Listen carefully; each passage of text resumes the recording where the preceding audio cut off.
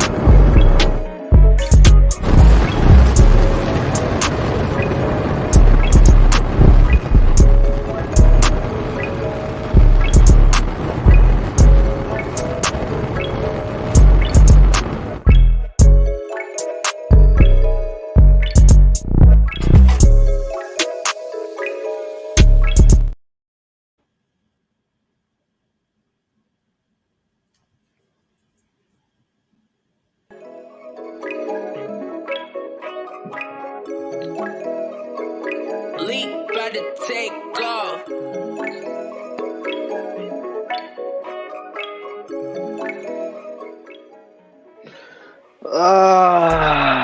Ladies and gentlemen, welcome to your guilty pleasure this Saturday evening right now. And I know it's your guilty pleasure. I know it is. And welcome to the show that you didn't even know that you needed, but once you're tuned in, you can't live without us right now. You just can't do it. The swag and the sexy movement is just too strong out here. And welcome to the most impactful, sensational, dynamic duo in these YouTube streets. You got your boy Killer Swag 216, aka Killer Swag District, leader of the movement known as Swag Mafia. And then of course you got my other half, my better half, Sweet Melody Media, aka the leader of the Media Mafia. And then you put the swag and the sexy together, you got KillinEmSweetly. And tonight we got one hell of a show for you tonight. So stay tuned, buckle up, strap in, park it, get whatever you got to get to sip on, eat on, or whatever, because I'm telling you, it's about to be a great show tonight. Hey, Swag, I'm loving that forceful voice. Hey. Thank you, man. Appreciate it. Where'd that come from? I mean, I always had that voice, you know what I'm saying? It's just, that's actually my real voice. Like, but when you hear me talk like this is just for people to hear me. But that's how I really sound, for real. Okay. Nice and forceful. Sounding like a superhero. All right. Over there, Swag. Yeah, you know we gotta get it in. You know, so this is KillinEmSweetly. You know we gotta turn up tonight. Yes, we do. And even though I'm feeling under the weather today, as you know, we had that conversation, I still was excited to do our show together. Because you know, when we join forces, oh my God, it's over. Oh yeah. It's not even no doubt in my mind. Once we link up, when KillinEmSweetly is on, we come and we shut it down. You know it. All the way down. You already know how we do. Off rip. And just letting y'all know, if I'm on and off camera a lot, I was telling Swag, hey, listen, I don't feel good. I don't want to be all ghetto on the screen, blowing my nose and sneezing and coughing. So, yes, when I have to do all that, I will be camming down. Just to let you know, family. So. Man, Zero, gone somewhere with your crazy self. Talk about I'm showing out for Melody. Come on, man. Lord, bro. Ain't nothing wrong with that. Hey, man, what is he saying? Like, what is wrong with Killer's voice? Did he lose his voice? If I lost my voice, I would not even be up here right now. I'd be like, Melody, I don't know if you can do this with me right now, man, because my voice is just, no. I can't do it. God, you still would be up here. Stop lying. Yeah, you'll be trying to get me to come up here, but I'll be like, Melly, I don't know if I can do it. I don't know if I can do it. Oh, but and uh, but we here and we ready to roll. And as y'all already heard, the music has stopped playing, so y'all know what that means in the world of Kill 'Em Sweetly. It's time! For the thousands in attendance and the millions watching around the world, let's get ready to rumble! Killing them sweet, bringing the heat, looking so fly in the YouTube streets. Yes, sir. We getting it in tonight. Boom. We here and we ready to go, baby. I What's am. going on, Melody?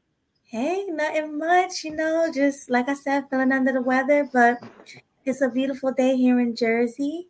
It was nice and warm, no wind, no freezing cold weather. Everything was perfect today, so I'm excited. How about you? Are you excited?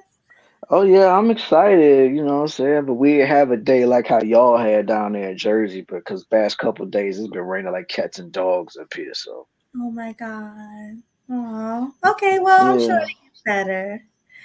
Oh yeah. But you know, as we Ohioans always say, we always deal with bipolar weather up here. So one minute it'd be nice and sunny outside, temperature be nice, and make you think you should put on some shorts or just walk around with a tank top or just a regular tee. And then the next day you gotta wear a big old coat just to keep yourself warm up in there. Yes. Well, it's almost winter, so no more nice, beautiful days for us like in the 70s. That's all gone.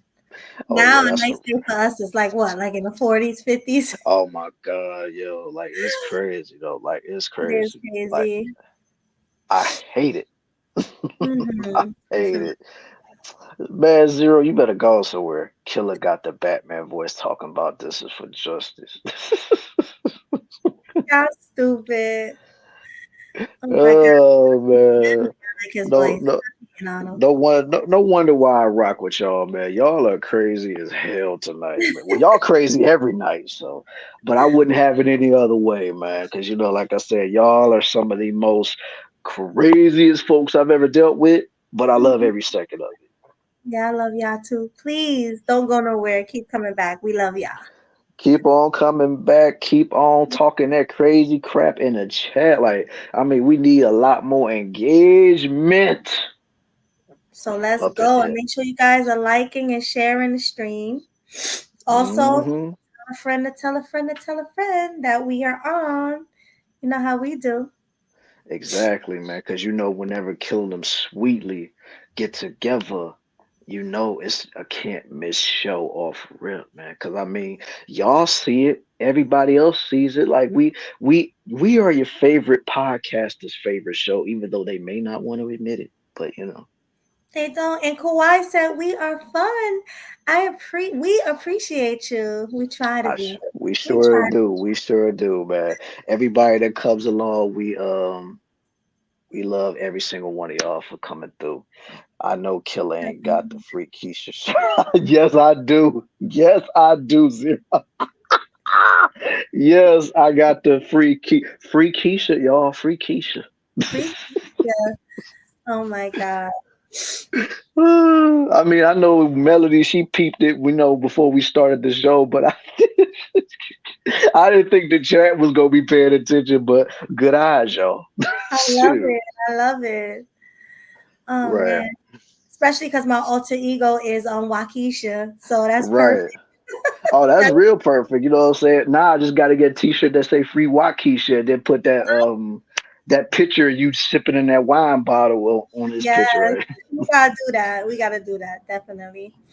Oh yeah, that'll be a bestseller right there, man. Y'all need to wear that all year round if that was to ever come out. Mm-hmm. Most definitely. But oh God, I'm gonna keep calming down. I'm so sorry, y'all. Hmm. Yeah, But I just got one thing to say, and I want to address this to the chat right now because I know each and every one of y'all love Killing Them Sweetly. I know y'all love it. So if y'all are ready for a good show tonight, no. Or if y'all are ready for a great show tonight, I need y'all to do me a favor. If y'all are ready for a great show tonight, Give me Stone a Cold. hell yeah. What? What?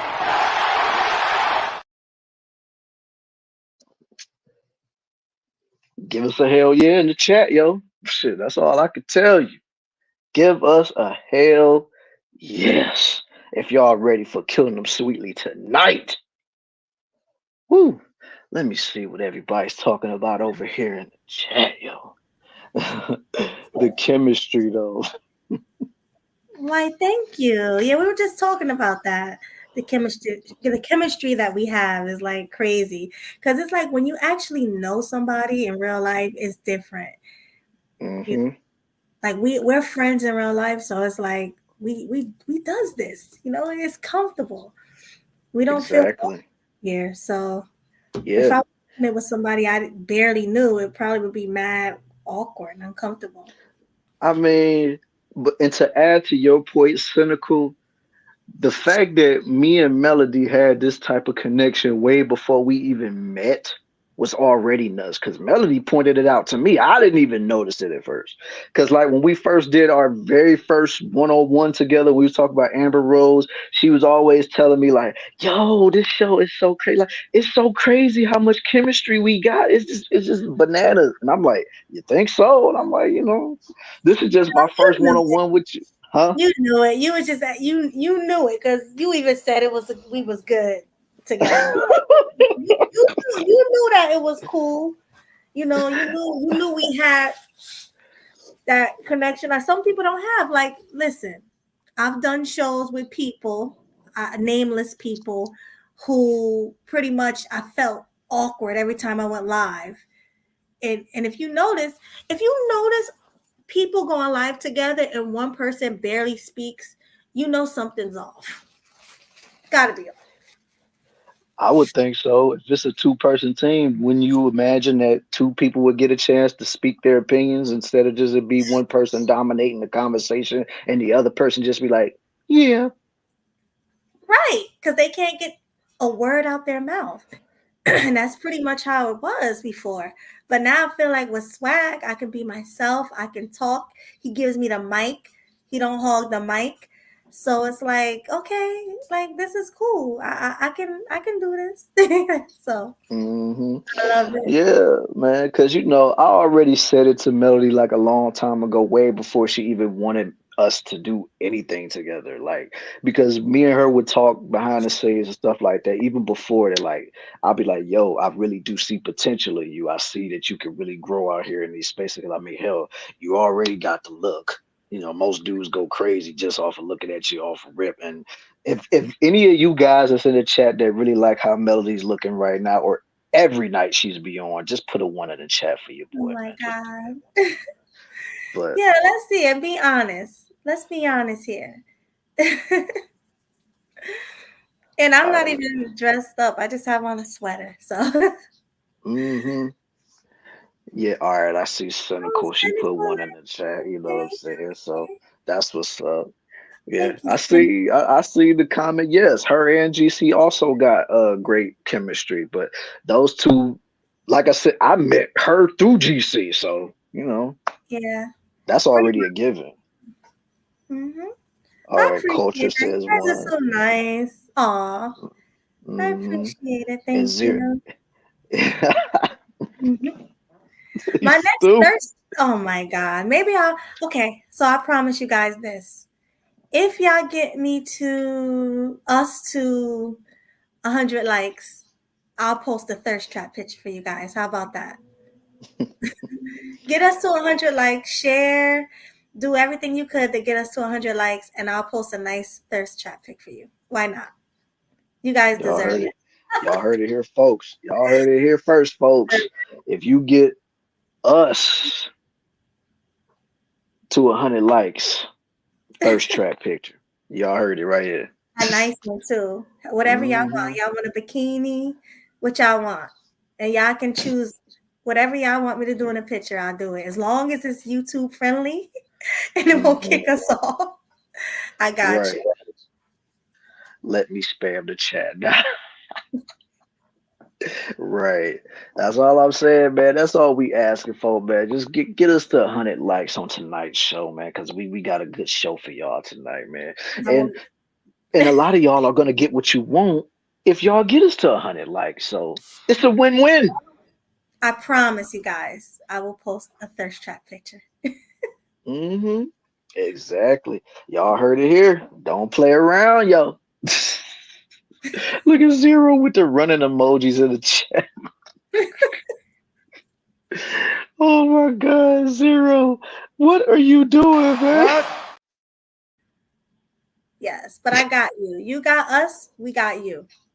Exactly. You know what I'm saying? We take care of our people, man. You take care of us, we take care of y'all off rip. Yeah. So what's on the roster today? Oh man, we got a slew of topics to talk about. Now, of course, we was a little behind with a couple of the topics that already then came out, but at the same time, it don't mean nothing unless Killing the Sweetly is talking about it. So at least that's how I feel about it. You know what I'm saying? I don't like I said, Melody, she may be a little bashful. You know, she's like, oh, it don't mean I'm like, nah, it don't mean nothing unless we talking about it. For real. I don't care who talking about it. I don't care if anybody that's bigger than us talk about it. It don't mean nothing unless Kill Them Sweetly talking about it. So that is what it is. But Exactly. yeah. Tonight the first topic of the show. We it's a lot to go over. Like it's a lot. Like it's a lot. But You want to okay, do well Diddy first? you said who verse? Or Diddy you want to do Diddy or Jeezy first? Yeah, let's get Diddy out the way first, man, because you know his we let's get him out of here just like his empire is crumbling out of here. So let's get him out the way. All right, let's do it. All right. Hmm. So, what is your opinion on what's going on with Diddy? Let's start there. Well, my opinion of Diddy has always been the same throughout these whole years, man. Like, dude is a glory hog. Dude always likes to have the spotlight for himself. Dude is very egotistical. He will do whatever it takes to step on anybody to get wherever he needs to go. That's just always been my mindset on him. And it's just like, I understand, like, because, you know, last time we spoke with a lot of people, like, oh, you trying to down a black man. First of all, I would never down a black man without cause. I don't do that. Like I don't Mhm. talk mess about a black dude just because it's the popular thing to do. But it's just what I said last time when we was talking about on Grown and Sexy Conversations. I said for real, like there has been rumblings for years about what this dude has been into. There's been rumblings for years about what this man has done to multiple people in his career, in his livelihood, how many people he has screwed over, and you know what I'm saying, and how many women he's hurt. So this is like the fact that a lot of people still want to like advocate for this guy just because he's black. It's like if it was no malice, if it was no evidence behind any of this, I'd be right there with a lot of the dudes. I'd be like, man, it's wrong. Y'all trying to throw this dude under the bus because he's black. Y'all wouldn't do this because if it was a white dude or whatever. And that still is the case. They wouldn't go this hard if it was a white dude. But the fact Exactly. is, but see, this is why I say what I say. White dudes, they don't have to worry about this type of scrutiny. They don't have to worry about that. Like whatever they do, yeah, it'll be talked about for maybe a day or two, but then after that, it's swept under the rug. We as black men, we as black people know that whatever we do, it's gonna be magnified. And it's gonna be talked about for a long, long, long, long, long, long time.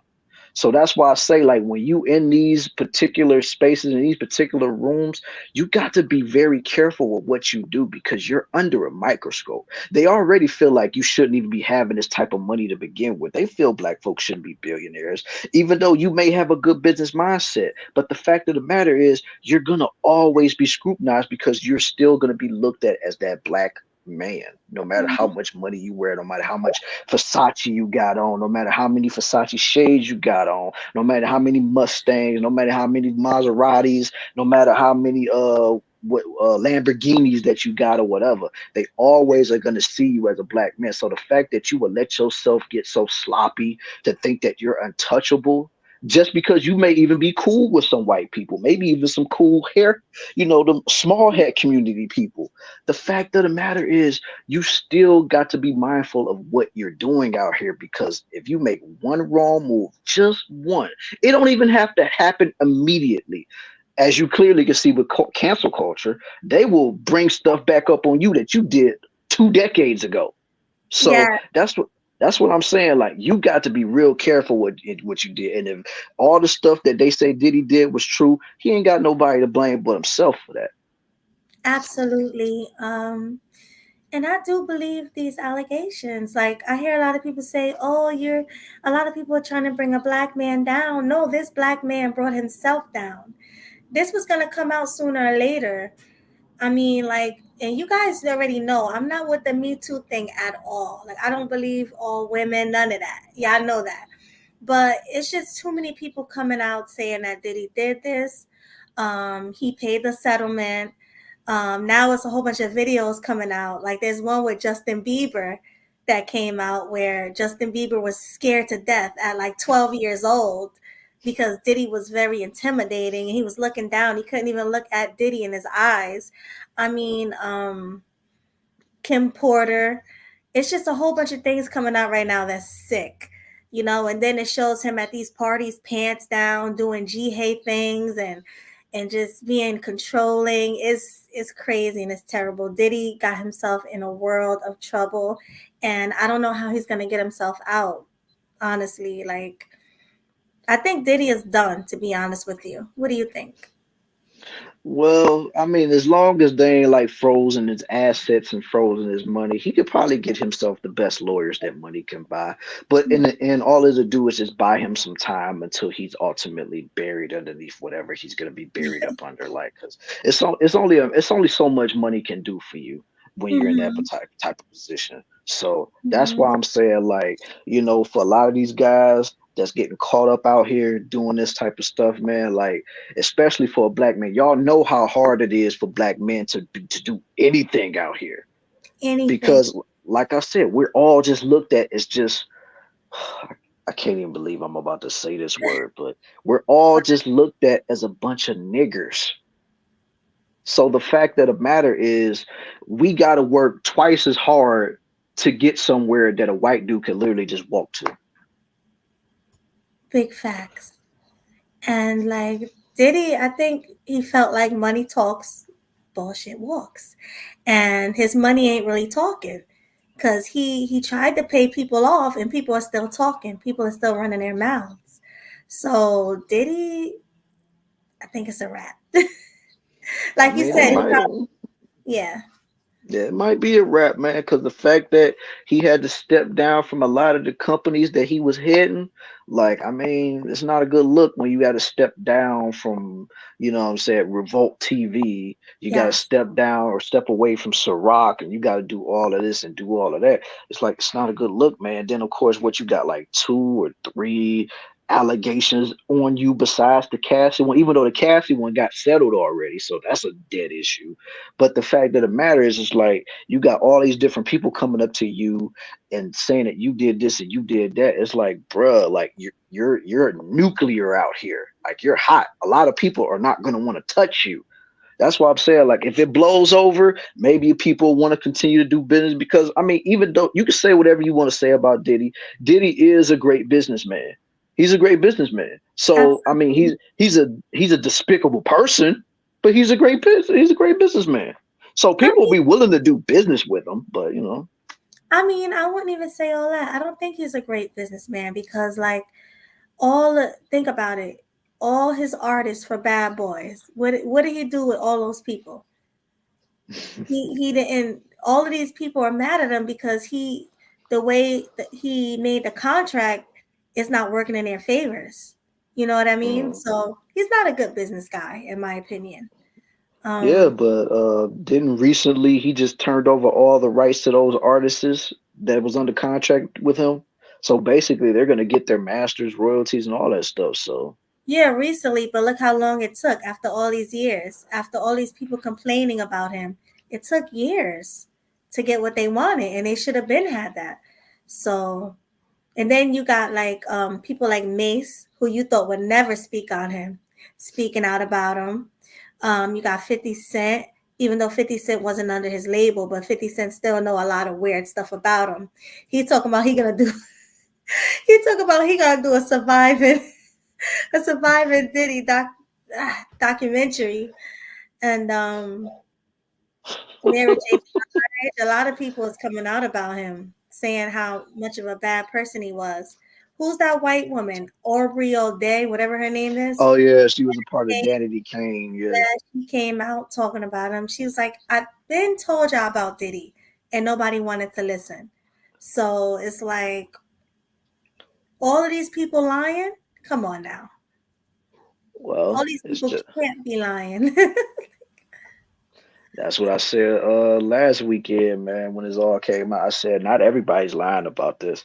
Now I'm not gonna sit here and say that every single person is telling the truth, because like I said, a lot of people could just be trying to get in where they fit in, but not every single one of them is making this up. I don't Not buy it. every single one of them. And it's a lot of people who've been talking since the 90s about this. His bodyguard. Um, yeah, exactly. And they saying that Diddy, not Diddy, what's his name? Biggie might have got off because of him. They saying Tupac may have got off because of him. So it's a lot of weird rumors coming out. They even saying Kim Porter may have got off because of him. So yeah, exactly. Never So, know with that one. hmm Cause I mean, if old girl was really about to come out with a tell-all book, and then next thing you know, it's not a good look. exactly. And she was young and she was healthy. There was really nothing wrong with her. What? The woman had a cough, went to the hospital, and that was her demise. So, I mean, a bunch of weird stuff happened surrounding Diddy. I'm sorry. It just is what it is. You know, Hmm. it has nothing to Yeah. do with him being a black man and people trying to bring him down. It has nothing to do with any of that. Hmm. Yeah, and it's just like I said, if this was just another smear campaign, almost kind of like how the Jonathan Major situation was a smear campaign, I'll be right there alongside, be like, yo, man, they trying to go at Diddy because he black, man. They ain't got no evidence. They ain't did this, they ain't did that. But the majority of these people that are coming out and saying this stuff about him are people that has been around this man for years. It's not like it's people that he was messing around with for maybe one night or two nights and it was over with. No, Cassie was in a relationship with Diddy for years. And then a lot of people were saying, and I don't know how true this is. This could just be a lie too. I don't know. But they said that movie that Jennifer Lopez did, what was that, Enough? They said that was somewhat loosely based on her relationship with Diddy too. Now, like I said, they could have put that as a joke, but I'm just saying. Yeah, I heard about that and I believe it. Because J Mm. Lo, she even went back to Spanish men. Yeah. You Man, know, she went back to everybody, man. Like after messing with Diddy, she ain't messed with no other black dudes, man. no, She went to Ben Affleck, then she went to Mark Anthony, then she ended up going back to Ben Affleck. It's like Lord have mercy. right? And they say once you go black, you never go back, and that wasn't the case with J Lo. Yeah, but Diddy Diddy scared her might have been away. some real kinky stuff, boy. Cause I mean he do look like he loved to be the one that take that. Yeah, exactly. So yeah, Diddy is definitely. Excuse me, I'm so sorry, y'all. Diddy is definitely no good. Yeah, so like I said, I know a lot of people want to, go with the whole notion of, oh, this is just another ploy for black men to get sabotaged and stuff like that. But like I said, these news and these rumors and stuff about Diddy, this has been going on for years. This is not something that just came out this year or last year. This is stuff that has been known for a long, long time. It's just now it's really being thrown out here in the public eye, and everybody that didn't know now they're finding out about it. But yeah, like so it's not that. Like I said, if it was like that, I'll be right there alongside a lot of dudes, be like, yo, man, they can't be doing Diddy like that. That's messed up, man. But I don't think it's like that for Diddy. Yeah, and And that's just we would be on his side. He's a black man. I'm always gonna take a black man's side if he's right. You know, but he's just not right. So I'm not gonna be on his side. I'm sorry. Like he don't deserve hmm it. You know. right. You said first Chris Stokes, now Diddy. Mhm. Shoot, at this point, where you think Chris Stokes learned his stuff from, man? Because Diddy was Exactly. out. I mean, they might have been in the business at the same time. Who knows? Yeah, you're right. I think they were. hmm But But yeah, like that's why I say, whatever happens with Diddy, he brought it on himself. I don't feel bad about what happens to him if he gets convicted, even though so far ain't no charges been brought up against him or anything like that. yeah, But it's just the fact that if something were to happen within these few weeks or few months, and they do manage to get some paperwork to file for his arrest, at this point, man, his world is coming down around him, man. His world is coming down all around him. So it ain't really much you could say or do about that. So that's yeah, how I feel about it. yeah. Sorry, Diddy. I can't. I just can't co-sign you. Not gonna be able to do it. Not gonna be able to do it. Can you do it? I'm not gonna be able to do it. Oh my god. Shoot. No, I'm not gonna be able to do it, pimp. Sorry. Not sorry. Sorry. Sorry. Uh-huh. God. Oh man, but that's all that is to it when it comes to Diddy, man. And I mean, whew. And 50 said he's willing to buy Revolt TV, so of course, it's probably gonna be a lot of stuff he gonna have on there. Might even have some power reruns on there. You never know. hmm Yeah, definitely. I swear, he's like the biggest troll ever. Like 50 Cent is the best troll, I'm gonna Oh say. yeah, Because once yeah. he on your radar, and once you on his radar, it's a wrap. That's it. Oh yeah, 50 gonna go in on you no matter what. Like it just don't even hmm matter. Like he don't care at all. But see, the thing that I love about 50 though is he came in the game trolling. Like hmm he came into the game trolling people. Like he didn't even care. Like he came and trolled everybody. So the fact that he's still staying the same with all the success that he's had with the TV shows and his records, all that stuff like that, and he's still being on the same troll ish, that just lets you know that he's still the same dude. Like and plus, he never liked Diddy from the jump. So Never.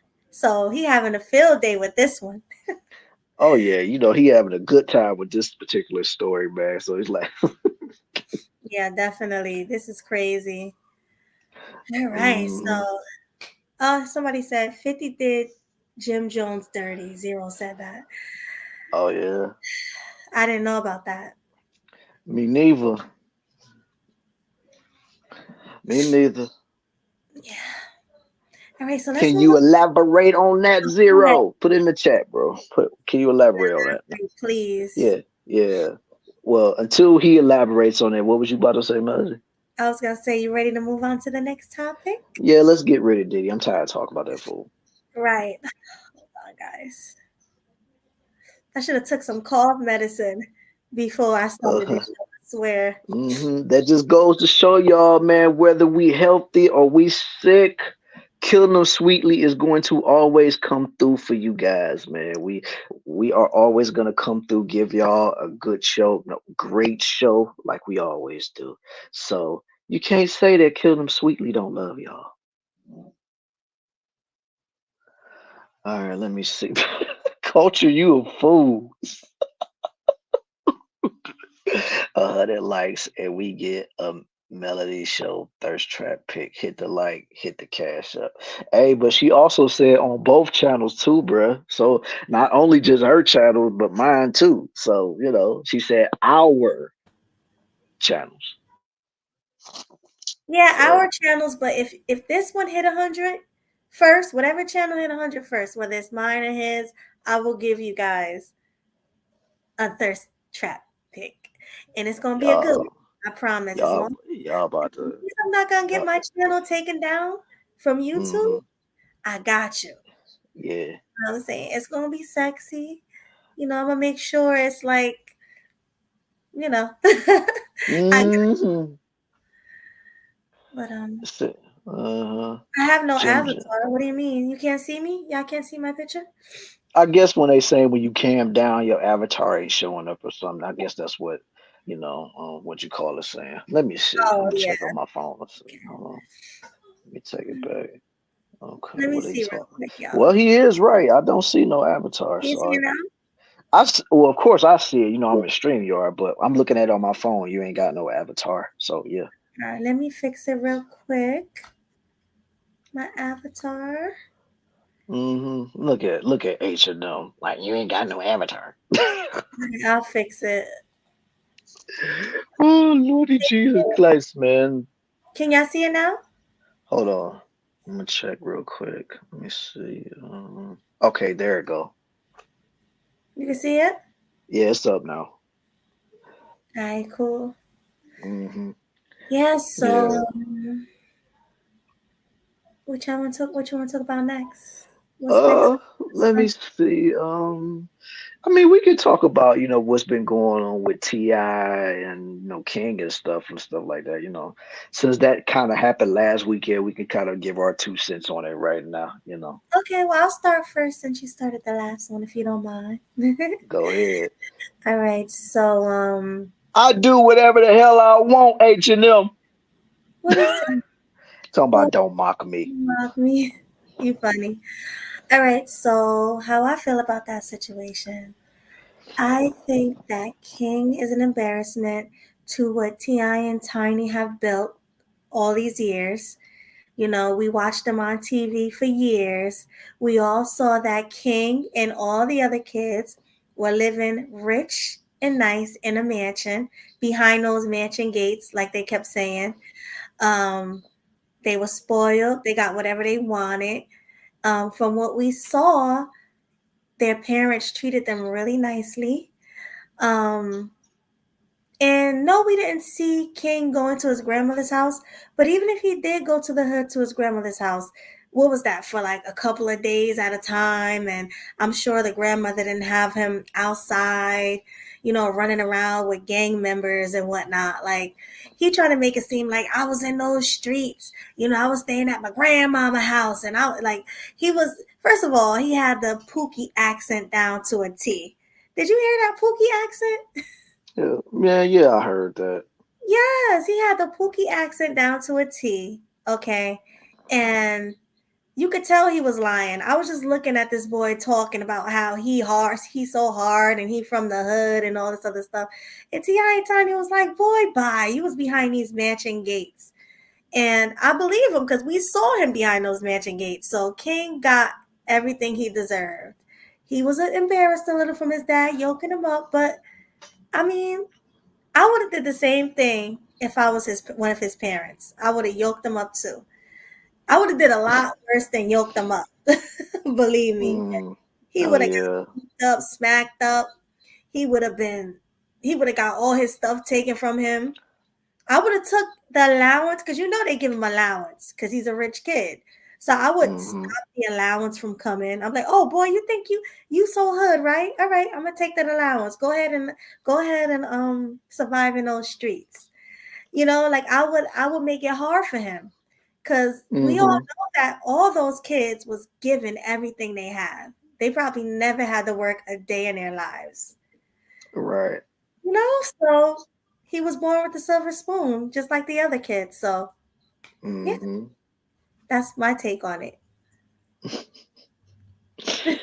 Okay. I mean, that was a good take on that one, man. Let me see if I could piggyback off of that.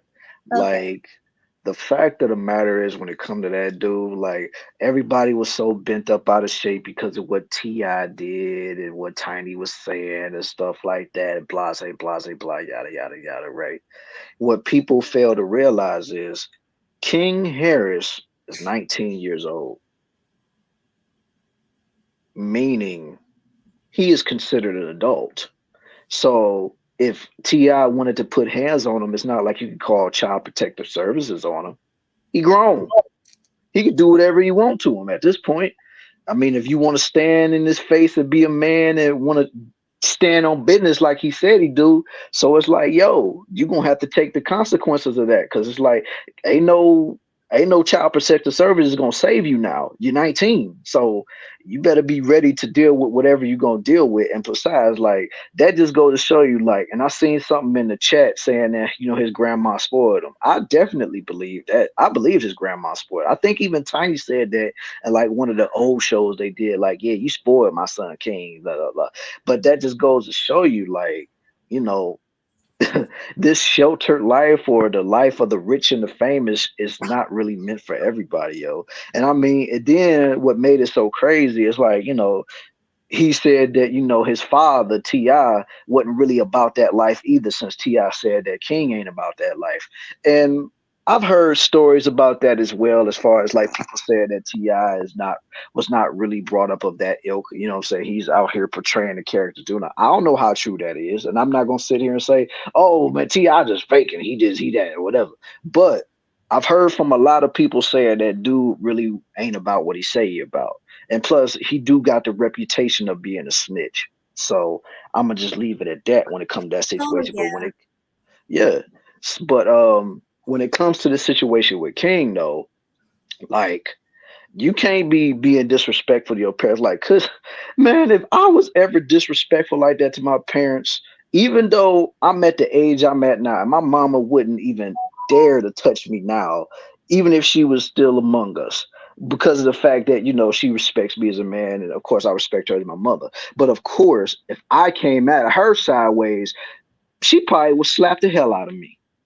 And my dad would probably be wanting to scrap with me too if he was here. So it's just the fact, like, when you going against your parents, you can't be doing all of that and expecting no get back. Because what's that one quote that's in the Bible? Honor thy mother, thy father. Yeah. So King already messed that one up by not even honoring his mother and father. Because if you had any type of problems with them, at least keep it behind closed doors where there's no cameras, no paparazzi, or nobody can see it or whatever. That way y'all can handle this like family. But the Mhm. fact that it was at an Atlanta Falcons game and it blew up all over social media, you had people like DJ Academics talking about it. You had all these people on the internet talking about it. And the fact that you're out here acting the way that you act, and you talking about you stand on business. First of all, King, have you ever caught a body before? I don't think you have. Have you ever sold any type of narcotics before? I don't think you have. You might have smoked some grass, smoke some smoke some weed or whatever. But you wasn't out here doing none of this stuff, bro. So stop trying to act like you really is about that life. You are not about that life. Cut that out, bro. Like, just continue to be a 19-year-old silver spoon in your mouth, kid, man. Don't try to be something you're not. Because let me remind you and everybody that is of the same ilk as him. Let me remind y'all of something. People that come from the streets, like I know people that came from the streets. I come from the streets. A lot of people that I know have come from the streets. We're trying to get out of here. We're not trying to go back and be acting like we hood and we just like we want to get a way out. And if when we do have kids, we want to make sure that they never experience what we experienced growing up. But it seems like the kids, they want to gravitate towards what we used to be instead of trying to be a better version of what they're supposed to be. And So then want to say, well, you was like that too, like want to throw your past in your face. I've heard yeah, kids say that to their parents. Well, you weren't the best. You were hood too, because everybody knows yeah, I came from a troubled background. Everybody knows that.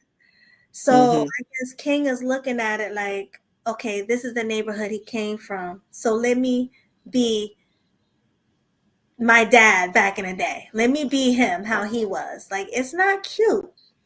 yeah, And then the fact that Tiny kept saying, stop, stop, Tiny screamed in the background a million times. She was like, please stop, stop. And he did not listen. He's very disrespectful. And he yeah. deserved everything that happened to him. Everything. Everything, everything. But it's just like you touched on just a few minutes ago, saying that like a lot of these kids want to tell their parents about, like, well, you was hood growing up, you was this way when you was growing up, and blah, blah, blah, blah. But here's the thing, though, a lot of us didn't have a choice in what we ended up becoming. We had to do that to survive. A lot of people had to do that to survive out here in the streets. You know what I'm saying? It's people that I know that never wanted to sell narcotics. It's people that I know that never wanted to do the things that they did, but they had to do what they had to do. Now, I'm not condoning it. I'm not making excuses for it. But at the same time, it's just they felt they needed to do that to get through another day. But when Right. it comes to y'all are choosing to do that. Y'all have other avenues that your parents never had. They rich. You exactly. They're rich. You're rich. The reason why T.I. and a lot of other people from the hood went that route is because they didn't have a pot to piss in and a window to throw it out of, like my grandmother used to say. They didn't have nothing. They had to eat sardines for dinner.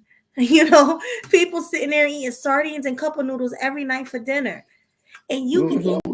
whatever you want because you're super duper rich.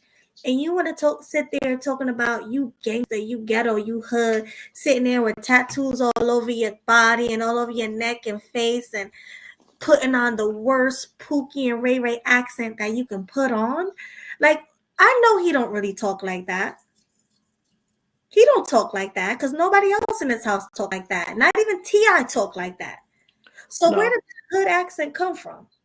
Only time you see T.I. talk like that is when he rapping. But when he in interviews and stuff like that, dude is very articulate. Right. He don't talk like that in interviews. He don't talk like that anywhere except for those Hmm. raps. So Yeah. being to sit there and act like that, that's very unattractive. That's a turnoff and that's an embarrassment to the Harris family. Hmm. Exactly. Like I said, there's people out here that, like you said, ate tuna, they ate all this stuff. Some of them even ate Vienna sausages and bread, or always was eating glizzy hot dogs and stuff like that. But yet these kids, they could actually have chefs in their home cooking for them, cuisine meals and doing all this type of stuff. But yet you wanna live the life that your parents lived. You wanna go back to that type of lifestyle. Like, do you not understand? Like, we've always been told, especially people that's lived in the inner cities, people that lived in the hood and stuff like that, if you're not looking for a way to get out and you want to be out here ripping and running in these streets, it's only two outcomes for you. You either gonna be in prison or you gonna be dead. It's one or the Yeah. other. And So, none of them are so nice. exactly.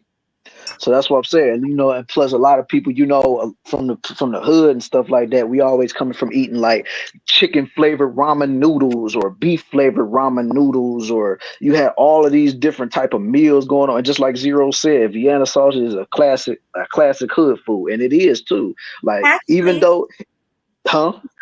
actually, you would take those Vienna sausages, you would cut them up and put them in your ramen noodles. Exactly. That was a meal back in the day, you know, like Exactly. none of them know about that. I think I remember my grandmama. She used to do that every time I would come home from school before my moms came and picked me up and stuff. But yeah, I always remember, like, whether it was ramen noodles or just regular noodles, she would always cut up the Vienna sausages, put them in there, and be like, "Go ahead and eat it." So, like Yeah, I said, y'all want to talk about, oh, I'm this. Like, try eating some of that for 5 days straight, or at least 4 days out the week, and then knowing that you have access to get better food. Let's see how long you'll last on just wanting to eat Vienna sausages or eating ramen noodles out the pack or whatever, or eating them cup ramen noodles, man. Like, how long is you gonna stand doing it? Like, stand on business, man. exactly. And like Rodney Rainey said, eating that government cheese. You know what I'm saying? Government cheese.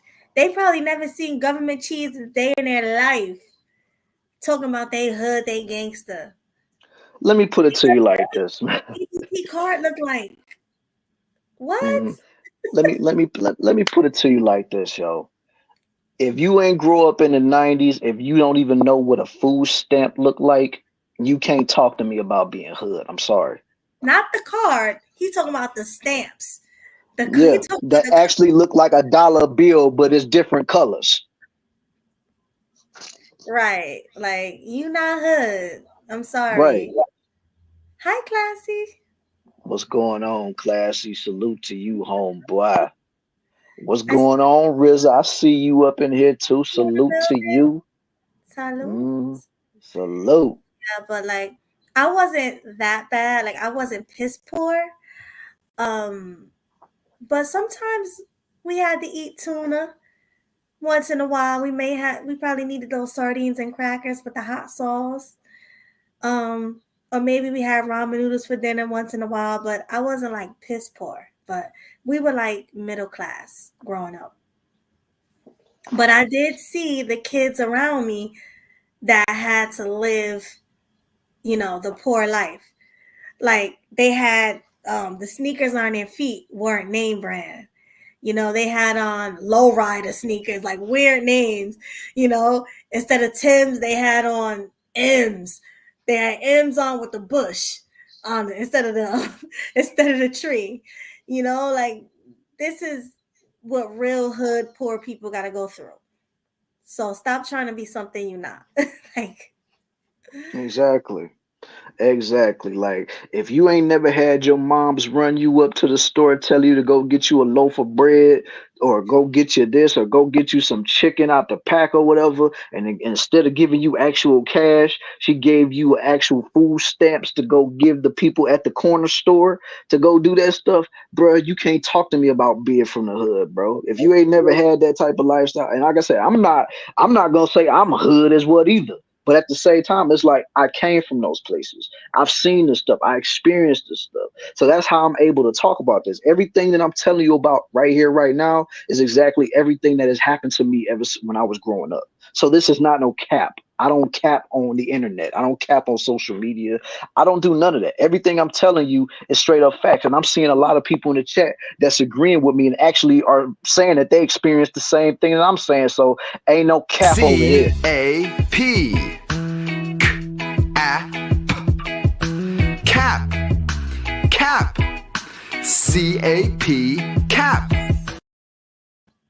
listen, I've heard stories of people say they couldn't even afford packs of Kool-Aid, so they put sugar and water in a cup and drank sugar water, or instead of Cheerios, they had O's. They were called O's, you know. um I heard people Oh yeah, man. Shoot, always eating them off-brand cereals, eating the off-brand foods and stuff like that. Like, I mean, let's be honest, man. Like them Kellogg's Frosted Flakes, we always got the frosted whatever cereal from the store that was a little bit cheaper. Or we always got the Kool-Aid, but instead of it being called Kool-Aid, it was Flavor Aid.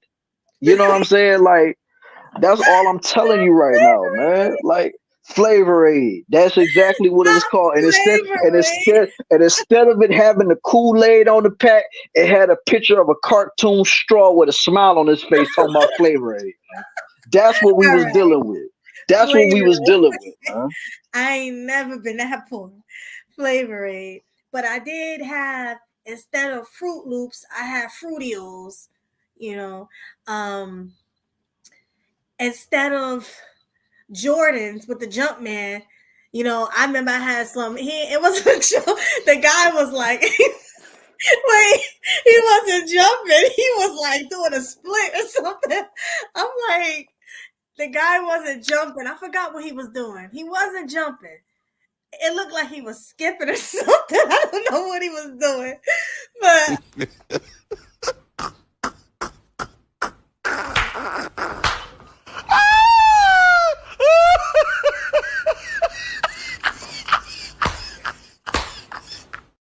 I'm serious. Like it was bad. You ain't never had no fake Jordans. I'm sure you didn't. No, no, I never had no fake J's. I can honestly say that. I ain't never had no fake J's or no fake Tims. So I had the bush. Instead of the tree, it was a bush on my like I tail. said, the closest thing that I had that looked like Tim's and they weren't Tim's, instead of it being a bush, it was a picture of a bull's head. Oh Other my than that, god, like, no. you lying. Not a No bull. lie.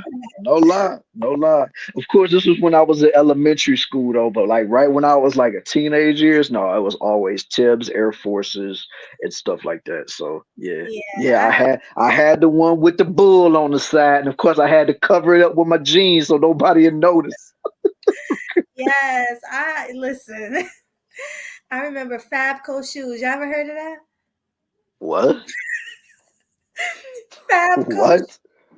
It was a shoe store. Fabco shoes. I never heard of that. I had to get shoes out of Fabco shoes. It's a Um, Fabco shoes. Fabco What? shoes. yes. I mean, Fabco shoes. What? and I had what? Not LA Gears. I remember Oh yeah, LA, I had LA Gears. Yeah, I but had a couple of those. But yeah, but mine did used to light up though. Mine used to light up though. yeah, but mine wasn't LA Gears. Mine lit up, but they didn't say LA Gears on them. They said something else. So I mean, we Oh my god! we wasn't fortunate enough to have parents like Ti and Tiny. So Right, man. I mean, shoot. A lot of the times growing up, my mom was barely in the house when I was growing up, man. She had to work and she was going to school. So it's like I was always around my grandparents. You know what I'm saying? God bless all of their souls, man. But yeah, I remember those days. Like every time I was in kindergarten from first grade, every time out of school, I would always be at my grandparents' apartment waiting for my moms to come pick me up and stuff. And of course, they always made me take a nap before moms came and got me. But yeah, like we all been through that, man. Like if you ain't never been through those type of things and you ain't never had to go through what I explained, what Melody explained, or what everybody in the chat has explained, please do not talk to me that you are street, you are hood, you are this, you are that, or you grew up tough, or you do it this way. Like stop playing with me. And then on top of that, what makes it so crazy now, when we was growing up, we thought that that was so terrible. We was it was so awful because we thought that it was just so bad. But now looking back on it as a grown man, those were some of the most funnest times I've ever had.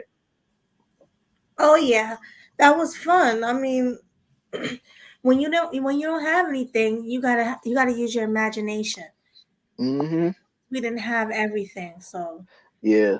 And that was plus, on top of that, even though I didn't have like, siblings, I mean, yes, I do have a sister, but I didn't have like siblings around my age. But luckily, I did have a lot of cousins that I used to hang out with all the time. So that always filled that void. yeah, yeah. I had an older sister who's 7 or 8. She's way older. She's older, and then I have a brother who's younger than me. So I was the middle child. So I couldn't really play with any of them. So I had to, make my own friends. But this was dope because this was before social media. We actually went outside and played, We didn't have our phones in our hands all day, every day. I didn't get a phone until middle school when it came I out, you know? I ain't gonna lie. I ain't get a cell phone until I was about like maybe in my early to mid 20s, yo. Like I always had a house phone, but I ain't never had a cell phone until up until that point. And it really wouldn't. I probably still wouldn't even had one because the only reason I got one because moms told me about a good deal they had at Radio Shack at the time, and then it was Sprint, and then of course, Verizon. But other than that, I wouldn't even had a cell phone. I always had a house phone. So. Oh yeah. No, I had a house phone back in the day too, but the cell phone, remember where you at? Remember Boost Oh Mobile? yeah, I always wanted a Boost Remember mobile where you phone too. Like, at? where you at? Yeah, and I remember I used to take the bus when I was a kid, and I know people on the bus used to be looking at me like, can you turn that off, little girl? Not everybody want to hear your conversation, you know. People was really annoyed with that. They was really annoying. Hmm. Exactly. But yeah, you know how, and plus you can tell when somebody just has something for the first time, they just don't know how to act. Because once they get their hands on a cell phone, and you know, back then, but we was coming up, it was the flip phones and stuff. So they always had the flip phones and everybody be on them buses. Cause like I used to ride the RTA, you know, for school. Cause my school wasn't that far from my house. So I easily could have walked home and walked to school, but of course, I always chose to ride the RTA. And plus, at the time, it was like maybe $5, so it really wasn't nothing. Plus, all my friends was on the bus too, so it didn't matter. So a lot of the times, like I would see these kids on the bus. Some of them even girls on the bus in the corner, and be like, "You know what, girl? I cannot wait to be going into so and so's class because it's about to be so crazy in there. I just hope they ain't got no stupid curricular activities that I got to work on and stuff. This is so. All right, girl, I'll call you when I get into school. All right, bye." That's crazy. Hmm. We wasn't allowed to have our phones in school. That No, it was wasn't in school. It was on a bus. on a bus, yeah. Yeah. Now, of course, you couldn't have it in school, but you know some fools will still be crazy enough to try it. Like they don't care about that rules. Like they be like, shoot, forget all that. And plus, you know, this was way before texting too, so you had to call somebody. No, texting was. You sure texting was always out? No, am I tripping? Mm, I'm trying to remember. But texting was just expensive back then. Because remember, back then you had to pay for everything. You had to pay for. We used to wait till nighttime to use the phone because minutes were real expensive. Yeah, that's a fact, man. That's a fact. You was in it to win it if you had a razor flip phone. Oh, I had a razor flip I had a phone, but razor. I had a razor flip phone. So yeah. I had a razor. I had a chirp. I had the real fat phone. I had Hmm. um I had them all. Because this one I got a Hmm. job. I was tired of not getting what I wanted, and I got a Right. job, and I was able to buy whatever I wanted. So Hmm. Oh yeah, yeah. I definitely remember the pagers, man, because my sister had a pager. My sister's ex had a pager back in the day. Like, and plus we that was when, you know what I'm saying? And plus a lot of people love to throw around this whole thing with the whole 304 or whatever. Funny thing about it is we always used to put 304 in everybody's pages back when we was growing up too. So we all knew what that meant back then. So it's just so funny seeing how everybody want to use the term 304 now because we've always done that. Even back when I was like, you know, in middle school and high school and stuff. oh So, yeah, but 304. Yep. We use that term all the yeah, time. because when we find and the way that we wrote it too, because you know, like a lot of times we didn't write for like it was a triangle with a line going down to the ground and stuff like that. We wrote it like it was a H. Like, you Yeah. know, the four and then the old three. And then like once we turn it, you know, turn it in another angle, you'll see it. And it's like, oh my God, did that just spell? And yeah, Yeah. we were Yeah. some badass kids. I know I was. I Yeah. was actually, believe it or not, guys, I was actually a tomboy. Like I'm girly now, but growing up, I was climbing trees, falling down, climbing gates. You know, I liked sports. I liked football. Um, Hmm. and then once I think by the time I was like 15, that's when I became really girly, and that's when they started hating. You know, that's when they saw me like not in the baggy clothes anymore. I was in like the tight, cute clothes, and that's when people started. Oh, I don't like her. You know how the hate begins. Yeah. Yeah. Because you had the curves, man. You had a lot of things that a lot of women wish that they had, and plus, you know, you filled out. So it's one thing, like let's say if you didn't have anything at all, then they wouldn't even be thinking about you like that. But the fact that you got curves and you got legs and you got this and you got that, they probably like. And plus, on top of that, you're very beautiful. You're gorgeous. So Thank you. that, along with the body frame, they already gonna hate on you because you got what a lot of dudes are looking for. So. Oh my God, they hated it. They really did. I mean, y'all already know the nair in my hair story and all that. Had the beautiful hair, everything. They did not like. Hmm. But yeah, growing up, especially in the hood, I think if I was not living in the hood, because I lived kind of on the borderline of the hood, I guess. But I think if I didn't live in the hood, it would have been a lot easier for me. You know, like as far as the girls and everything hating. Hmm. Yeah. Oh yeah, oh yeah. Because I mean, at least if you would have had been in the hood, you know what I'm saying. At least you would have had some girls like a Keisha or a Kim to, at least be like, you better leave my girl Mel alone before we done stomp the mess out you. You know what I'm saying? Mhm. So, Hi, Brienne. what's going on, Briette? I see you in the chat. Mhm. Again, I apologize, guys, that I keep camming down. But for those who don't know, I am under the weather today. I'm feeling really sick. So instead of me coughing all out on y'all, giving y'all COVID, I just cam down and, you know, do what I Hmm. gotta do. So excuse me. Oh yeah, you know what I'm saying. Back in the days, culture, light skinned boys could not win for nothing, man. No, light skin was in back then. No, but I'm saying where I was from, like you would get messed with because it was always been that stigma about light skinned dudes or just light skinned people in general, which is soft. Mm-hmm. Oh yeah. So until you actually beat the crap out of somebody, they go think you soft. And don't get me wrong, it was a few light skinned dudes that I knew had hands. So like I said, I never dissed anybody that was light skinned. I was actually cool with a lot of people that was light skinned. But since I'm kind of like somewhere in the middle, so they just they never bothered me like that. Mm-mm. Yeah, browns stick around. You know, that's how they felt. You know, Right. white Yeah. is right, brown stick around. You know, you guys were good, but Hmm. Yeah, but shoot, it was a lot of dark skinned mocha chocolate women though that was looking even colder than some of the light skinned chicks though when I was coming up in absolutely, school, man. I was like, yo, absolutely. and then when I would have conversations with them, they would be like, say, I just don't feel like I'm pretty enough. I'm like, what is you talking about? Like you killing half of these girls in the school right now. What does you mean? Like the way that your skin glistens, the way that it do, like, and it's not even me just saying, "Oh, you look good because you dark skinned, you brown skinned, or whatever." Like, no, you just a beautiful woman, period. Mm-hmm. But since everybody always wanted to get with a red bone, that was everybody's type. Everybody wanted a long hair, thick red bone. That's what everybody wanted. Like Wayne Hmm. said, everybody wanted Yep. that back then. So, Yeah, that was everybody's preference.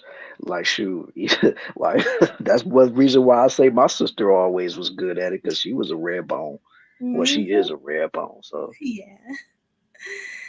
Yep, exactly. But let's get into the next topic. You ready? all right, let's get into the next topic. And oh my God, this is another ongoing saga in the whole Jeezy and Jeannie Mai situation. Lord have mercy.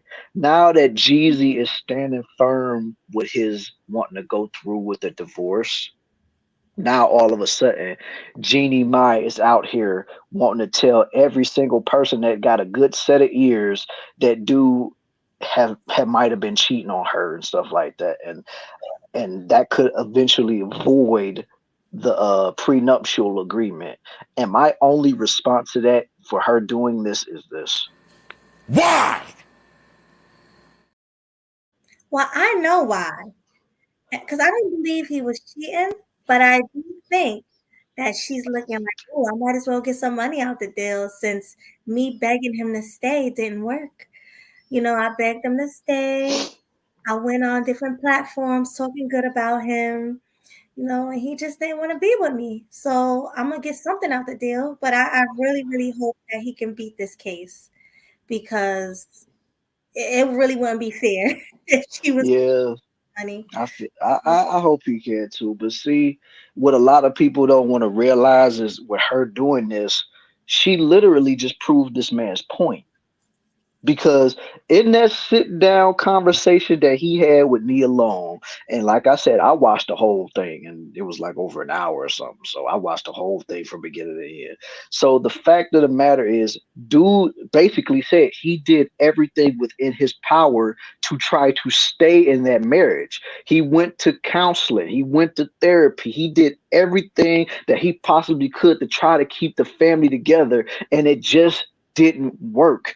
And now that Jeezy came to this decision to want to end things, and yeah, she did try to get him back, but his mind was already made up. And now she want to throw out accusations saying that he cheated on her and this, that, and the third. And basically, I also heard a little thing about how she's supposed to be keeping his kid away from him because of all of this. So it's like when you're doing all of this, you're basically validating why Jeezy is wanting to get a divorce from you in the first place. Because even when he said what he said in the sit down conversation, he never not one time disrespected her. He never not one time even hinted that maybe she could have been out here messing around, because we all heard the rumors that she could have been the one messing around. That's why Jeezy was the one that was leaving. We all heard that story. We all heard it. So the fact that now that Jeezy is willing to go through with this, now he cheated on me. He cheated on me. He ain't been faithful in my marriage. Blah, blah, blah, blah. It's just like at this point, Jeannie Mai. At this point, it's like Why? Yeah, Jeannie, it's not a good look. You look real silly right now. And I don't think no other man is going to want to try to even give you a chance, because look what you're doing to Jeezy. You're keeping the baby away. You're talking, now you're saying he's cheating. He was cheating on you. It's not a good look, Mom. It's not. yeah, and it's not a good look at all. And then, just like I said, what a few shows ago when we was talking about this particular subject, Jeannie Mai is almost touching 50. She's almost touching 50 right now. I don't know what her exact age is. If y'all know, put it down in the chat. Maybe I'll look up, huh? I think she's like 46 or something like that. 46, 47.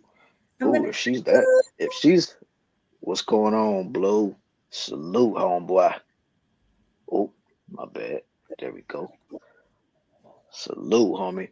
But yeah, like if she really is 46, then my God, she really ain't far away from 50. She's Like, 40 something. I know that. I know she's in her 40s. That I definitely know. Yeah. But if she's like on the other side of 40, not in her early 40s, but in her mid to late 40s, girl, ain't no dude gonna be checking for you like that. And then let's be honest, ain't no white dude gonna be wanting to mess with you. Let's just be real. You got a black kid, so. Mm-hmm. Oh, she's 44. Okay. Oh, 44. Okay, she's not too. So she's a mid 40. Mm-hmm. All right, that's terrible. Yeah, I mean it's not bad, but like I said, she's literally 6 years away from 50 though. So I mean, she ain't getting no younger out here, yo. Mm-mm. And the fact that you want to go out here and do this, like, and you don't see that the actions that you're doing right now is making a lot of dudes pay attention to what you're doing, and there's probably even letting them know, like, man, I shouldn't be getting involved with this woman whenever she gets the divorce finalized or whatever. Like, I shouldn't be dealing with her, and if I do deal with her, it's just gonna be a smash and dash. That's it. That's all she's gonna be worth. Mm-hmm. The thing about Jeannie Mai is she's more on a feminist side than anything. She's not really for men. She's selfish. She wants to be treated like a princess. You can tell. Like she wants a man to cater to her instead of her being a nurturer and a caterer. That's what I get from Jeannie Mai, especially when she was on The Real, like how she talked and how she spoke about men. And she's just not feminine. Exactly, Aqua Dragon. She's not feminine and submissive. She's just not. So, and then she also say that she was used to her man catering to her. Didn't that come out of her mouth about the white man? I could have sworn something like that. I don't know. I never watched The Real, so I can't tell you. Yeah, she actually said, and she said this more recent. This wasn't on A Real. I believe she said that her man never checked. The white man never checked her. So she didn't. That's what she said. She said the white man never checked her. So she was surprised that Jeezy checked her. Yeah, but she should have known that not all guys are the same, especially when you're dealing with a white guy versus a black guy. Like Yeah, most white dudes have very high tolerance for dealing with dumb ish.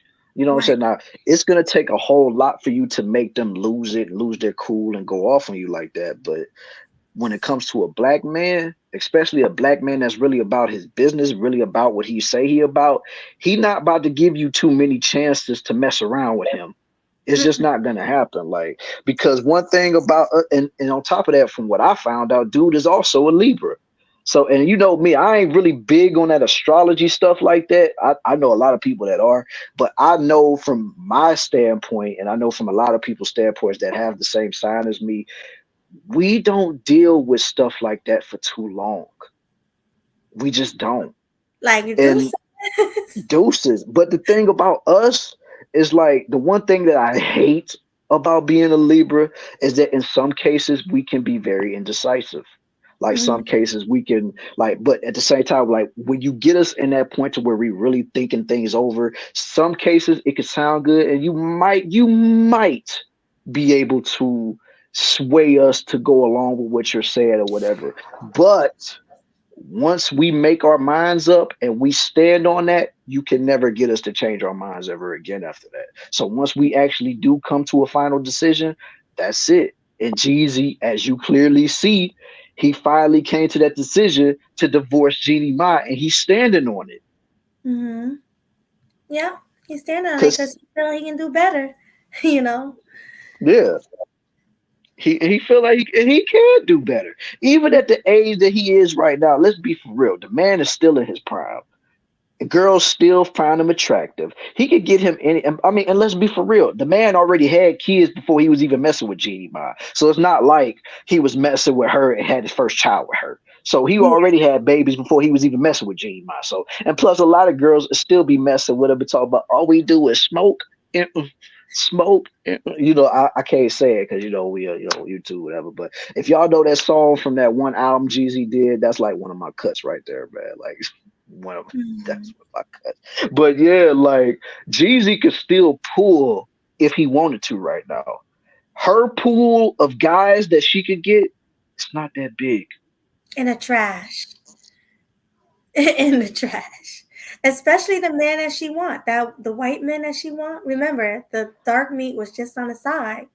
The white meat was the entree. So what white man is gonna take an Asian woman with a black baby? You know, The why, the why man. they don't want that. No, man. They don't want that. Like, do So you know how much they would have to suck up their pride to deal with a woman with a mulatto baby? they Like really have to. that's a lot to stomach. It is. So Now, she like I said, if it's a smash and dash, oh yeah, he'll deal with you. But as far as like in a relationship, committed relationship, and potential marriage, nah, he'll be giving up a lot, yo. Because one thing about white dudes, they not about to play stepdaddy to no mixed kids. and I learned that a long time ago. I actually know real life scenarios where white men say this. They like, I will never ever deal with a woman with a mixed baby. Never. Like now you taking care of Tyrone's child. That's how they feel. Hmm. I'm taking Yeah. care of Tyrone's child. They don't want to do that. So Hmm. Yeah. And then not only that though, even though this was in a movie, like I don't know if you've seen this or if anybody in the chat have seen this. And nine times out of ten, I don't even like this person that I'm about to name to you guys, but this was a very good movie to watch because it very much depicts what I'm talking about, at least in that aspect. Are you familiar with the movie Tyler Perry made called The Family That Prays? I didn't see Okay. it. Yeah. Okay. Well, basically, it had Sanaa Lathan in there. It had Alfre Woodard in there, Kathy Bates in there, and a couple other people. But the Sanaa Lathan character, she just got married to a black man. You know, she really didn't even look happy to be married to the dude, but he was just so head over heels in love with her and stuff like that. Whatever, whatever, right? But come to find out, the Sanaa Lathan character, she was messing around with William Cartwright, aka White Dude. She was messing with him, loving on him, sexing him, doing all that type of stuff, right? Even made sure that her husband got a business deal from this white dude. But of course, he didn't find out about her messing with the white dude until like somewhere towards like either the middle or the end of the movie. And of course, that scene where he pretty much clocked her in the face and knocked her over the diner table, it was crazy. Like, woo, it was nuts. But the point that I'm really about to make to y'all is this. That man, William Cartwright, did get Sanaa Lathan's character pregnant and she had a mixed breed baby. And that was his child. And he still wanted nothing to do with that kid. Yeah. Exactly. So imagine a child that's not yours, that's black. Mhm. You know, they And this not. man was of a wealthy background. He could have took care of her and the kid. But the fact that he just said, nope, you was just my side piece. I'm not doing nothing for you or that kid. And he ain't never left his wife. Even when the wife found out he was messing around with Sanaa Lathan, she's still like, he ain't gonna leave you for me. He ain't gonna leave me for you. Like, I ain't worried about that. I guess he just felt like he wanted to get his meat wet or whatever. And he didn't. And she had to end up crawling back to the dude she forsaken for the white dude. See, that's wild. So good luck, Jeannie. Good luck finding a new white man. You might have to just go to Pookie and Ray Ray. I Mhm. doubt you're gonna find what you want. Well, Jeannie, at this point, this is what you need to do when it comes to trying to find you a white man.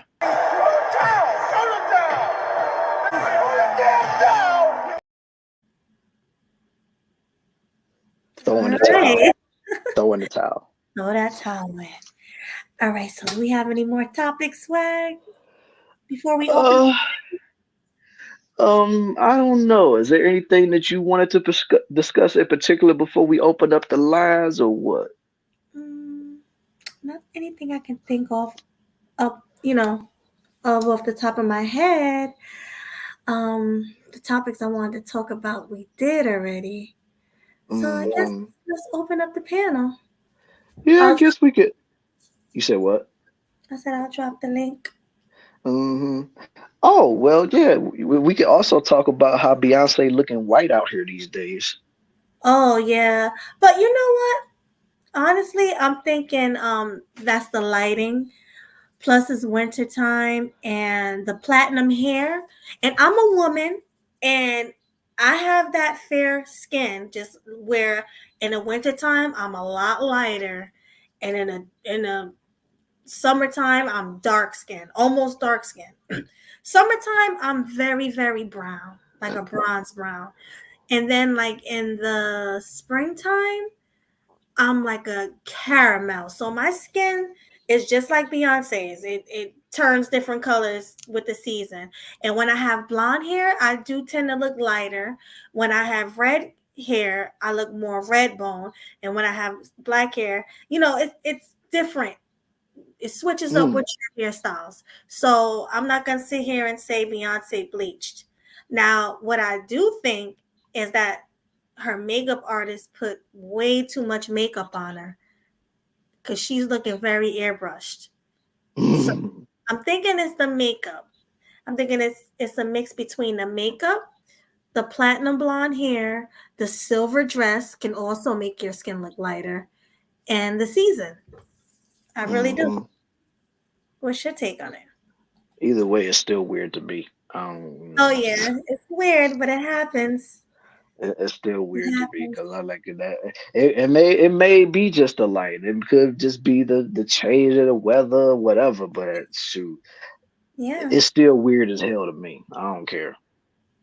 And no, my eyes don't change colors. It's just my skin. Like right now, I'm a little on the lighter side, but in the wintertime, the summertime, I'm very, very brown. And in the springtime, I'm like a medium complexion. So yeah, but I've never been as light as Beyonce. She's white. So Oh yeah, she's what? she's white. So, but that's my take on it. So Yeah, that's my take on that too. She's white woman. She won't be you. She want that European beauty with the blonde, platinum blonde hair and looking all good and scrumptious and Lord Jesus Christ. Yeah, so I don't think she's bleaching. Mm. So how about you, Classy? What you think about Beyonce? Do you think she's bleaching, or what do you think? No, I don't think she's bleaching. I think that's a Mm-mm. natural skin tone. I mean, you have some people. I'm actually about. I'm actually about Beyonce's color, so I'd say sometimes we change colors in sun. That's what it is. Are you crawling in a hut or something? For me, Yeah. no, I'm actually at the hospital. That's Okay, why you there hear you go. the That's better. acoustics That's in the better. hospital. That's better. That's better. Because it Oh, sounded like actually, you was. oh, sorry about that. My mask was blocking my microphone. Sorry. Oh, okay. Because I was about to say it sounded like you was crawling in a hole or something. No, no. We just finished Yeah, doing the case, but no, I Okay, don't think okay. she's bleaching. I don't. I wouldn't see a reason to see why she would do that because I'm like she's pretty light. she's already light skinned, and if you look at her old pictures, like Tina Knowles was mad. Tina was like, "Hold up, let me pull out the receipt." And did you see Tina pull out pictures of her when she was young? Did you see Yeah. that? Hmm. Yeah. Beyonce always been light skinned. Well, I So mean, Mm. most Creole women are bright skinned for the most part. Like Journey Hmm. Smollett type when she played in the Eve's Bayou. That's how they look down in New Orleans. exactly. So, and I didn't like the comments. Like a lot of white people took that as an opportunity to be like, see, black women are very insecure with their skin. Why are they doing this and all this stuff? I'm like, I almost left. I mean, I was about to leave a message. I mean, not a message, a comment saying, "No, nobody want to look old at 30." So don't go there. Like no black, trust me, black women, we do not want to look European. Well, a lot of us don't. I know I Well, don't. 'Cause I don't want to look. I don't want to be 40 looking 80. I'm sorry. No, thank no, I get you on Yeah. that. you. I Like get you on that, but it does depend on, like you say, I'm sure you have some American women that do, but it depends on other black women in other countries. So, oh, I Bro, that can't. audio was horrible, bro. Yeah, your audio. You want to leave and come back? yeah, He said that's his mask. No, it's not. It's the audio. it might be a different situation in the hospital. I'll come back. Oh, yeah, okay. Yeah, because Right. like I said, it sounded like you crawled into a cubby hole or something. Yeah. Excuse me. Yeah, that was just woo. That was pretty bad. Yeah, that was terrible, man. I just have only one thing to say about that, Classy. Like, I just only have one thing to say. Why? Yeah, that wasn't. That was pretty bad. All right, look who we got on the panel right now. Killing them sweetly faithful. Hi, H&M's in the building. What's going on, homie? Nothing much. What's up with you two? My number one YouTube crew. Yeah, hey. we up here making it do what it do. Yeah, I said it a million times. I'm gonna say it again. Even though I'm under the weather, I still wanted to come and do the show because I love. That's how Yeah. much I love you guys. Uh-huh. Yeah, because I even told her when she brought it to my attention, I'm like, you sure you want to do the show tonight? Since you said you under the weather, because I gotta have my melody be at full strength when we doing these shows. But she's like, no, let's just do it. I said, I don't want to let nobody down and stuff like that. I said, all right, I got you. We Yeah, gonna I was knock like, this out the park, yo. yeah, and I was like, I'm gonna be honest. I'm probably not gonna be on cam 100% of the time, but I'm gonna be here. I'm gonna be here. Hmm. I can live with that. If it makes you feel any better, I'm kind of sick myself. But the cold is kind of dying down. Oh, I'm happy. I'm glad. How long you been sick for? Since I did my last show a Which week was ago. Tuesday. Which was Yeah, Tuesday. Tuesday. Yeah, Tuesday. Okay. Well, I'm glad to see you I didn't feeling. start. I start feeling it Wednesday. Yeah. Glad to Damn, see. YouTube making you sick, bro. Oh no. YouTube is like therapy for me. It's like medicine for me. Mhm. No, Hmm. for real. I agree with that. Yeah. They say laughter is medicine for the soul. Well, listen to y'all talk about whatever. It's Purity and laughter for my soul. Appreciate that, homeboy. For real. Of course, Try to killing them sweet beat. Killing them sweet beat. Bringing that heat. Be looking all fly in those YouTube streets. Thank boom. you. We That's what we appreciate try to that. do. We try to do that every time we come up here for a show, man. We bringing that heat. Definitely. Of course. Now So, what happened to my man's classy? excuse me. He had to change locations probably. He said he'll be back though. Oh, But what's I your mean, take on any of the things we're talking about tonight? oh yeah, that Ti situation. I saw a video. I think last night and just today on my way to work. He was at some football game acting a fool for whatever weird reason or whatever. I'm like, God, what was the fight about anyway? I don't know what the fight was even about. Was he just trying to impress somebody? Like, he what was was the whole standing on fight business. about? Let him tell it. It was about the Standing hood. on business. Yeah. Now, Like from you what ain't I gonna be talking to me understand, like that, Daddy. I'm standing on business. Ridiculous. I'm like, dog, you gonna talk to your father in that kind of disrespectful manner? Seriously, the man been making, both of your parents been making songs before your ass was even born into this earth. Hell, you were probably still crawling around in diapers when they were still making music. Shit, come on, man.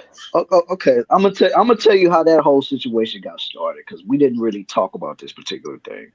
This I mean, whole I saw some thing, videos on it. yeah, we saw some videos, of course, but what I'm saying is how it all kicked off was because you know King, he was originally going off on Tiny because he was saying something about like how he always felt like he is from the hood, and Tiny was like, "What is you talking about? You are not from that life. You're this, you're that, whatever." And then he also said something to the effect of like, "Well, for the TV shows, I just came over to the house for the TV show, but every time the show was over with, I was always at grandma's house." And so like he was basically trying to check his mama, and of course Ti, he wasn't having that. You ain't about to disrespect my wife and your mother in front of me. It's just not gonna go down like that. So then once, King saw that T.I. wasn't backing down, he probably felt like, yo, I'm the man, I'm a man too. So you ain't about to punk me out and make me look stupid. And that's how that whole situation came about. Wow. So he claims that he was sent to his grandmama's house because his mom and dad didn't want him in the mansion. But from what I understand, he went to his grandma's house because he was just begging them to take him to his grandma's house. They didn't just up and drop him off. He wanted to go there, from what I understand. That might be the case. Yeah. And people were going in the he made a video. They were going in on the comments saying something on the lines of, "You better be happy you come from a privileged lifestyle." I'm like, bro, come on. You got two parents who are millionaires. You better be happy they're giving you what you're giving you. And I agree with everything that they said. I'm like, damn. Kind of what we talked about on a previous stream some months ago about how celebrities are raising spoiled ass kids with no common decency. Mm-hmm. I mean, that type of stuff This right is there what, has been around for decades, though. I mean, it's nothing yeah, it new. ain't nothing new. You got the Kardashians, you got Paris Hilton and her craziness back in the early 2000s. I Oh, think welcome it's. back, my sweet. I think the shameful one out of all of them to me was Ja Morant. It's like, dude, you worked hard to get to the NBA, and you're doing this stupid crap. The Memphis Grizzlies is basically that's your city, that's your state. They love you there, and you're acting the fool online with guns. I don't care if it was fake or not. You came from a two-parent home. You worked that hard to get paid $200 million and is about to get this stripped away. Personally, I think he's afraid to be the face of the NBA after LeBron because they're not going to put a European player as the face of the NBA in America. That's never going to happen. So, therefore, he's the only American that is going to be held above Zion. But I don't know if it was the pressure or whatever, but he's another one is foolish too. Even Michael Irvin's son. Michael Irvin had to go on Undisputed talk about his son's rap lyrics, talking about he's from the hood. He said, "No, son, you were born in a gated community in Dallas. I think what was it, Eagle Rock in Dallas, where most of the cowboy players live at, a gated community. He went to private school." I heard about that too. I just ain't never really looked into that. But yeah, Yeah, I thought it was King funny too when he King mentioned is that. an idiot. Drop his tail off in Inglewood over here around this area or in Compton. Let's see how much on business he'll be standing on when they check his little butt. Mm-hmm. I know I wouldn't survive. Like I said in the comments, I was never brought up in the hood, but I've been to the hood. I know people who grew up in the hood. They tell me a lot of stories, so I know it's a bad place. Hell, I got confronted by a Crip just for having a Dodgers hat on, and I had on green scrubs coming off work one morning. He said, "Man, what you doing with You that told blue us that cap on?" story. Yeah, I was like, I love the Dodgers. I'm like, go complain to the owner. No, I won't do that. Oh, okay, cool. Easy. Always trying to take ownership of them colors, boy. Yeah, it's like, And dude, then days later, he got shot in the ass. I remember. Well, it's funny. I'm like, dude, how many gang members do you know with a stethoscope around their necks? Exactly.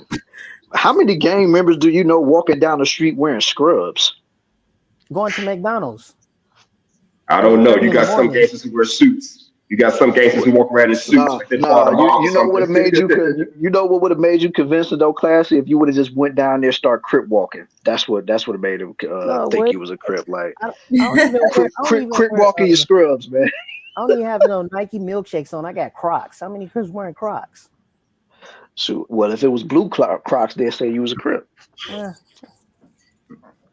But nah, he was looking for something to do. I'm like 8:30 in the morning, brother. I'm like, I'm tired. I want some sausage McMuffins. Mm-hmm. Yeah. But yeah, King is. Here's what's gonna happen with King, and I hope it doesn't. He's pushing this so bad that what's gonna happen is he's gonna find himself really behind bars, and he's gonna be praying for his father to come get him out. We praying for both his parents to bail him out. Yeah, true indeed. But I mean, the first person he's gonna go to is mom because they coddle the hell out of him. But I mean, yeah. But seeing as how T.I. been to prison before, even though it might not have been that long, but he know what to he know what that's like in there. So he probably called his father more than he'd call his mama because Tiny ain't never broke a law in her life. Of course, he'd be there for more, try to get more support out of her, definitely. But as far as like, yo, what do I need to do in here? And he gonna be trying to talk to T.I. He could be like, man, I ain't got nothing for you, man. he may have been like, in my opinion, I think he's kind of like LiAngelo Ball out of the Ball brothers. He's that middle kid that don't get a lot of attention, so he's acting out. Because you don't hear nothing from his other kids. Like that oldest son, he's producing his brother's music, Damani, that sounds like T.I. without the about trap. Messiah? Yeah, Messiah. Messiah and Damani, yeah, they're doing things. You don't hear nothing from the youngest child, Major. The only two people we heard from was from Tiny's daughter, not from T.I., the one that got pregnant by the so-called rapper dude. Then now she's a single mother. And King. Well, the other daughter, I knew she was going to end up being a single mom. The fact that other daughter, that quiet daughter, oh my God, she's beautiful. I think she's going to school to be Deja is amazingly beautiful. I think she's going to school to be a doctor. Who knows? Yeah. But yeah, she got the youngest kid too, which is her daughter. Like, and I think she's trying to be a singer too. And I mean, all praise, God bless her, But I think King is probably holding up a little jealousy or something, or some neglect. That's probably why he acting like that. Not saying what he's doing is right. That could definitely play a role in it, for real. That could definitely be the case, because I mean, let's be for real. Major, he's doing his thing and stuff, and Zani, Tiny's oldest child, she's doing her thing, and Damani and Messiah, they doing their thing, and you know what I'm saying. Plus, King probably feel out of place, and I think I even heard him say something along the lines that he feel like he has a mistake or something. So. I don't know. He gonna find out sooner or later. He testing. The one thing you don't want to do is go online and start speaking that bull crap, because real gang members are gonna see that, and they're gonna test you one day. Mm-hmm. That's what happened with Ja Morant. That was a Crip here, rolling 60s here in LA. He saw that video. He said he was throwing up 60s. He said, dude, stay out your lane. This is not your lane. You $200 million rich. You do not want this.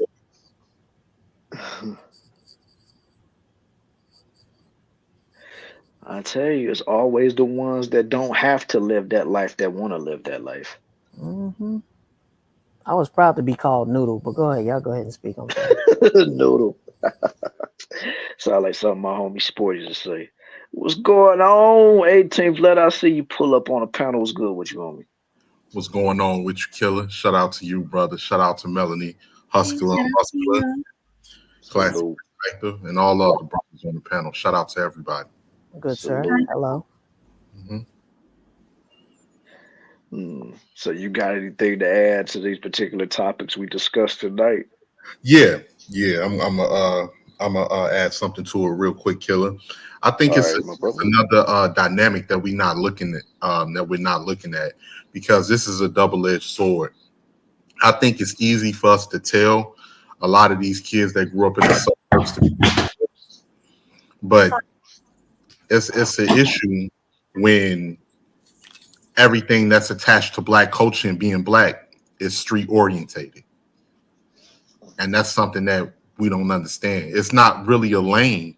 It's not really a lane for educated black men. Like as far as that level of coolness and different things like that, we don't have that. Everything that we have in our culture is predicated off of the inner city ghettos and poverty. That's So- great. That's a good point. Yeah. So like King is probably feeling like, and for all we know, somebody tried to like. If I was to speak with T.I., right? If I was to speak with Tip, I would simply put it this way. I was like, Tip, you grew up in the old Atlanta. You grew up in Atlanta before 1996, when Atlanta was still drug ridden. A lot of their housing projects was up. You was over on the west side of Bankhead, in Bankhead. How would you look at King if he was coming around? Your own son, how would you look at him if he was coming around? And I think a lot of us don't, because it's easy for, okay, be yourself. So he's not really being educated, or being a suburban kid is not really valued in the black community. So let's say he gravitates towards the other suburban kids, which a lot of them are other white kids and different things. But he's not accepted over there because he's still this black kid that your parents came from the ghetto. You knew money. We owe money over here. Your parents just came from the ghetto yesterday. So he wants to gravitate and be more towards his people. So somebody probably tried to get at him a couple of times and said, "Oh, you a punk, man. You grew up in the South. You ain't really about that." Like, and he probably, and let's not get it twisted. Just because you grew up in the suburb don't make you a punk. Everybody in the hood ain't fighters. Everybody in the hood don't get down like that. But That's true.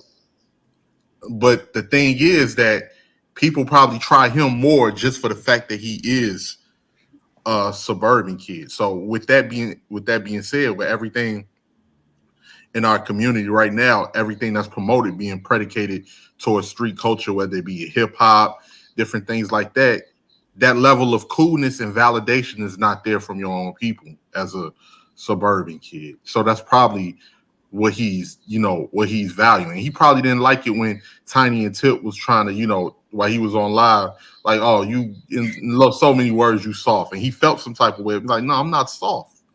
I'm not, just because I grew up, like, don't mean I'm soft, anything like that. Because for all we know, it could have been people that tried him just based off of the fact that he T.I. and Tiny's son. You didn't come up in Bankhead. You didn't come up in the Bluff. You didn't come up in East Atlanta.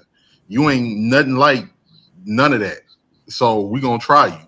And I think that's another thing that we have to talk about as well, because it's a lot of black people, if you are in the inner city, it's a lot of jealousy that comes with that from people that live, better lifestyle. Oh, man, look, man, you ain't really on nothing. You ain't really, you black, but you ain't really black. Different stuff like that people don't understand. And then, so it's either one or two ways. Either they become a self-hating person, or really, shy away from their own folks, or they try to, fall into that category just to be accepted. So that's something that we really gotta, pinpoint as well.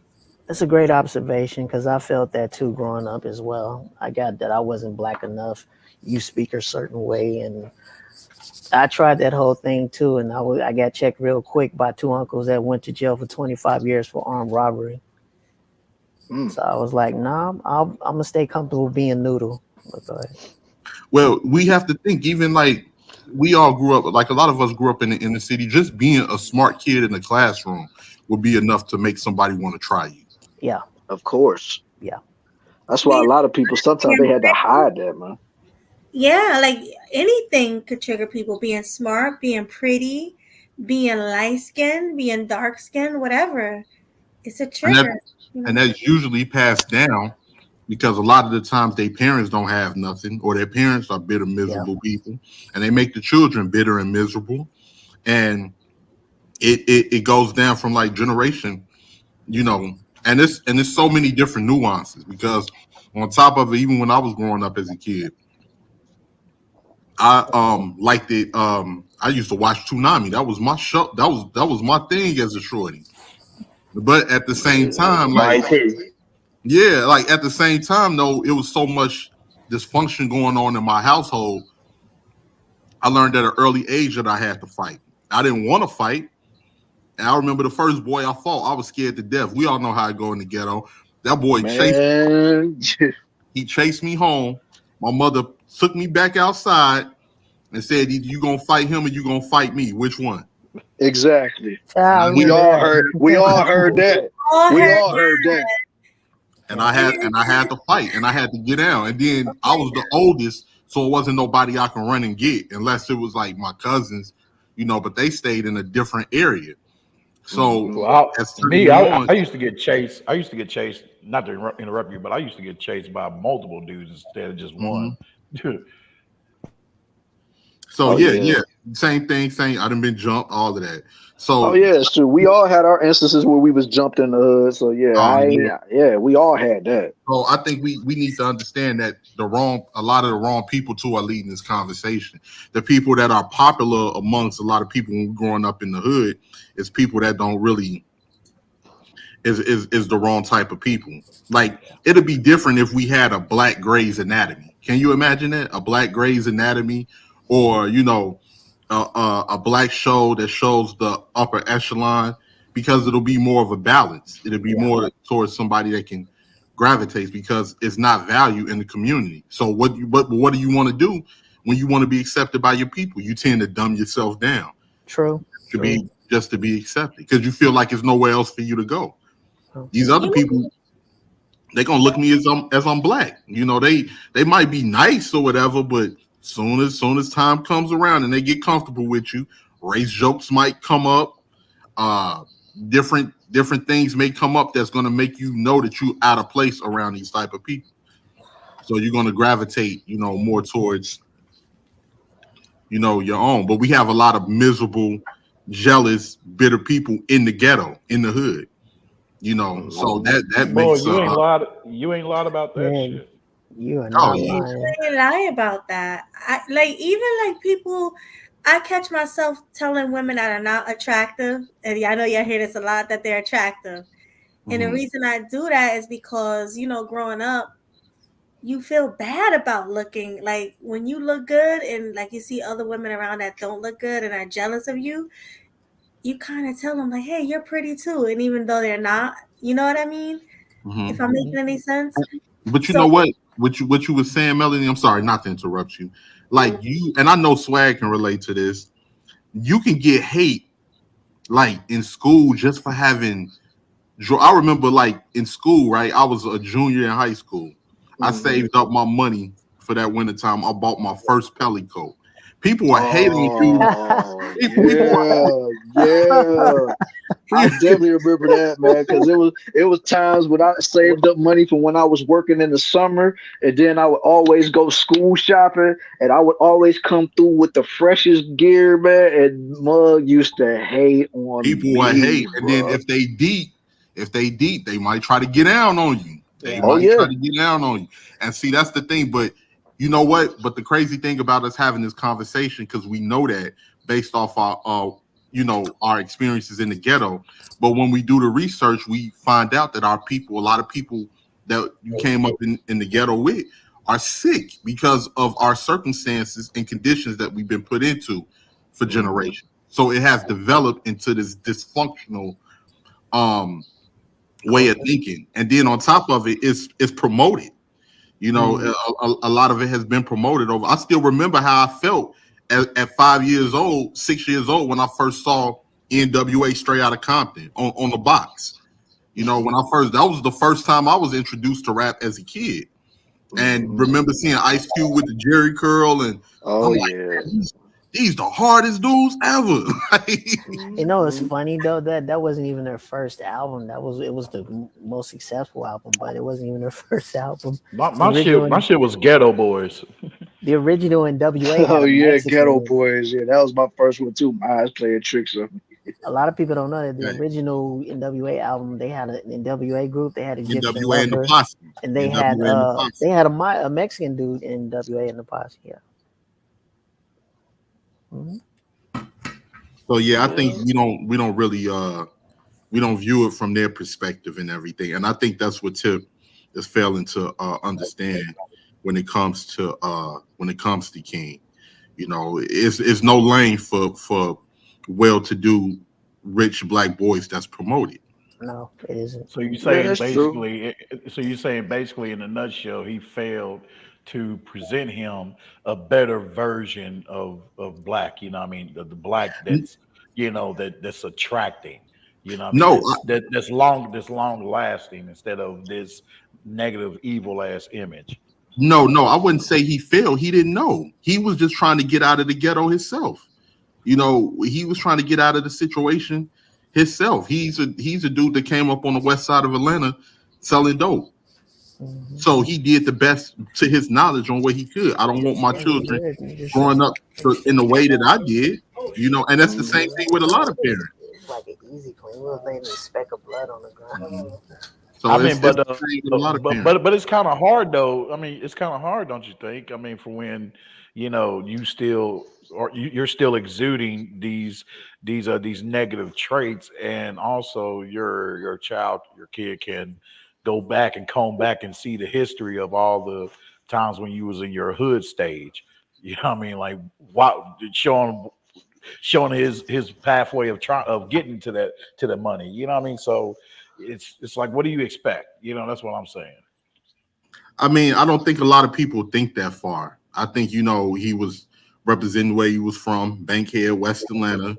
He was putting on with the culture that he knew, and it was making him a lot of money.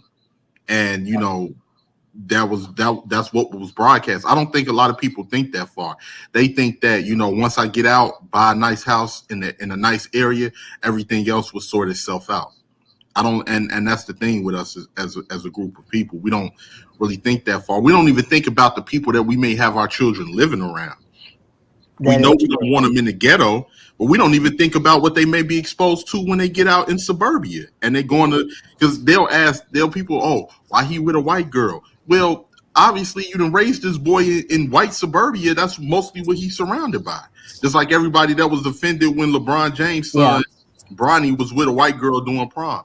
And it's the same thing that goes for black girls. They're gonna be attracted to white boys if they if they're in suburbia around these white boys. They're gonna be chasing the same thing that the white girls are chasing. They're gonna be relating to the white girls. Oh, I love that act on Twilight and all of this other stuff. Of course, you're right. Go ahead. I'm sorry. We don't think about that type of stuff. You're absolutely right. And like I said, Sierra Canyon is literally not too far from where I live, where Bronny goes and Bryce.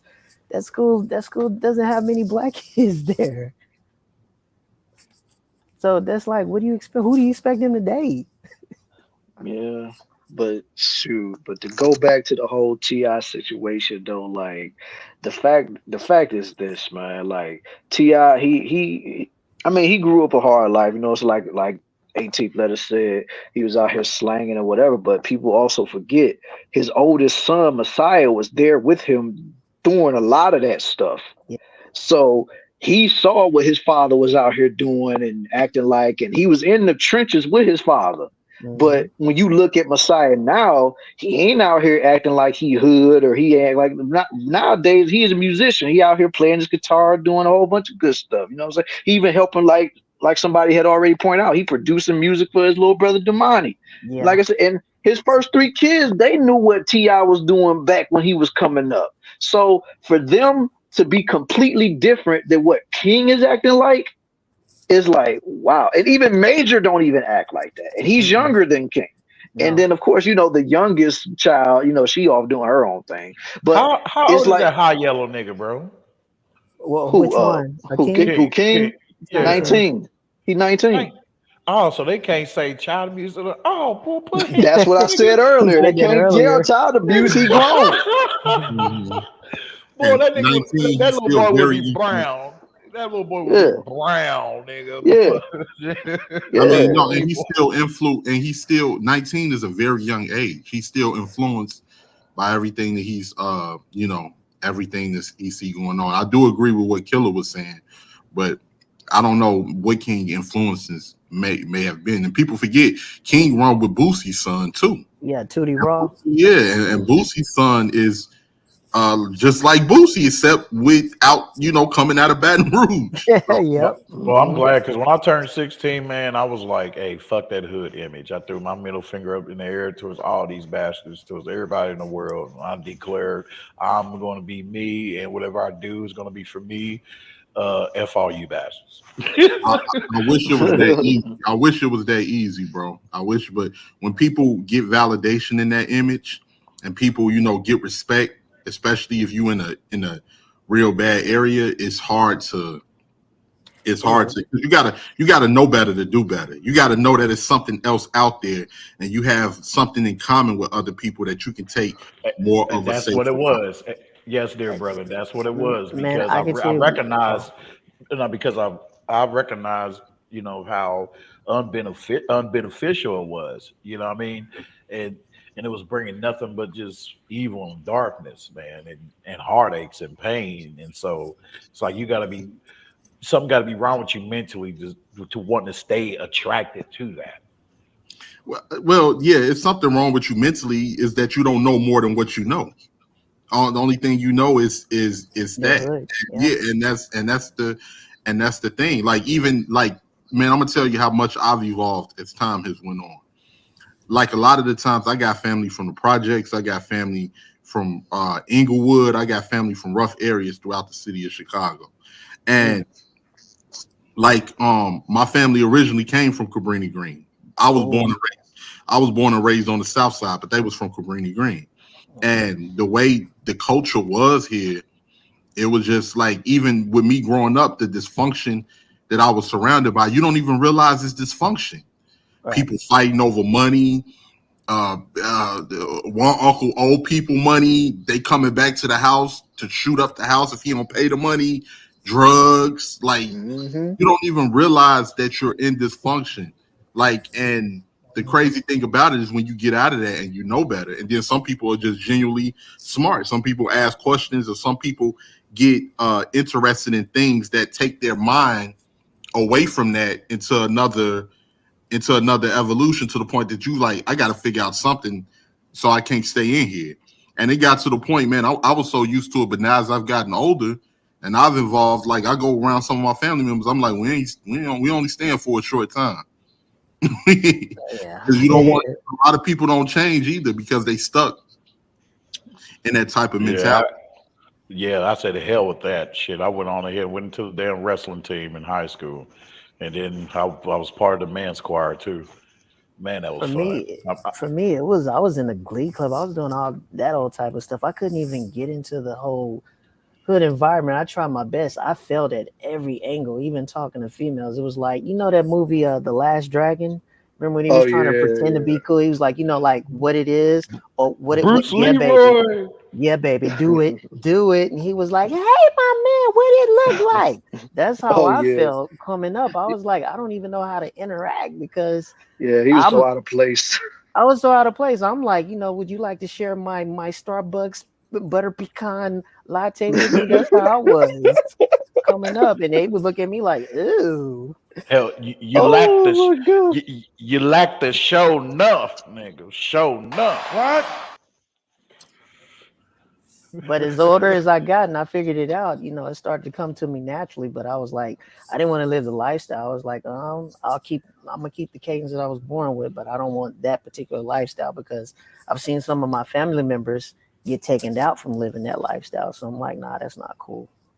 And you got some old men still sitting out on the corner talking about how they used to have it back in the day with the Cadillac and the sunroof top. Now they ain't got nothing. Man, who you telling? Who you telling? I done seen the people talking about what they had in the late 80s, the early 90s, I'm like, that time long gone, brother. But see, they take that but see, when you was validated in that time, you're always going to go back to that time in your mind because that's where you felt the most successful. Right. A lot of people have those flashbacks and they remember back to their younger days, so they don't have to really reflect on their past decisions that put them in the position that they in. Right. So that's pretty much. But yeah, I think, I don't think y'all talked about this yet in regards to T.I. Because I just seen a video that Anton did. He covered where T.I. basically canceled this whole little concert or venue, whatever that was happening, and it was like I think right after he got into it with his son, and I guess they was using that event to get some clout off of his name, basically.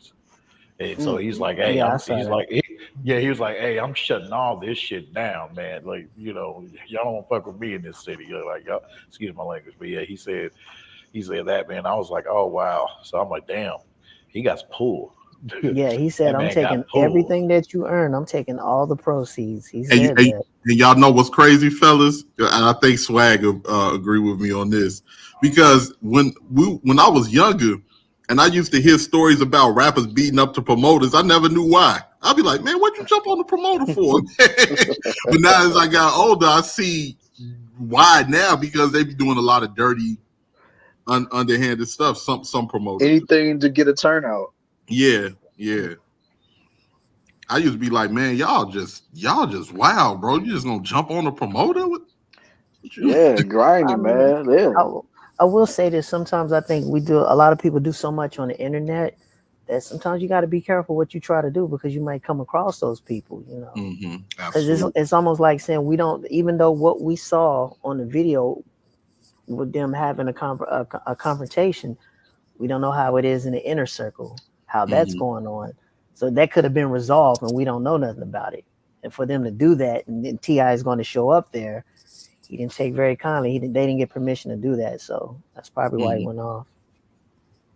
So yeah, that's pretty much like what the things that we don't really think about when you address it at that angle. And I think as time goes on, it's going to be important for intelligent brothers to make a lane for intelligent black men, to have these boys not be comfortable with who they are, because it's easy to tell somebody, oh, be comfortable in your skin, be you, when it's like being you is going against the grain. That's difficult. That's difficult sometimes. When you're telling a 16-year-old boy that want to be accepted, or a 15-year-old boy that want to get women and want to get girls, young girls, but the girls ain't checking for him and don't nobody really like him as a person, that's making him question who he is. They're like, well, you telling me to be me, but it seems like I don't have nobody on my side that accepts me for me. So that's people don't think about things like that. Kind of like that old Ice Cube skit he had on his album. I think it was Death Certificate, where he had the kids in the school where the teacher asked him, what do you want to be when you grow up? I want to be a firefighter. The other kid said, what do you want to be when you grow up? He said, I want to drive a 64 Impala and have a big booty chick on my side. Because that's what he called, and that was in the neighborhood, yeah. And the funny thing is, I'll just say this because I know Killer and Melanie want to let other people speak. Oh yeah. But I just wanted to say this really quickly. We had to understand, because especially us as black people, we still in a stage where a lot of the times we don't know our own history like that. We don't know the laws that was put against us like that, and we're just growing up in circumstances in a vacuum, and we don't even realize what has happened to us as a group. So a lot of the anger that I felt towards other people that I had problems with growing up, I let a lot of that go because I realized how sick we are as a people based off of the circumstances that we've been put in throughout the times. And plus, too, all that begrudgment and all that, man, all that crap is weight. It's like it's spiritual weight, then it turns into like physical weight, upon because you didn't mind and heart. So it's best to just let that go and move forward. Yeah, I mean, because you didn't really think about it. You don't think of when you growing up in the ghetto, you didn't think about the drugs that was put there, the reason that your family is dysfunctional because the government has implemented laws to separate it, or people looking for an easy payday based off of trying to get over on the system, so they purposely have children with people that are not meant to be parents. You don't think about a lot of that stuff. You just living in a vacuum, and you're looking at everything from an individual standpoint and looking at everybody as individuals. Like, all right, she a piece of garbage. This dude is a piece of garbage. I got problems with this dude. I can't stand these people over here. I can't wait till I get the hell out of here. That's the only thing you're thinking about until you actually do your due diligence. And then on top of it, the school education is garbage. And public school education is garbage. The whole prison industrial complex is meant for people to prey on people in your neighborhood. Is millions of dollars that was spent on dope fiend ads and propaganda, the war on drugs to lock people up that was just doing what they needed to do to survive. All of this creates a dysfunction, and that dysfunction has been promoted, that has turned into a culture that got us twisted, really, mentally. Hey, brother, 18 letter, and everybody else on the panel, including Melody too, and Brother Swag. I want to get y'all on this too, because I watched this interview, the one-on-one that Vlad did with Michael Jai White, and Michael Jai White kind of made sense. He said that basically Tupac's image is all an act. It's not him like actually living that. So, what is y'all thoughts on that? Like, do y'all believe that it was an act that he was? Yeah. Of course, it was an act. Yeah. It's an act with all of them. Mm-hmm. I don't think, me personally, I don't think it was an act. I think in the beginning he did it like, you can say for acceptance, but as time went on, and Pac ended up, I think that started like in Pac's teen years, because if you ask a lot of the people that knew Pac, they said Pac was like that before Bishop, anything like that. I think it's him dealing with the confrontation he had to deal with. A lot of that. Bro, during his ballet classes, though. He was 17, bro. He was, first off, okay, listen. Listen, hold on 1 second. When you say that, right, that doesn't take away from who he is, because he performed in the performing arts school. He probably was interested in some of those things, and he took those things because he was an artsy, creative person. He was still impoverished. He still didn't have anything. His mother was on drugs.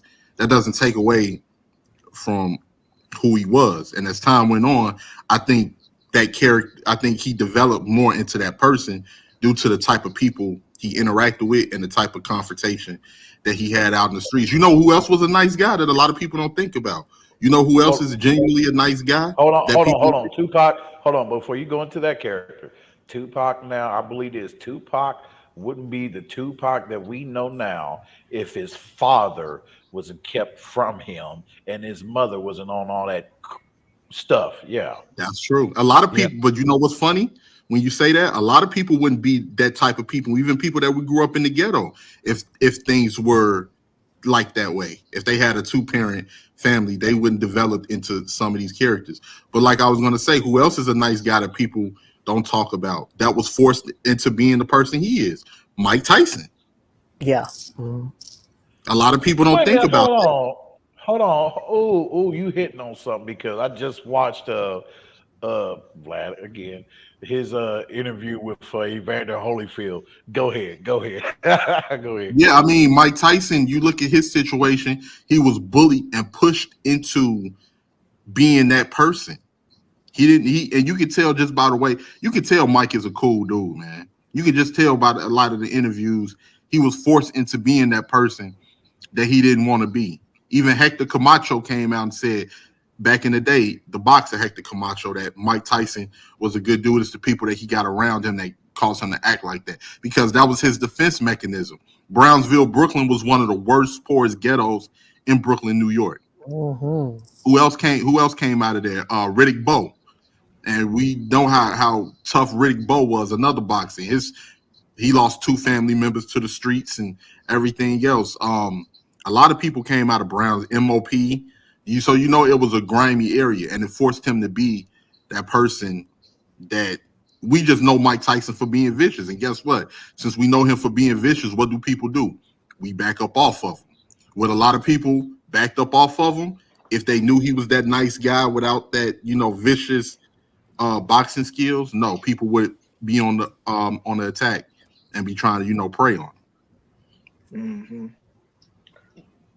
True that. Yeah, but I don't know who that was, but Evander Holyfield Oh, never said. mind. Evander Holyfield said basically, when he was talking to Vlad about the whole ear bitten off and stuff, basically what he was talking about, like, well, by Mike Tyson not trying to, give up or, and just fight till he gets knocked down or whatever, and him resorting to doing that, he basically said, that just showed where he's not really in it. You know what I mean? He's not trying to be a true full-fledged boxer. You know what I mean? Because a full-fledged boxer will be willing to accept that, defeat and then go back at it again. You know what I mean? So I don't know. And that had me thinking, man. That just had me thinking. But yeah, I ain't trying to go way off the subject. But go ahead.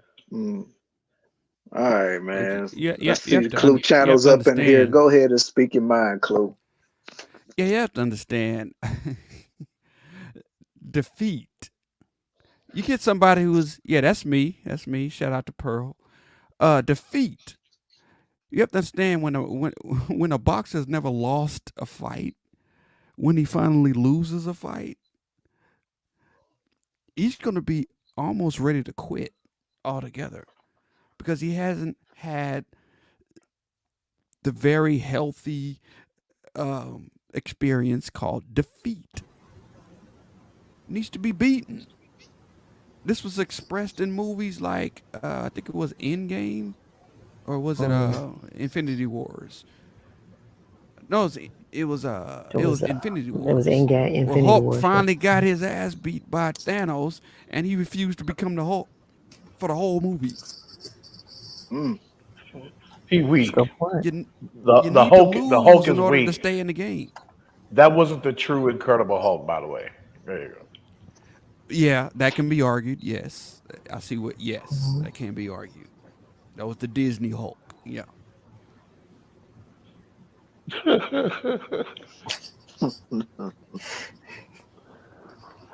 He said, she said it was Disney Hulk. But man, I would have.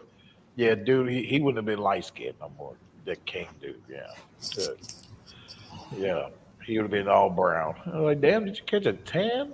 And y'all see that little dude's mouth, man? Damn, it's like a whole what you call them damn dinosaurs and velociraptors? He has a whole velociraptor mouth. Well, I'm like, how damn. Dang. Man, they dedicated a whole lot of memes to that dude, man. Like they even said that when he opened his mouth, he looked like a open tennis shoe or something. I was like, damn. I saw that one just today. I'm sorry, I'm late. Who are we talking about? Hey, Clue. Hey, Money Mellow. Going on. Hey, forgive me. I did not shout y'all out before. Oh man, what's up with y'all, man? Hey, What's going on, Ray?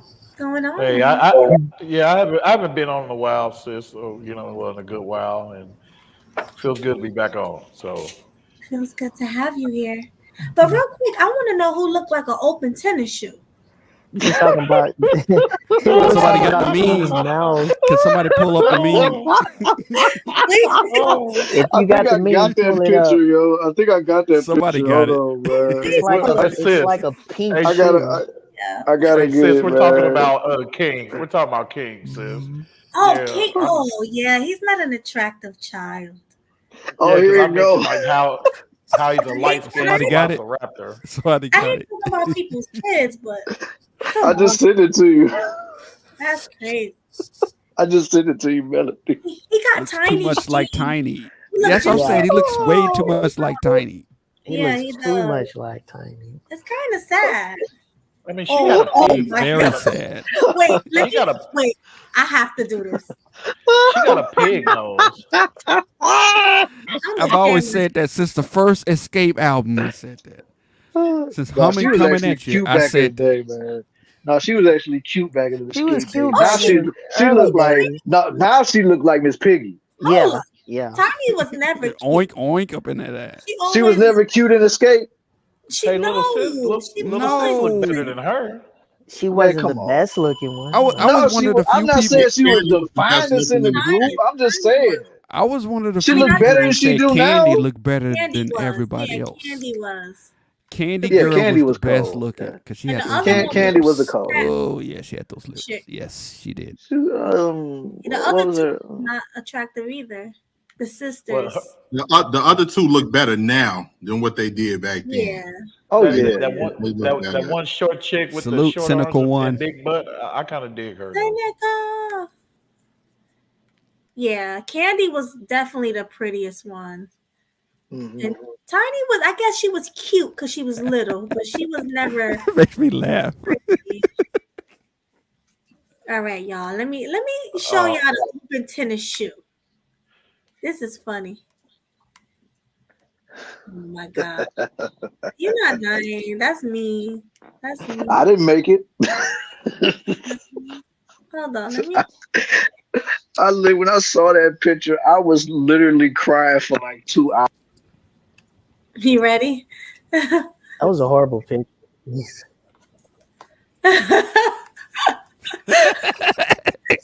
Twins. Yeah. Twins. He literally looks like a cartoon character. Oh wow! Look at this nigga. Oh, they Damn, are nigga. twins. I told you. I He- told you. He looked like one of the baby dinosaurs from Jurassic Park, man. Oh my Yeah, god. that DNA whooped his ass. Yeah, Tiny.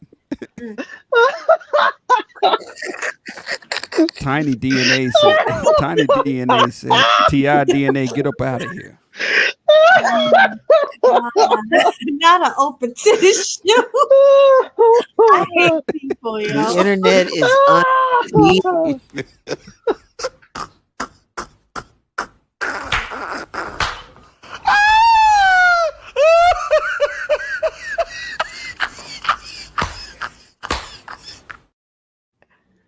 Oh my god. Who You- did that? You just think it can't get any worse, but it just keeps getting worse. The internet is Yeah.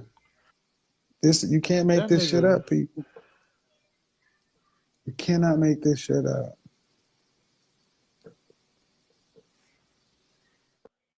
damn. How do you Aw, Salute look to Kevin KS. Samuels. I miss Salute him. KS, man. Okay, This little nigga look like a pterodactyl, boy. no, he looked like the damn baby from the dinosaurs show they used to come on back in the 90s, man. Oh, Boy, oh man, I Not the forgot mama. that damn. Not the mama. Not the mama. Oh my god. he remind me of those Rolling Stone lips avatars. Mick Oh my Jagger. God. Mick Jagger face ass. God. Hey, Hey, yo, but hey, hey, y'all know check there's this a lot out. of chicks with that Beetlejuice. kind of mouth. Oh god. Check this out. Beetlejuice. Remember when Oh, when she ripped her mouth all the way open? yeah, that's Oh, this oh, nigga right here. Oh hell no. Uh, He brought it back, man. Oh, Yeah, excuse you know my what's sad? You know what's sad right now? We don't have kids yet. We don't have kids yet, so our kids can come out looking bad because of what we're doing right now. Oh man. yes, cynical. We talking about Oh, King. I got two daughters. Shit. So So Ray good. Ray got his baby. So he Ray good. got his baby. but no, don't get it twisted. Soon as nigga get more money, more kids, nigga. I'm gonna have More a kingdom, babies. boy. Yeah, I have Mo to admit, babies. all the other kids look like T.I. except for him and Zanika. Well, Zanika wasn't his anyway. So Well, Yeah, that's Zanique is not Zanika. his child. Yeah. yeah. Deja. Oh, She was- Zanique is so lucky she don't look like her mom. Oh God, Yeah. yes. You know what? She- She kind of she- do look like yeah. Tiny. She kind of do. She look Not, like not all the way. No. Uh-uh. I ain't never seen her father, but I bet she look more like her daddy than Tiny. He Yeah, took her- all she- her she tiny. took- when you look at her, you could see Tiny in her because she got the same shaped head, the same symmetrical face, but she looked like Tiny before all of the surgery and all of that time. But she's more, but Tiny was and I'm pretty I remember sure everybody at school just loved Tiny because she was light skinned. I just remember. Yeah, that. I'm like, that's no, true. Candy Girl is that's the hottest one in the group. Candy was the hottest. I forgot one little movie Well, that she had a Latasha little Scott appearance wasn't in. That bad. bitch She was was just a big crazy. I was about to say Latasha Scott was cool. I Latasha liked her. Scott was fine. She was just a big Yeah. woman. Yeah. Nah. She had a Who big ass head, but I liked her. Hey, but No, just I'll tell you imagine. who was my girl. Y'all, I'm gonna tell y'all who was my girls growing up. Who's Jade. that? I used to like Jade. Oh, Jay. Oh yeah, Jade, yeah, I remember yeah, that. Like, yeah. they was hey, fire. yeah, You y'all can talking imagine of how about many. don't walk away. Yeah, that's tough. Oh, yeah, Here we yeah. go to karaoke. Okay, Yeah. here we go. Oh, Melody's yeah. I karaoke. know Hey, it's all I'm not touching that tonight. I leave that to y'all. And we can't Hey, forget we can't forget In Vogue either. Because Oh they God. hey, Oh Oh, God. Oh y'all yeah. like fire. My who did y'all girl like? was Terry Ellis. I like Terry Ellis. was Yeah, Jerry was hey, Melody, little sis. How many? Hmm? Is it hard for you to imagine of how many ratchets are going to be aiming for this dude after this meme right here, coming after that mouth? They want his mouth. No. Oh my God. Jesus Hey, Christ. that Shoot, with that kind of that mouth, mouth he would can put the tear whole pussy kitty up. in there, man. You put the whole kitty in there, man. You He know ain't who gotta you miss no. remind me Yeah. He of? ain't He gotta miss reminded no me of that pieces. plant from Little Shop of Horror. Feed me, Oh, Yeah, feed Audrey too. me. Audrey too. Oh, Audrey Audrey too. too. oh, you just reminded me. Hey, the plant from Mario. Feed me The plant from oh Mario. Seymour. no, Feed me all night long. Yo, y'all Feed me no, going all straight to night hell. long. All of you no, Melody, no, Can you do joining us? it. Feed no, me Seymour. no. Y'all Oh going my straight to hell god. for this. Hey, whoever made this meme going straight to hell before we is Oh because yeah. hey, Yeah, that's you right. know, They're already there. they already there, man. Because I wasn't even thinking about this when I see this go across my feet. I said, "Oh hell no!" I would have died if I saw I this. did die. Like when I seen it at my job, my coworkers came in there. They was like, "Why are you laughing so hard?" And then I showed them the picture. They started laughing hard as hell. Yeah, you can't look at a tennis shoe the same that way. No, Oh. no, Ooh. I know I can't. I know I can't. And I like these shoes too. Like, So damn, King, what like, King up man, to? you in Foot Uh, Locker talking about what King up to? hey, Clue. Now, when you thinking about it, you put a sock in that shoe. You gonna be like, put a sock in it, King. Hey, his mouth wouldn't be I that go wide straight if to Ti hell. if Ti was to hit his damn jaws, his mouth wouldn't be that wide. Aim for them damn jaws. Shut that. But you know what? They said he used to suck his thumb, right? hmm He was a thumb sucker. I could see it. His teeth. Oh yeah. Oh yeah, because they Melody. always say like when you suck your thumb, your teeth ends up, going into like a circular motion because you always had Melody, your thumb don't in use your the mouth. word You mean like suck because you mean like girls are I said Sunkist? circular, circular. I didn't say it. no, Yeah, I come said on, man. melody. I said Oh, you melody. talking I about said don't use Okay, the Sunkist, word okay, right? suck. okay, okay, okay. All The right. ratchet female's gonna be looking for him. Hey, well, shoot, he'll be in Hey, business then, shoot. hey, you know how they talk? They be like, what that mouth do though? What that mouth A whole do?" lot, a whole lot. He's definitely. Well, I'm telling you, the porn industry, they're gonna make like a masturbator off his for Don't say it. females. You Don't ain't say it, right. classy. Don't say it. You ain't right. I'm gonna be You is cool. not I gotta right. lay off. I I gotta lay cannot off. today. You is not Melody done put right. a hex on all of us. I better lay off. What? I What work in kind the of hospital. I don't need those problems. what are you talking about, Classy? The hex talking about all of y'all gonna be cursed after making fun of this young man. God, Man, he a grown man. This ain't no child. he Yeah, younger He's this ain't than no me. He ain't a kid. child, but he's Hey, 19 I years forget. old. He's a legal adult though. He could take I'm this not. smoke. I'm just The saying. only thing he can't I do work in is the drink in public. hospital. But other than that, by law, he's considered an adult. No, I work in the Thank He's hospital. you. old I enough seen for a the whole smoke. bunch of kids. I don't need those problems. What's good, Damn GC? his Hey, Salud. what's up, GC? damn his mouth is damn his Salute, mouth is GC. bigger than Fantasia's. God, dog. Ain't no mouth on planet Earth bigger than that. I'm gonna leave Fantasia alone. Yeah, y'all leave fan. I love I'm me gonna some need a ruler fantasy. for that shit. Yeah, I don't Oh believe my it. god. Oh Lord, forgive me. Man, y'all Game gonna make me get changer. up out They of here making right fun of your boy, Game Changer King. Oh, now. Yeah. Yeah, man. King, he got them veneers, man, and I don't even.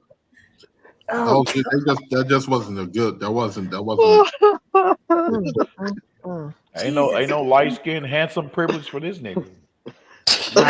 Nope. That's canceled out completely. Well, he got rich privilege. He better thank the Lord that he's rich. If he wasn't rich, he probably wouldn't get no girlfriends. The money canceled out. All he gotta do is pull some. All he gotta do is lick his lips on some LL Cool J shit, and yeah, there they go. Because you know what? Look at Lil Wayne. If he wasn't rich, you think he would have all them girls? He would have got those pretty girlfriends. He would have had some around the way chicks more than likely. If he wasn't rich, he wouldn't have had nobody. Man, he had some top pockets. He was with Toya when he was still a teenager. Yeah, he was with Toya about. But 15 he had a years fat when chick though. He was in love with a fat chick though. Toya wasn't I met fat. her too. What was her name that he had in It was someone. I think he was talking about I think it was he talking about a fat white chick. Plus model. Yeah, she was. Yeah, plus size Yeah, model. that plus model. I met her. Yeah. Yeah. Got her He was name. actually about to marry her too until it didn't work out. I'm gonna get her name. I met. I know who you talking about, Clue, but yeah, I forgot her name too. But yeah, she was a big one. Now with this crazy ass culture where it's gone, like what the hell is swag considered to be now in 2023? Ask Killer. It's no longer swag is no longer. Swag is no longer. It's about drip now. Swag is our generation. Is that the new word, drip? It's about drip. It's drip now. I don't know, man. I don't know though. That word swag is starting to resurface a little bit because I'm hearing other people saying it now. So that's right. That's the Soldier Boy generation swag. Yeah, Right. or ASAP Rocky when he first came out when he had purple swag. So these new kids today, they about law. Check out my drip. Now, you ain't got drip like me.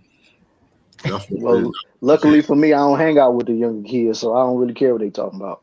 Yeah, that's their generation. They generation now is what's running the rap music. But yeah, that's why I said it's no longer about swag, according to them. Everything is about drip. That drip. They new generation. But see, my generation was flossing. We were flossing. Man, that's what I was saying when I got out of high school, man. We flossing. Flossing. No, no, swag. When we got out of high school, it was stunning. You stunning. Oh yeah, that was it too. We was stunting on them. Yeah. We was stunting. Oh, don't forget flexing on them too, man. We was flexing on them. Flexing. We was flexing too. Yeah. Flossing was the mid-90s. That was the mid-90s. Yeah, flossing was the mid-90s. Stunting on them was like maybe the early to mid-2000s. Yep. And then, of course, flexing was like somewhere in between like the 2010s or something. No, I remember stunning and flexing. Huh? The number one stunner. Yeah. I see now. Do people still say it's brick outside? It's what? That was always what it was always. I think that was always. I think that was an East Coast thing. That was I've never heard of that. Me neither. Like it's coal, it's brick. They don't say that? No, not in the Midwest, not up here.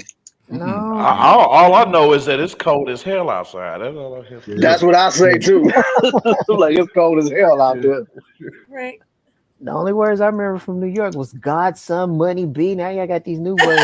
Shorty got a jaddy. Shit, jaddy. She's a chick. I'm like, I don't know what that stuff means. Oh man, y'all crazy. Oh my god. Dude, I like when y'all say. I like when y'all say somebody's bugging. I like that. You bugging. You bugging. You bugging, B. You bugging, B. Hey, you know what I believe though, as I sit back and realize I don't know if the 18th letter can concur to this, but I believe now will help them to develop this culture, this rap culture that they have now.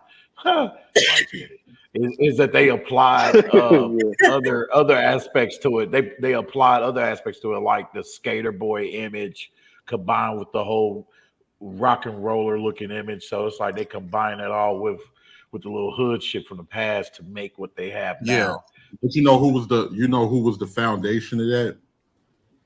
The rock and roll image, the foundation of that, and the skater boy image was Diplomats and Lil Wayne.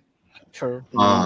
Jim Jones and Jim Jones and Joel Santana started the whole rock image with the jeans and the the skull belts and the wallet change, the skull wallet change. Yeah. And Lil Wayne followed suit, and then after it, Lil Wayne hopped on the skater board image, and that caused everybody else to follow suit. But yeah, with the truck fit. Yeah, what boost up? Pharrell too. I'm about to say Pharrell was too. Yeah, Pharrell, yeah. Yeah, Pharrell was the first one to do it. Skateboard P, yeah. He was the Yeah, first. nowadays, Because especially like, on the women's side, I mean, it would. more Kim's than Lauren Hills and Missy Elliott's. But go ahead. Sorry. What'd you say, Classy?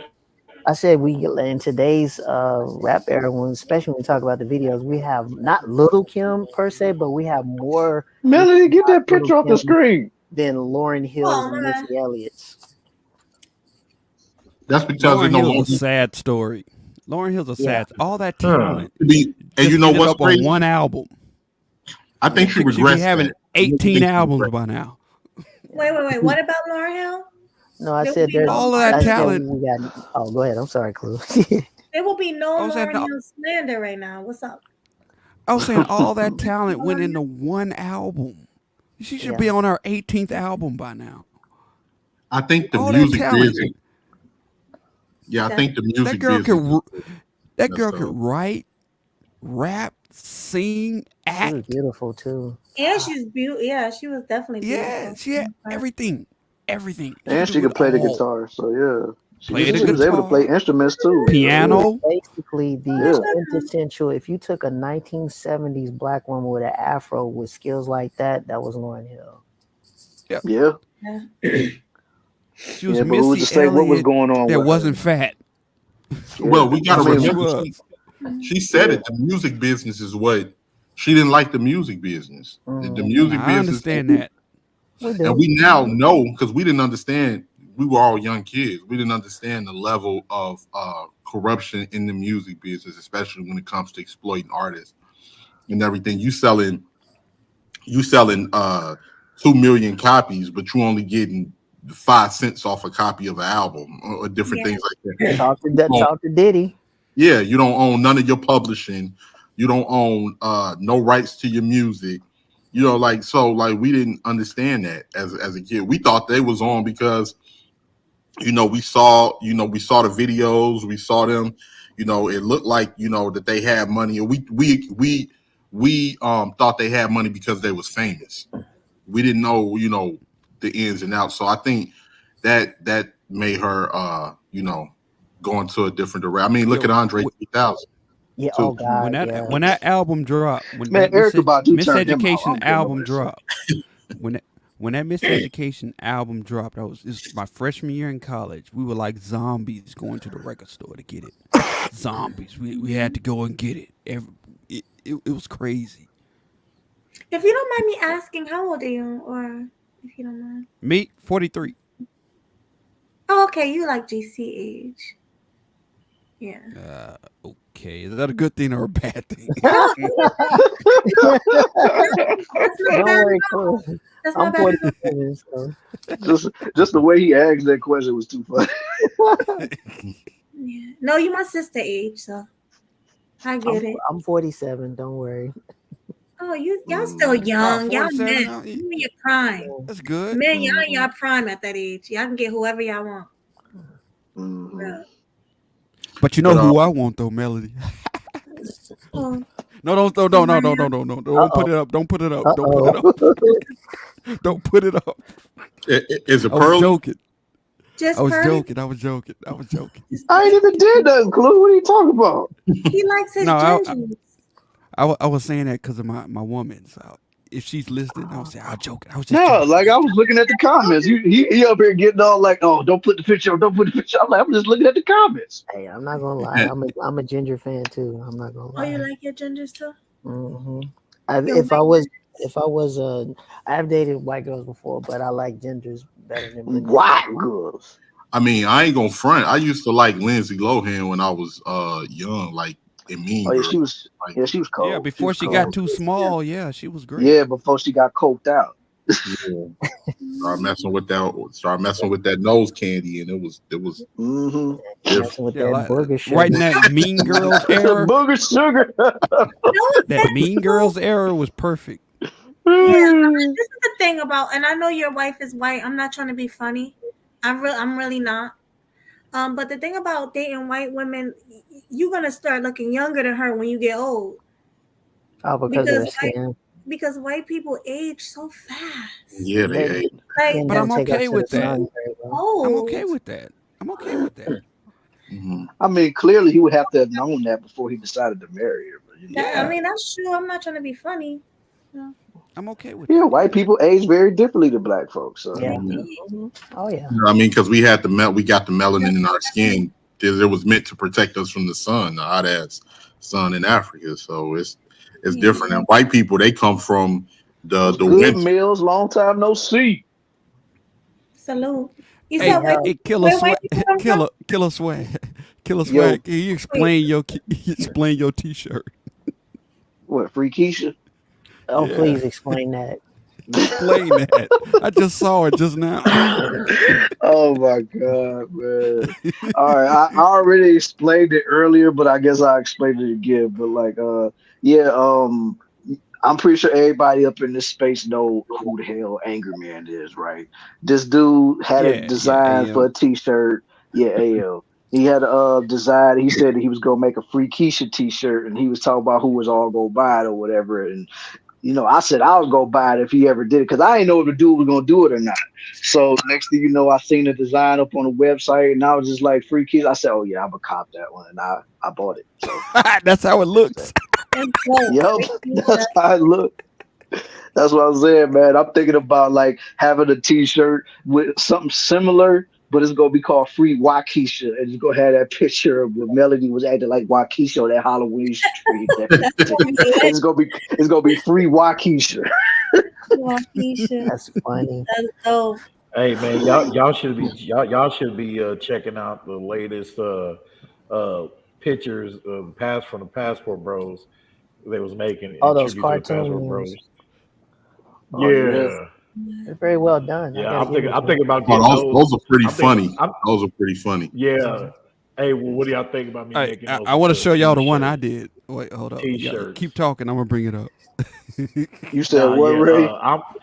Now, what do y'all think? Okay, of me making that into a T-shirt, do y'all think that's gonna give me hellified negative attraction? Yes. Who cares? But who cares though? Put what on a T-shirt? The Passport Bros AI cartoons. Yeah, who cares? Yo? I said go for it. Oh, actually, being a black man get you negative attention. Oh, I can tell you from experience. I had a shirt with a U.S. passport on it. That said Passport Bros. I just wanted to see what the reaction went. I went to a black mall. A lot of sisters was like, sell out. They went at me. I was just like, dang. Lean into it. Like, y'all going to date all those other those Asian white women. I'm like, you do know Brazil and the other parts of South America and Caribbean have black women too. No, they're not that bright. They're not that bright. And one of the first five things they'll say is, "Oh, you gonna go over there to them dirty feet women." Dirty feet. Hey, ain't nobody saying anything about the organizations they got to have these women going on these girls trips, sleeping with random men in Greece and Jamaica and everything else. Ain't nobody said a word about that. No one. Wow. Even in Africa too. Hey, little sis. Yeah. Little sis and brother Swag. I just looked at this, man. So I'm okay. So StreamYard just added a new feature. So because I have a channel, I don't know if that's why they popped up with this feature or whatever. But up in the top right corner, I see where it says stream to your audience. And I'm like, okay. Oh, are you simulcasting? No, I'm just saying, like, that I see the feature. I ain't clicked on it or none of that yet or whatever. Like, that would be something I have to work out with y'all like before we start a show. But damn, I just thought about that. Anyway. Yeah, you can be doing that. That's not a problem. But I see Auntie had gifted another person a membership. Shout out to you, Auntie. And thank you. Shout out to Auntie. Appreciate it. For that. Auntie. The membership, I need to hop on. What did you get? Little sis looking beautiful on this night. Look at her. Yeah, Hey, she's Thank amazing. you. I'm sick, so I don't feel beautiful, but I thanks. may not feel it, What you but you doing look sick? great. It's almost Christmas. You hey, look you better, beautiful. That's good. little, Yeah. little Y'all sis, got you me better, shy. little I'm gonna sis, calm down. No, no, no, no, no, no, no. Get right back on that look, camera. Do not go I away. will. little I sis. will. Hey, right now, Yeah. where you at the stage where you at right now? Classy may concur, but right now, get your ass drink some green tea, drink some hot green tea, all those Yeah. remedies, to Hey, stop it, so just so it don't get worse. I'm gonna tell. Listen, Hey, Melody, do you have a Whole Foods around you? Not that far. yes, I do actually. Go to Whole Foods. Go over in the Mhm. herb section. You want to Okay. just go get some rosemary, tarragon, thyme, and mint. Good point. Uh, clean them all well. Throw them in your teapot. Get some raw. Get some ginger root. Skin that ginger root. Get some turmeric root. Skin the turmeric root. A bunch of it. Chop it up. Put it in the teapot as well. Um, what else was I? Get some lemons. Get some lemons. Squeeze all the lemon juice into the teapot and throw the whole lemon in there. What the hell? And add your green tea and add some honey and those herbs and that ginger, turmeric, and lemon, and those herbs that'll help clear a lot of that stuff up within the next 3 or 4 days. Oh yeah, they're gonna get up into Damn, your man, you neck, better you your better sinus clip this too. passages. Yeah, they're gonna clean Clip out this too, sis. everything. Throw some burdock root powder in there or some bladderwhack, Mm-hmm. any of them other stuff. All of that other stuff, yeah, throw it in there too. It can't hurt. Yeah, No, it's getting clipped once we finish with this show. yeah.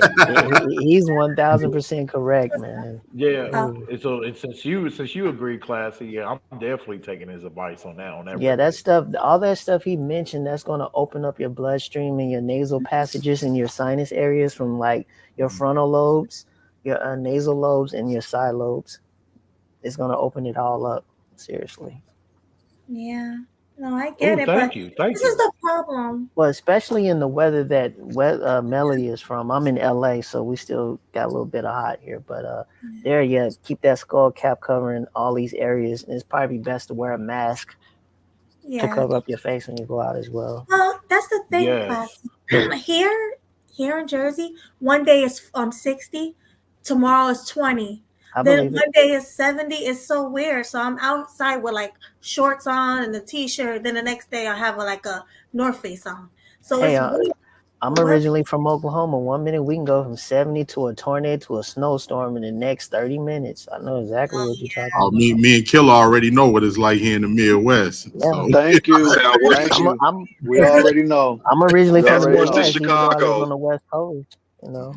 That's what Oh I'm God, saying. I'm sorry. I would never go to Chicago in the wintertime. Shoot, that's what I'm saying. The past few days it was cold as hell up here, but now it's pretty warm outside. That's why I say anybody that go out there thinking that they're gonna be rocking some shorts or long short sleeve shirts, like you Oh, got what? nothing coming. We in December right now. This right. pneumonia weather. I wouldn't play with that. Nah, I ain't My trying to go mom out. just had pneumonia I and know I COVID. don't. So it's Mm. I'm crazy. not trying to go That's out just and what we call it though, because most people when they get it, it's either just a flu or something. But we usually call it pneumonia weather up here. see. The problem When it's is when you it's in Chicago. Y'all are by all them damn lakes. That's why I'm like all that wind. Mm. Couldn't But deal see, with the it. Yeah, thing is though, yeah. classy, I can wear shorts because I mean I'm originally from Indiana and damn Okay. it, 10 degrees. I'm known to wear some shorts but I'll have a hoodie on and all that shit. I'll have layers that will cover my torso. You Hmm. work out you work in the outdoors, Ray? The only time you ever see me in some shorts, Sometimes outdoors and sometimes indoors. Yeah, I mean, as I'm speaking in past tense, yeah, that's how it was. But yeah, but my body's used to that shit. When I used to work out in the lumber yard, oh man, There I'm it talking about is. five degrees below zero. You used to it. That's why I the said you only had to time work out. the only time I ever wore some shorts in the wintertime was when after I warmed up my car, I threw on some basketball shorts and a hoodie and a do-rag just to run and get some fast food real quick. That's it. That's it. In the car, go quickly to drive through and run back right back in the house. In and out. Yeah. So people don't think it Basically an gets in and cold out in mission for all y'all people that ain't familiar with that. People don't think it get cold in LA. It get cold as hell. We just don't get the snow. Yeah. No, we know it get cold in LA, but shoot, it don't get cold like how it get cold in the Midwest or in the East Coast. No. I want to ask you a question. I asked GC. I'm gonna ask you. Is it true that it never rains in Southern California? Or is that That's bull crap. It never rains in I thought you were gonna say yeah. It doesn't. Let me explain it further. It doesn't rain as often as it should, like in other states. I can say that, but when it rains, it pours. Oh God! It pours heavy. Because that GC was like, all he said was, "Well, that's what they tell me," but I'm like, "Well, that's Oh not God! They tell me. We do have droughts. Don't get me wrong. We have droughts, but when it does rain, it pours. Man, it pours. Now it may rain on the East Coast, but on the Oh, you damn other right. side of town, it never rains. Great song though. That's my karaoke song." It's weird though. Oh my God! And that's weird though. White folks love rain and cold. Yes, they do. Well, I think you know what it is. It goes back to Sing think it, Melody. because Sing it. if you think about it, most white folks are like in like Serbia and all these other European countries. Everywhere that's black is usually tropical or in sun. Yeah. Mm-hmm. Oh, speaking of black, can you send me that video back that I sent you earlier with the Dominican chick swag? Oh yeah. Hold on. All right, so I What want that got you to do with black? Exactly. It has a lot to do with black because It actually do though, but It has a lot. just wait, yo. Just wait. Yeah, and I want everybody's opinion on this. Hold on, here it comes. I'm about to Be send it to honest. you right now. This video, I ain't gonna lie, it did irritate the mess It out of me. irritated me. Yeah, I done seen some video. I know. Oh, go ahead, Ray. My Before y'all bad, show brother. that, I was going to ask though real quick. Now, since you brought up about Dominican chicks, right, or GR chicks, are they any different, like in regards to looks? Can you tell, like Classy and all you guys, can you tell between a Dominican and a Colombian and a Brazilian chick? Not Can really. you tell between the three? For the most part, You're no. black. Not really. No. I'm gonna The post only something. different. Oh, I'm sorry, Melly. I'm sorry. Go ahead. I interrupted No, you. I was. Oh gonna, yeah, I not to- forgot not- you is a Philly Mills. Not to interrupt, I was gonna say the only difference between them is just the language and culture. Right. There's no real huge difference. Well, it's like me personally. Since I've done my research a little bit more on the Latin Caribbean, I think I can tell a little bit because I remember as a kid. I remember as a kid here in Chicago as Mexicans and Puerto Ricans. Once I got familiar, once I got familiar with how Puerto Ricans speak Spanish and Mexicans speak Spanish, I knew from the jump who was Mexican and who wasn't. Well, the dialects are different. That is true. All right. So looking at this chick, she looked like a light-skinned black girl, and she looked like she might. I'll be give mixed. her. I'm gonna pull some Black Round ratings. Big Bird Black Round. I'll give her a 6 with a little bit of stank. She alright. I mean, 6 is too high. Come on. right. man, I'll 6 give too her high. 4. No, I'll give her there a you 4 go. from the 4 Dominican and a chicks I've half. seen. From I'll the give Dominican her chicks I've 3. seen visiting DR, I'll give her a 4. I give She's her a not- 3.8. Right. I give her a 3.8. Somebody say Black Ram. This is y'all 4.5. know that this is a ratings channel. What do we do here?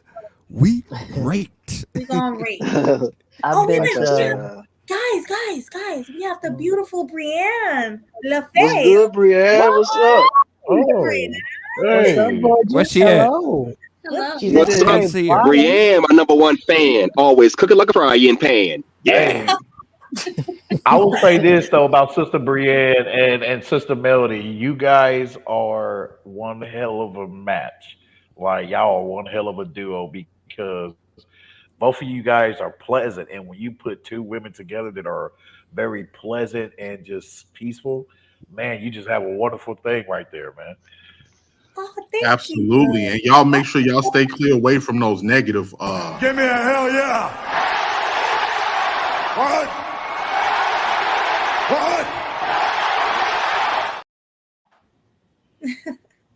They're two women you want to be Cold. seen out in public, and they're also women that have feminine traits that make you feel good as a man. You don't want to be dealing with a female. Yeah, nigga, what's going on there? Yeah, we don't need that. They're top notch. Top notch. I don't think you could be able to do that. What you say, Classy? I'm just being I being think I ain't hear funny. Classy. What you say? I was just saying, Brienne and Melody are the type of females that any man would want to be seen with in public, and they're happy to be in their presence because of their demeanor, the decorum. You know, a lot of times we see like chicks from Kendra G. So yeah, dude, what's going on? Yeah, I'm looking for a dude, even though I got 9 kids. Hey, and both of them, and both of them can be taken, right? Both of them can be taken by a dude or have a husband and all that. But the thing is, I will still have a great joy in being around a man, just being in their because presence. of the peace that exudes from it, man. Just oh god, like We can't I really can see sit back Brienne. and Can drink you a bring her up? beer. That's nice. I can sit back and drink a beer and listen to them talk though. Let's get through the video, then we can see Brienne. Me Yeah. too. Can you bring All right, her? guys. Can you bring So her up a little bit? We can't see her. we will. Wait, Let's play the video first, bro. yeah. So I'm gonna say this real quick. I need everybody's honest opinion after I play this. Okay? Be brutally honest. Brutally honest. Okay. All right. All Fair right. use. Fair use. Fair. Oh, slap it right there. Fair use, ladies and gentlemen. All we doing is critiquing, analyzing, and talking about this piece of crap video that we are about to watch right now. So, fair use, y'all. Hold on 1 second. Hold on 1 second, Swag. And now for our feature presentation. That's what we There need. you go. There you go. All right, let's go. I'm sorry, but I need to say this. And I speak on the behalf of my Dominican people and los boricuas, que son mi pana. And my Puerto Ricans that are well, basically we're the fucking same. Feel me? Que son, we de lo mío. For the people that want to put us in a box, talking about you at the end of the day, you're black, shut the fuck up. Leave us the fuck alone. Leave us the fuck alone. Because we're not just black. We're not just European. We're not just Tainos. We're fucking mixed. Okay? Just like y'all don't like it when people talk shit about your people, leave us the fuck alone. Okay? It don't gotta make sense to none of y'all motherfuckers. It gotta make sense to us. And that's it. That's it. Y'all don't fucking like it when people put y'all in a fucking box and check y'all off, right? So don't do it to us. Don't do it to us. Because y'all love slapping our man, right? Y'all love slapping our Dominican and Puerto Rican man, right? Y'all love eating the hot box, right? From the Dominican woman, right? So shut the fuck up and leave us the fuck alone. Que ya estamos harta. No tienen la crica, la semilla hinchada ya. Leave us the fuck alone. Go to the public library, put your head in the fucking encyclopedia books, get your answers into the fucking Google, and educate yourselves before y'all talk all that hot mess. Y'all starting something that y'all don't want, and y'all not even educated about. Leave us the fuck alone. What the fuck we did to you? Perception or no perception or whatever. It don't need to make sense to none of y'all. As long as it makes sense to us, Dominicans and Puerto Ricans. It don't gotta make sense to none of y'all. Leave us the fuck alone, because at the end of the day, y'all love to slurp the shit out of our man and eat the hot box out of us women. So leave us the fuck alone. Stop worrying about what race, ethnicity we are. As long as we know about our fucking history, about our background, and it makes sense to us, that's all that fucking matters. Just like y'all don't like it when people get into your business about who the fuck y'all are. For real. The fuck is wrong with y'all? Trying to start shit that y'all don't even know about. Y'all don't even care to educate yourselves about. But have the audacity. It's the audacity for me, having the audacity to tell us who the fuck we are. And forget that we come in different colors, different color eyes, different hair textures, different this and that. Bro, why? Because we carry almost half of the fucking world's DNA in our bloodstream, bro. You will deadass see people that look Filipino, Asian, and they straight up born and raised in DR, bro. Because of the whole biracial relationship thing and everything else. For centuries, bro. Leave us the fuck alone. Me tienen harta, puñeta, coñazo. She looks like Jiminy Let me Cricket. touch base on this first. First of all, She looks like Jiminy Cricket. She's so angry for being black, for one. First of all, I wouldn't tell a Puerto Rican that Puerto Rican's Dominican the same, because there's dissension between the both of them. If you look at most Hispaniola countries, they don't like to be called each other. They just like the Asian countries. They look at the Cambodians as the lesser of the class. That's how they look at Dominicans in that culture too. So she needs to stop that. Number two, I've been to your country, dear, and I know everything about your culture. I know everything about what Rafael Trujillo did to y'all in the Haitians. Dear, in America, you are going to be looked at as black by mostly white people. They don't give a crap about you being Dominican or Puerto Rico. Nobody cares about that here in America. Hell, we're all mixed. I'm black and Native American mixed. You ain't nothing special. But here in this country, they're going to look at you as black. Let me take your tail down south in Alabama and see how much luck will you get out of that. Right. So therefore, dear, let me take you to Mexico. Try that Dominican shit there. They'll beat your tail in Mexico. They will. You ain't a part of them. They look at you as the lower class of the Hispaniola race. Even the Cubanos. Dear, y'all are not the same. So I wouldn't be going around spatting that bull crap. Anyway, I digress. Next people up. I never seen Classic cook like this before, man. Y'all, you might need to make a short out of this, Melody. Because that pissed us. You might need to make a short. Anybody else gonna make a? Can I talk about it? Anybody else want to go? Okay, yeah, you and then Ray. Okay, go ahead. 18. Okay, well, I just wanted to say this, right? Us as black people here in America and black people in general, I don't think we realize how much we're hated. We are a hated people. People don't like us. People like our culture. They like a lot of stuff about our culture, but they don't like us. If you know, and because me, you, and Melody, me, Killer, and Melody, we was on a panel about this not that long ago, and I've been in a lot of these spaces. And one thing I know about certain people, and this is no diss towards the Dominican people at all, but certain people online, they will lie, and keep lying. They'll tell you it ain't racism when it is. They'll tell you you're overreacting. They'll tell you, see, you got to understand the history of a lot of these Caribbean Hispanic countries and the history of the Spaniard versus the British. They'll tell us here we're brainwashed by the one drop rule and everything else. See, the difference between the British and the Spaniards is the British, when they enslaved us, they believed in white purity, so they separated completely. The Spaniards, they believe in breeding out the blackness by mating. So that's what they did.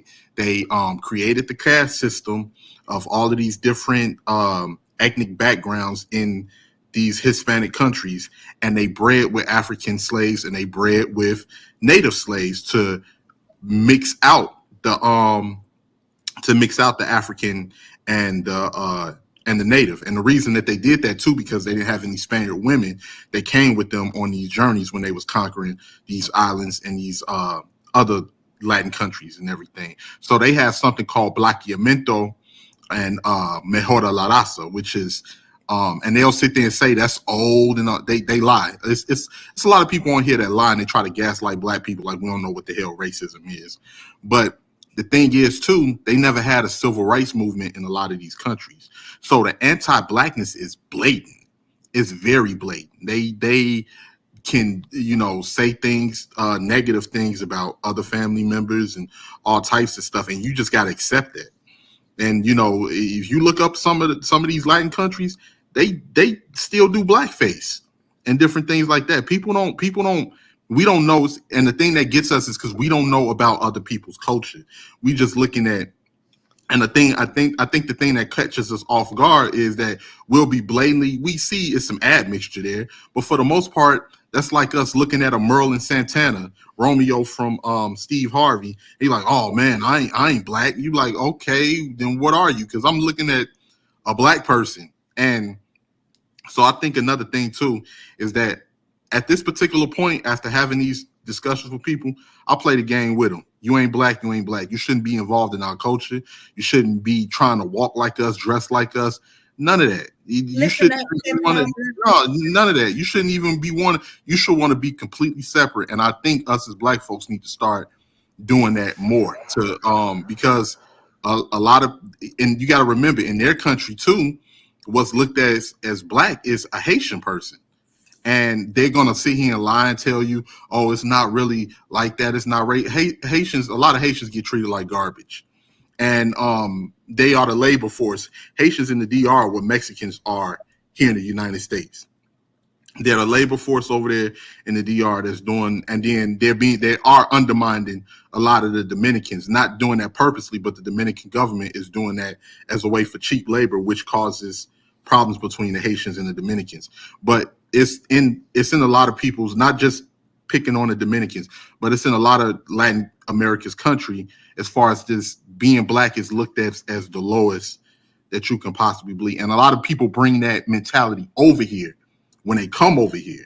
And I think that's the part that we don't understand, because we don't do the history on other black people in a lot of these other countries. So even if a person does look black, in their country, they might be considered another classification or another race, and they're trying to be not associated with that as much as possible. And then the way that America make us look to these other countries, so you combine that with the anti-blackness that some of these people already have when they come over here, and they're not trying to date. They think that there's something better or anything like that. And this is not a shot at all Dominican people or anything like that. These is for the people that are that think that way, and they get highly offended because they bigoted. they bigoted people, so they get highly offended when you keep calling them that. And I mean, a lot of them they be knowing. And that Huckleberry fan, so they bring their ass over here, and then that Huckleberry fan white boy is still gonna call them nigga. Yeah, but see, they know that but they got so much respect for white folks that they know that they're not accepted, so they try to stay away as much as possible, because they want to be accepted, but they know the way the racial classification here works. So they want to be accepted over there, but they don't want to be pushed over here either. So they'll just, stay away and be in. So what that sound like 18th letter is that they are shitting on one group while kissing the ass of the other. Yes, and that's what mostly a lot of people do when they migrate to the United States, because we got to remember, everybody want to be on the winning team. Nobody want to be on the team that they considered the losing team. But the thing is, a lot of these people are not going to be honest. These people are going to lie. They're going to gaslight you. And a lot of these people shit on black people, but emulate the culture at the same time. And yo, my nigga. No, I ain't your nigga, bro. You ain't black. Remember, we ain't nothing like that. If you feel that you so much better, than go do your own culture. We ain't over there trying to dance bachata or merengue, anything like that. So go do you, and we do us over here. And that's the game you got to play with. I'm gonna check them quick like I would the white dudes, the white folks. Hell no. But see, and that's the thing. I ain't your nigga. We ain't putting no grit on this American soil together. Damn it, no. What I'm saying is that, and that's the thing. See, a lot of people come here because you got to remember, in parts of Latin America, they're so used to crapping on black people that it's a culture shock when some people come here and they are blatant with their disrespect, and black people check them here, because it's just like, oh, wait, hold on, you a Negro, you ain't supposed to be. Nah, after everything that we done fought and died for over here, hell no, who you think you are? We ain't, man. If y'all scared of white people and we ain't scared of white people, what you think if you come at us crazy? And that's not to the people, because it's a lot of people that acknowledge their blackness. It's a lot of people, but it's people, they say they little slick comments, you call them out on it, they try to hide. Just like you have people that sit there and say, oh, Godfrey, with that I know black joke, I know that was one joke. And I can tell it bothers you because of the fact that you know that you're trying to disassociate from that. That's why it bothers you so much, and just different things like that, man. So I take it with a grain of salt, but I didn't heard all of the lies, all of that. I done heard people try to say, and then, oh, black people want us to be a part of them because they got an inferiority complex and all of that. Like, we not blatantly looking at a black person that's in our face. That's just, or they'll say, I heard before of them saying this. They'll say, "Oh well, we went through our own degree of racism too, and slavery too, and shit." No, yeah, they say that to people, say that to try to have an excuse to try to shit on us as a people, and a lot of people really don't know, and that's the thing. So I play, like I say, I'm proud to be black. I love being black. Do we have some things in our culture that we got to work on? Yeah, but I'm not shying away from my people. And if you don't like that, suit yourself. Stay away. But don't try to emulate us either, because I find that to be highly insulting. I remember there's this place called Paula's where I used to get my clothes, and they looked African. I thought they were African, but they were Dominican. I mean, chocolate, kinky hair, afros. Well, the one chick, she wore braids. But you know what, Melody? When you say that, they'll say that they Haitian. Some Dominicans will say that those people not really Dominican, they Haitian. Yeah, but they were like, I said something about black. And she's like, oh, but I'm not black though. I'm like, you're not? She was like, no. She was like, I'm Dominican. I'm like, I said, oh, you're not black, but I am. You're not black, but I am. And you know what they'll say to Melody? Like the shirt I had that day. Not to interrupt, but you know what people say? I hate this gaslighting tactic because people really think you slow when they say this. They'll be up there, oh, but what is black? Black Americans are only people that go by black. I'm like, you a goddamn lie. You a damn lie. A black person actually, is a person. Sir, that's true. That's true. No, it's not. Black is only in America. No, it's not. It's only in America. Yes, it is. South Africa. True. South Africa. There's no black people in Africa. White. There are no black people in Africa. Nope, not one. Brother, in South Africa, listen, in South Africa, they're classified as black, colored, and white. And a lot of these, what are they black? They're black. It's three categories. It's black. It's three categories. Yes, it is. They're their country in Africa. They're Nigerian. It's Sierra Leone. They are South Africa. South Africa. Yes, but not black. Apartheid. Black is an American thing. Was? What do you think apartheid was? I heard that too. Black is an American thing. Black was an American thing, but black and white is America. Okay, are you familiar with Julius Malema? Are you familiar with Julius Malema? Who Julius Malema is? Hold on. Hey, hold on. Let's Sister Melody. She's trying to get in.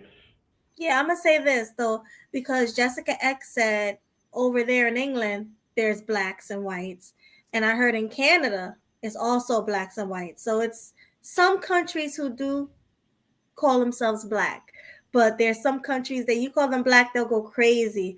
I'm not black, and they be blacker than black, And that's because it's a majority. That's because it's a majority black people over there. Jamaicans are black.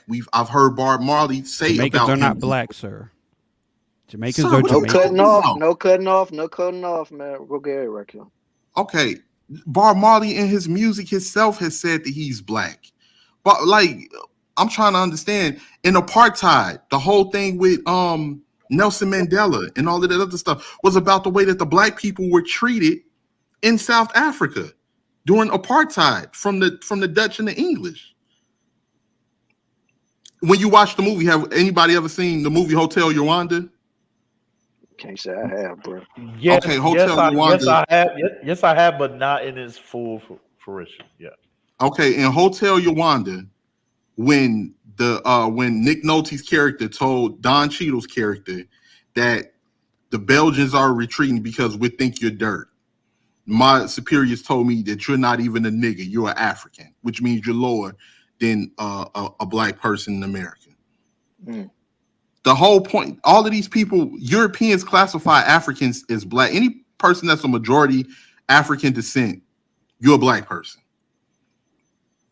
So no blacks outside of America. Sorry. No, there are in Canada and in England. There's blacks. Nope. They call themselves black. They do because of what America is doing. No, sir. No blacks outside of the United States. Sir, it's because of the racial classifications anywhere where Europeans have landed. I've heard black come out of all of these people's mouths. I've heard it. What do you? I've heard other people from other countries say how black Americans have given them pride in being black because of what we represented here. Because they like our culture here in America. That's why. Sir, you don't know what you're talking about. All right, I know exactly what I'm talking about. I'm enjoying the dialogue y'all two are having right now. But can y'all wrap this up because I want to hear Brianne's take. She just sitting up here looking all peaceful and Oh, stuff. I'm done man. with it. We gotta get some fresh blood up in here, man. You got anything more to add, Rakim, or are you good? I'm good for right now, Killer. I'm gonna send a video, a small video down the line for you to play. All right, bet. All right, cool. That'll be cool. All right, Brianne, what's going on with your girl? I wanted to comment on the video. Go ahead. So to that young lady in the video, personally, I think it's always funny when I see people have like big emotions on camera, because then the way my mind works, I'm thinking about everything that led up to you recording that video and posting it. You had to rehearse your lines. You had to, make sure you looked decent enough to record. You had to get to a good part in your house, and then like literally sit and rehearse your lines and then start recording. And then the fact that she was switching between English and Spanish just so that we knew she wasn't Black was really ridiculous. It's like, you look like one of my cousins. You're going to seriously record a video like that and just switch between the English and Spanish multiple times just so we, knew you weren't Black. And you pretty much look like me or one of my cousins. So I think there is a stigma saying like, I am Black, like it's not a thing to be proud of, but you're Black when you want to be Black. So you guys can use whatever celebrity example you want. But I think the problem is they're Black when it's convenient. They're not when they don't want to. And then obviously if you can speak both languages, well, if you're going to be in a Black setting, just speak English. If you're going to be in a setting like that, you're going to start speaking Spanish. So just as a Black woman, I don't get to switch between the two, but I do get asked what I mix with. And I think you should be proud of whatever you are. But the fact is, I'm not always saying like, I'm a Black woman, I do this, I do that. Just for the purpose of these type of, panels. If we're talking about Black issues, yes, I'm going to talk about it. But the problem is when I get onto panels, not this one, but other panels, I'm too light-skinned to have Black opinions. And I'm sure Melanie has been through this, which I also think is ridiculous, because we do have a lot of the same things we go through. But yeah, this woman in the video, I think that's all the notes I had. But yeah, the fact that she had to sit, rehearse her lines, comb her little bangs out, and then start switching between English and Spanish, this isn't something I think she's going to look back on and be proud of. Because I even have a video of me crying on camera on Valentine's Day. You guys are looking at my channel like 7 years back. That was years before I started dating my husband. But yeah, it's ridiculous when you have a big emotion like that on camera and it's documented forever. So you really have to think critically before you start pretty much spewing anything to a camera. So just be cautious of that, especially as a woman. And we have a lot of big emotions, but they shouldn't be on camera like that for the world to see. And you know what, Brianne, that was a great take. And I definitely agree with you. Because like you said, even if you delete the video, it's always going to be on the internet. Somebody clipped it or anything. So that was a great take. She obviously, the way her delivery, she obviously had a lot of disdain for Black American people. You can tell. And even she was like, the men, y'all like to eat the women, and the women, y'all like to suck our men or whatever. Like she just was being really nasty and rude. And a lot of them are like that. And when I say them, I don't just mean like Dominicans. I mean, a lot of people in general are like that. So we just gotta, keep doing us, keep our culture going, keep the music going, because all these people want to, like somebody said on the panel tonight, a lot of them want to be in our culture. Like even like their music, reggaeton, that all of that's like from Black culture. They take hip hop and they mix it in with Spanish culture because they want to be a part of something. And that goes with a lot of people. So like, I don't understand why they hate us so much when, like you said, they can be one of our cousins. So. No, and I think it's really ironic that you have such disdain for something that you could pass for. So I think that's the other problem. Like, you look like one of my cousins. Like, literally, if I said that was my cousin, you guys would believe me because she looks just like one of my cousins. So if you have that much disdain for people you look like, and again, I think someone else on the panel said you could say you're Black and you would still technically be right. Because if you're a mix of things, don't mix people also say they're Black? So it just, Well, I guess it depends person to person, but that's typically what I hear. That if you are mixed with something and you look like you're black, you are black. and Brienne, everywhere, like you have people in Brazil that calls themselves black.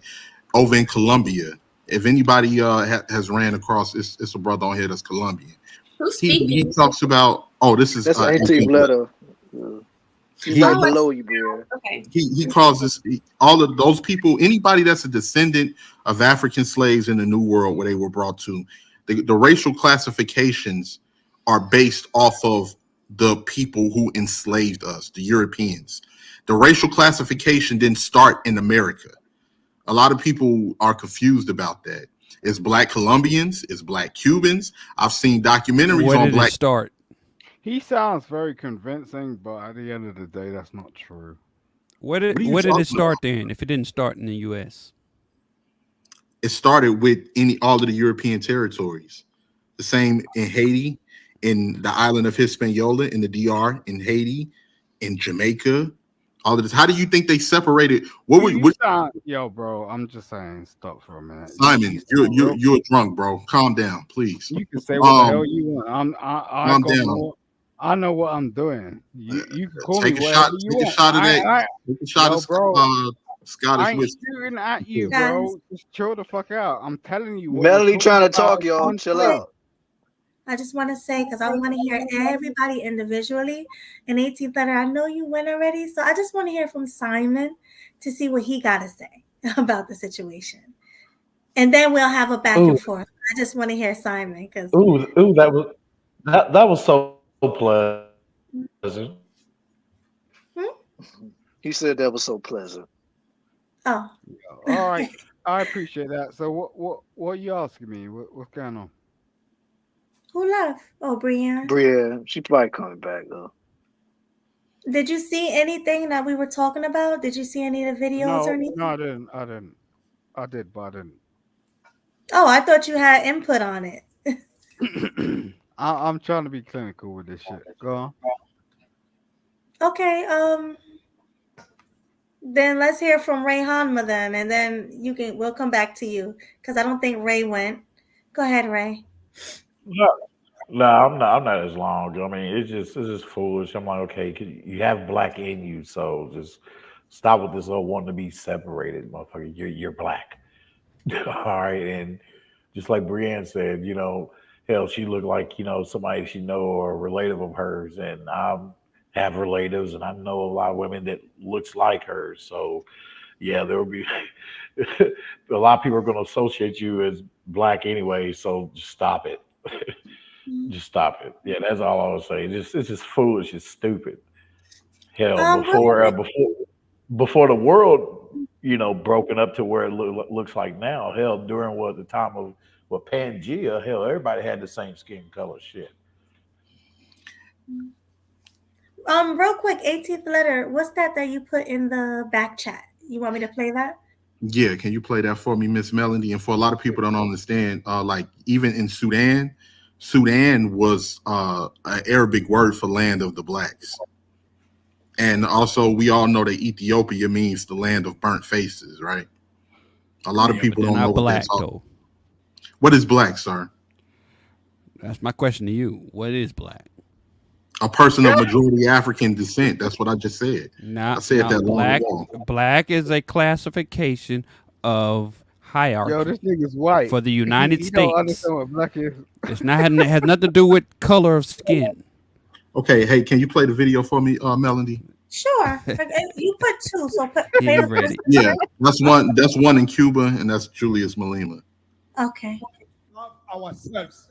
Black people are hated everywhere. You go to America, you go to Britain, you go to Europe, everywhere. How can we be hated all over and still be hated at home where we're supposed to love one another and struggle together and hold each other's hand and say to those who are suffering, we suffered like you. One day you will get your freedom. And when you get your freedom, we will rejoice together. Let us defend the unity of Africa. Kwame Nkrumah fought for this unity. Julius Nyerere fought for this unity.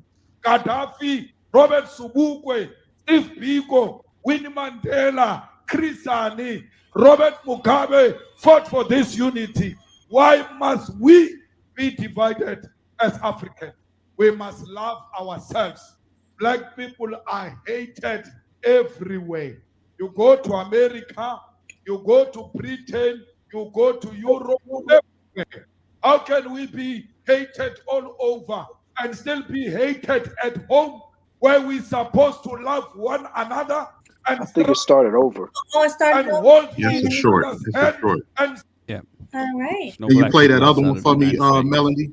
Sure. You want to ask Clue what he think about that before we play the other one? Since he said Yeah, yeah. What I think. So what is he talking about? Because that's an What is he African. talking about?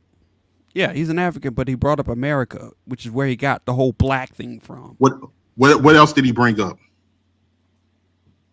What else? What other countries did he bring up?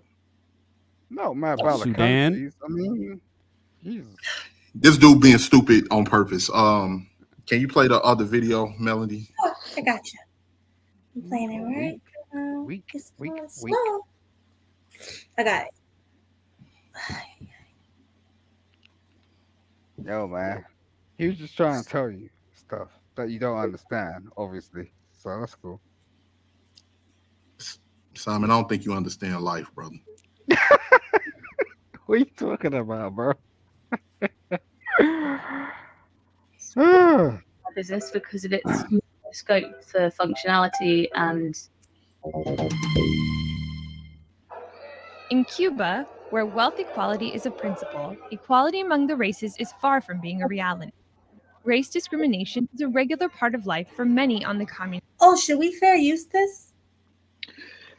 Hold on one second, man. Oh, now they're confused. All of a sudden, they don't understand what law Here means. we go. Fair use, y'all. Fair use, fair use, fair use. Go ahead and play it, Melody. These niggas be running up in the truck. Island, where mixed race marriage is still taboo. My wife is blonde. Her mother wasn't big on our relationship, but in the end she accepted it because she doesn't really have problems with black people. I think it was the first impression because all the family is white, but everything is okay now. Blacks and mixed-race Cubans form roughly 35% of the population, but 50 years into the Cuban Revolution, and despite rights explicitly given in the Constitution, Afro-Cubans remain the victims of prejudice. Daniel and Carmen can illustrate that by simply walking down the street.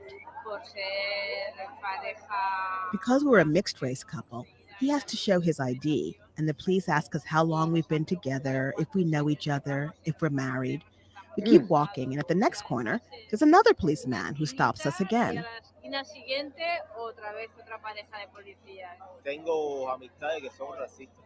I have friends that are racist. They are really racist.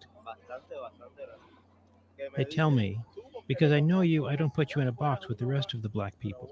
But when I leave the place, I don't know what they really think about me. Racism is also present in the workplace. There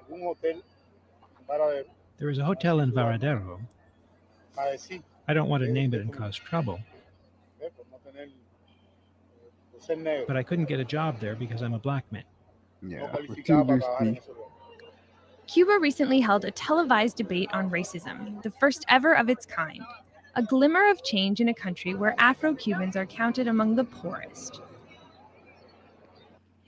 How can you trust the reviews you're reading? How long ago was this, by the way, that video? Don't really matter. Yeah, exactly. Like it looks like it's people in other countries calling themselves black. To me, something that you refuted earlier. Yeah, that's because they're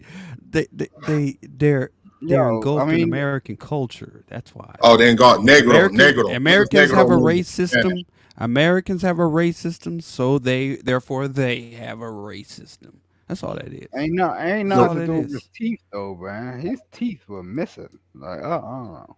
Like go to the dentist. Well, the reason why I brought that up, the reason why I brought that up, because I'm not trying to be like ignorant, anything. I'm not trying to excuse it, but the thing is, time does change over time, and you know everybody are probably like over that book. I don't know how it is over there in Cuba, so I can't say. That's why I asked how old is that video. Nobody.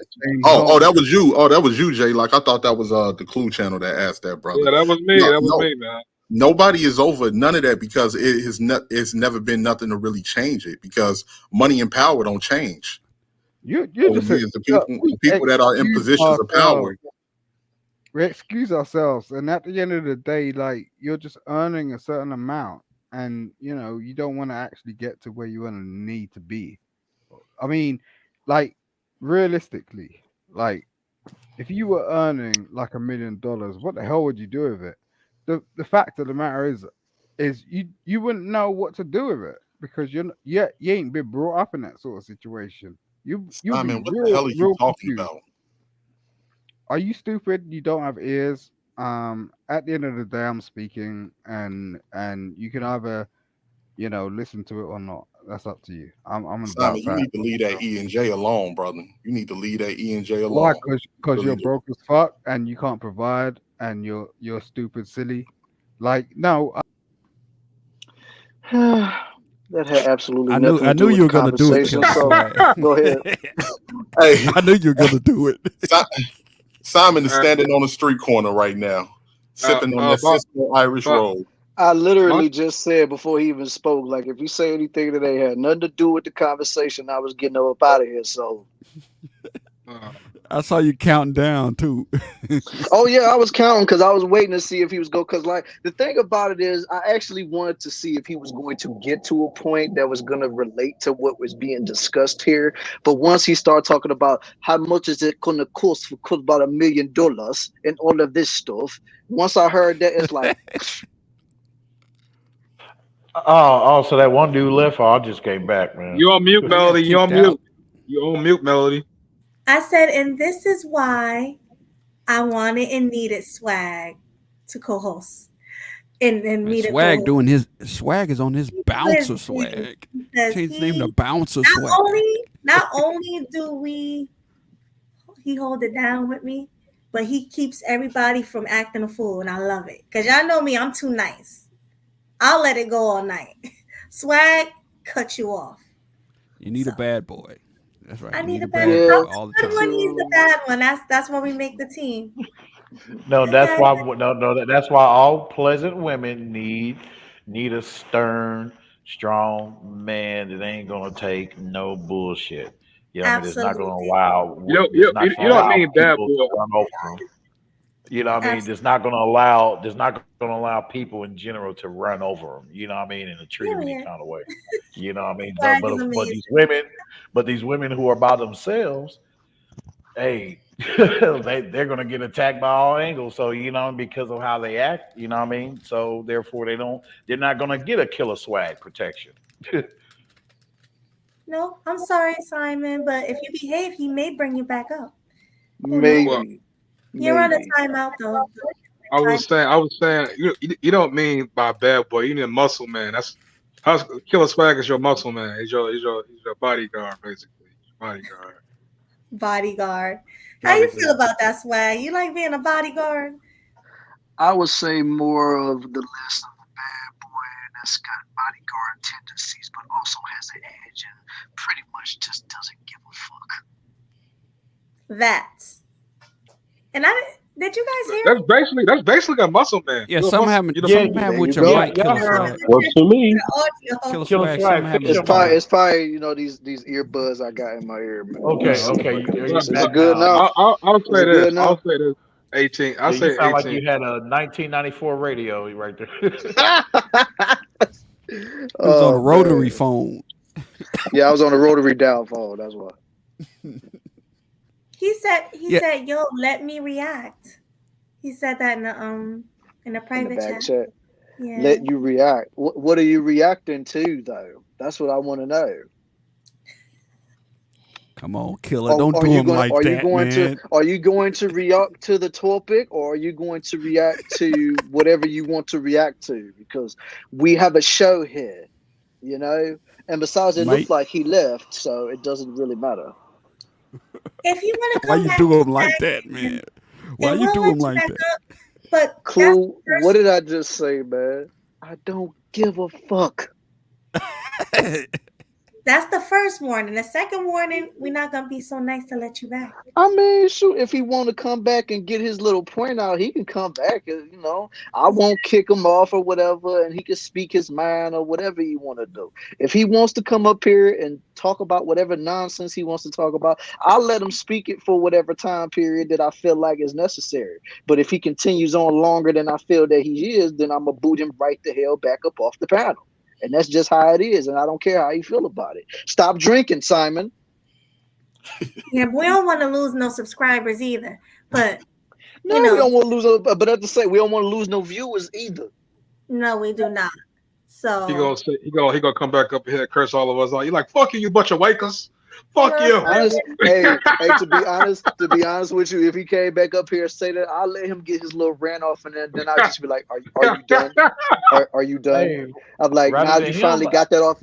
I'll be like, now that you got your little rant off, you can leave now. Bye. And Hey, another rather than thing I him, I'd just rather wanted, have Sister Brienne back. and another thing I just wanted to say, if a lot of people think that the race classification is only an American thing, a lot of people really need that. A lot of people really need to educate themselves. Really. Well, 18. I will say this though, it is a race is a social construct, and the thing is, a lot of people are practicing on it, and it shouldn't. Other countries are practice on making bad on remarks, and they have. You know, it's kind of like they practice off the so-called white man of doing this type of stuff. It's hurting their own country, people. Well, anywhere where it's been colonialism or slavery is racism. I mean, how do you think they differentiate between groups if they're not calling a person a black person? By country. They're not. You just by heard country 18. By no, country. no. You just heard You it come heard out of a people. black man's mouth in Africa. You What more than heard proof do you need? somebody we need it one at who a time right now. loves We need it American one at a culture. time. Clue. Go ahead, Rakim, and then Clue, you can respond. You just heard it come. I done played you 2 videos talking about racism. You just heard it come out this man's mouth about black people being hated everywhere, whether it's the United States, whether it's Britain, whether it's different parts of Europe, over being hated as black people over in their own continent. What are you talking about, bro? What does negro means in Spanish? Isn't negro the same as negro in English? Like, come on, bro. People cannot be that slow. Come on, people cannot be that slow, bro. Those people right, have ahead, an Clue. affinity for for American culture. Everybody outside of the United States who claims black or white has an affinity for the U.S. culture because that's where black and white comes from. Black and white is a U.S. thing. That's it. Rakim, And no black and white I outside let of the you U.S. rock when it was your turn to speak. Let him rock, man. It's not. There's no black people or white people outside of the United States. Everybody who's claiming black and claiming white outside of the United States, they have an affinity for United States culture. Go ahead. So how do you explain far right groups in England and all of these far right groups? And when Jamaicans migrated to England due to the fact that it's a commonwealth, Jamaica was a commonwealth of Britain. When they migrated over there and the Africans migrated over there, them being called the N-word and called black pieces of crap, and even the racism in soccer, where okay, so let's say, okay, let's go with what you're saying, Clue. Black is only an American term. So when a white person, whether it's American or European, calls a person of African descent monkey, what does that mean? When they throw a banana at you and call you a monkey, what does that mean? I know that video you talking about. That means because of the color of your skin, you look closer to a monkey. That's what that means. Let me go next after those two. But go ahead. So, like anyway, like I said, that doesn't come from the United States. If you know anything about the history of South Africa, you would have heard that man brought up Stephen Biko, who was a freedom fighter. Denzel played Stephen Biko in a movie called Cry Freedom. Go watch it. Yeah, I advise you to go watch it.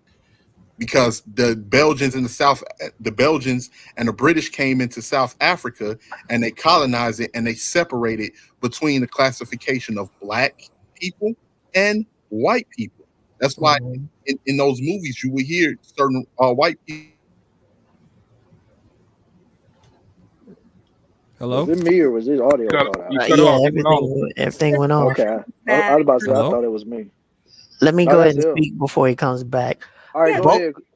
both of them are correct. If you want to be technically honest, two things can be right. I think Clue and the 18th letter is right. Now, however, here's where I think Clue is right. Clue is right on basing the fact that I think we enforce it more here in America versus there is in other countries. Not saying that the other countries don't have their own racism with white and black, which goes back into what 18th letter said. Because yeah, I've traveled to some of these countries, and boy, especially Brazil, man. Some Americans that went to visit her got an AR-15 pointed in their face just for being in the back of an Uber because they were black. I have friends that went through that until he pulled out his passport and they backed off.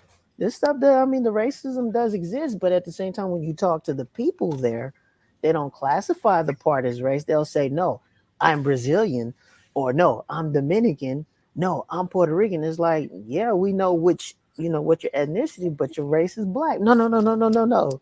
Now, the only people that I've known from my travels that don't do that are Brazilians, because Brazilians actually kind of have almost similar of slavery that American blacks have went through. Only difference is they pick sugarcane, we pick cotton, and slavery ended 23 years later after the Emancipation Proclamation. Excuse me. That's why I love Brazil a lot, because Brazil, if you look at 1970s black in America, you're gonna see that in Brazil. Afros, cornrows. Yeah, And they love. Sorry about the 18. I'm gonna say this. I'm gonna go ahead and digress. And they love Black Americans. They do. even Go ahead. even like here's the thing, man. It's a such thing as people being willfully ignorant. All you got to do is all you got to do is educate yourself, and you will see it's a lot of the same problems that persist in a lot of these other countries. When they did that racial classification in South Africa, it was to separate the whites from the Africans, which is why they are trying to create a white-only beach to mimic apartheid in South Africa. The only places that White don't and have black in racial, Africa, bro. is this man serious? Yes, I'm very serious. No white and black. That's a So battle what of was that man countries. talking about? Battle of What was he talking about? countries. Battle What was of he talking about in countries. What was he talking about in that video that I just played, sir? In the video Melanie played that I sent. What was he saying That when he said man, black people are hated everywhere?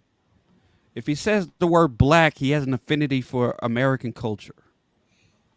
Okay, He I'm gonna just does. finish this really quickly.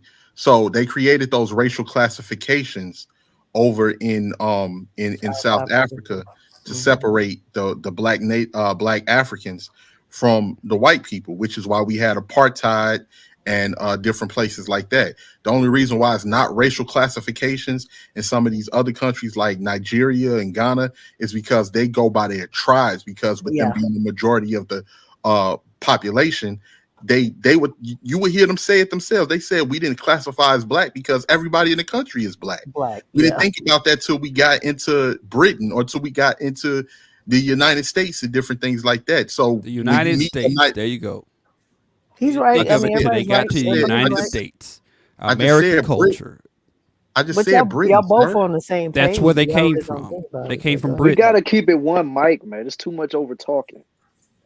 So, but they would, when you meet a Nigerian, you would hear Igbo, I'm Igbo, or I'm Fulani, or you meet a person from Ghana, I'm a Khan, different things like that. They go by their tribes because the whole country is black, and the only reason that they're in the situation there is because of colonialism, and they're still in neo-colonialism where the white people are running show behind the scenes. Over in France, they're classified as black. The black people in France live in the projects, live in the ghettos, and they recently just had a riot there not that long ago from the living situation that they're in. But if you don't educate yourself and you don't know about what's going on, all you got to do is read, pick up a book, or just Google something, and it'll tell you all of the information that you know, because you're still being willfully ignorant after I done just showed the videos. Oh, I'm gonna go ahead and speak something, especially about Nigeria. From my travels, I've been to Nigeria, and they got tribes there that don't get along either. Yeah, I mean, it's been tribal warfare in the country. It's a tribal thing. It was tribes before the Europeans came. But everywhere all over the world, a European is classified as a white person. That's why they call the white man. Nobody says, "Hey, these Italian guys or these Greek guys," when they're in black countries. People know the difference. They go off of skin complexion. It's just that simple. And also, I can tell you, I have a friend that I'm gonna cut it short. Whoever's getting ready to talk, I'll cut it real short. I have a friend that actually is Haitian that lives that lives. She's born in the Dominican Republic and she's a nurse. She can't even get a job in the Dominican Republic where she was born because she's Haitian. She's of Haitian descent. They won't hire her. I think that's crazy. And some Haitians that are born in Dominican Republic, they get out land, they'll kick them back to Haiti. And classic perspective. What do they call Haiti? The first independent what? First independent country. Yeah. First independent black country. Independent black country, yeah. Because they beat Napoleon's tail in Columbus. Who caused them this? Everybody. But Who I digress. caused them this? Who caused them the first I'm not black even about to argue independent it. country? Bro, you need to do like Somebody from America? Somebody from America caused them this? Haitians call themselves black, sir. They're proud to be black. They're the first independent black country. They're the ones that fought themselves out of slavery and overtook the French.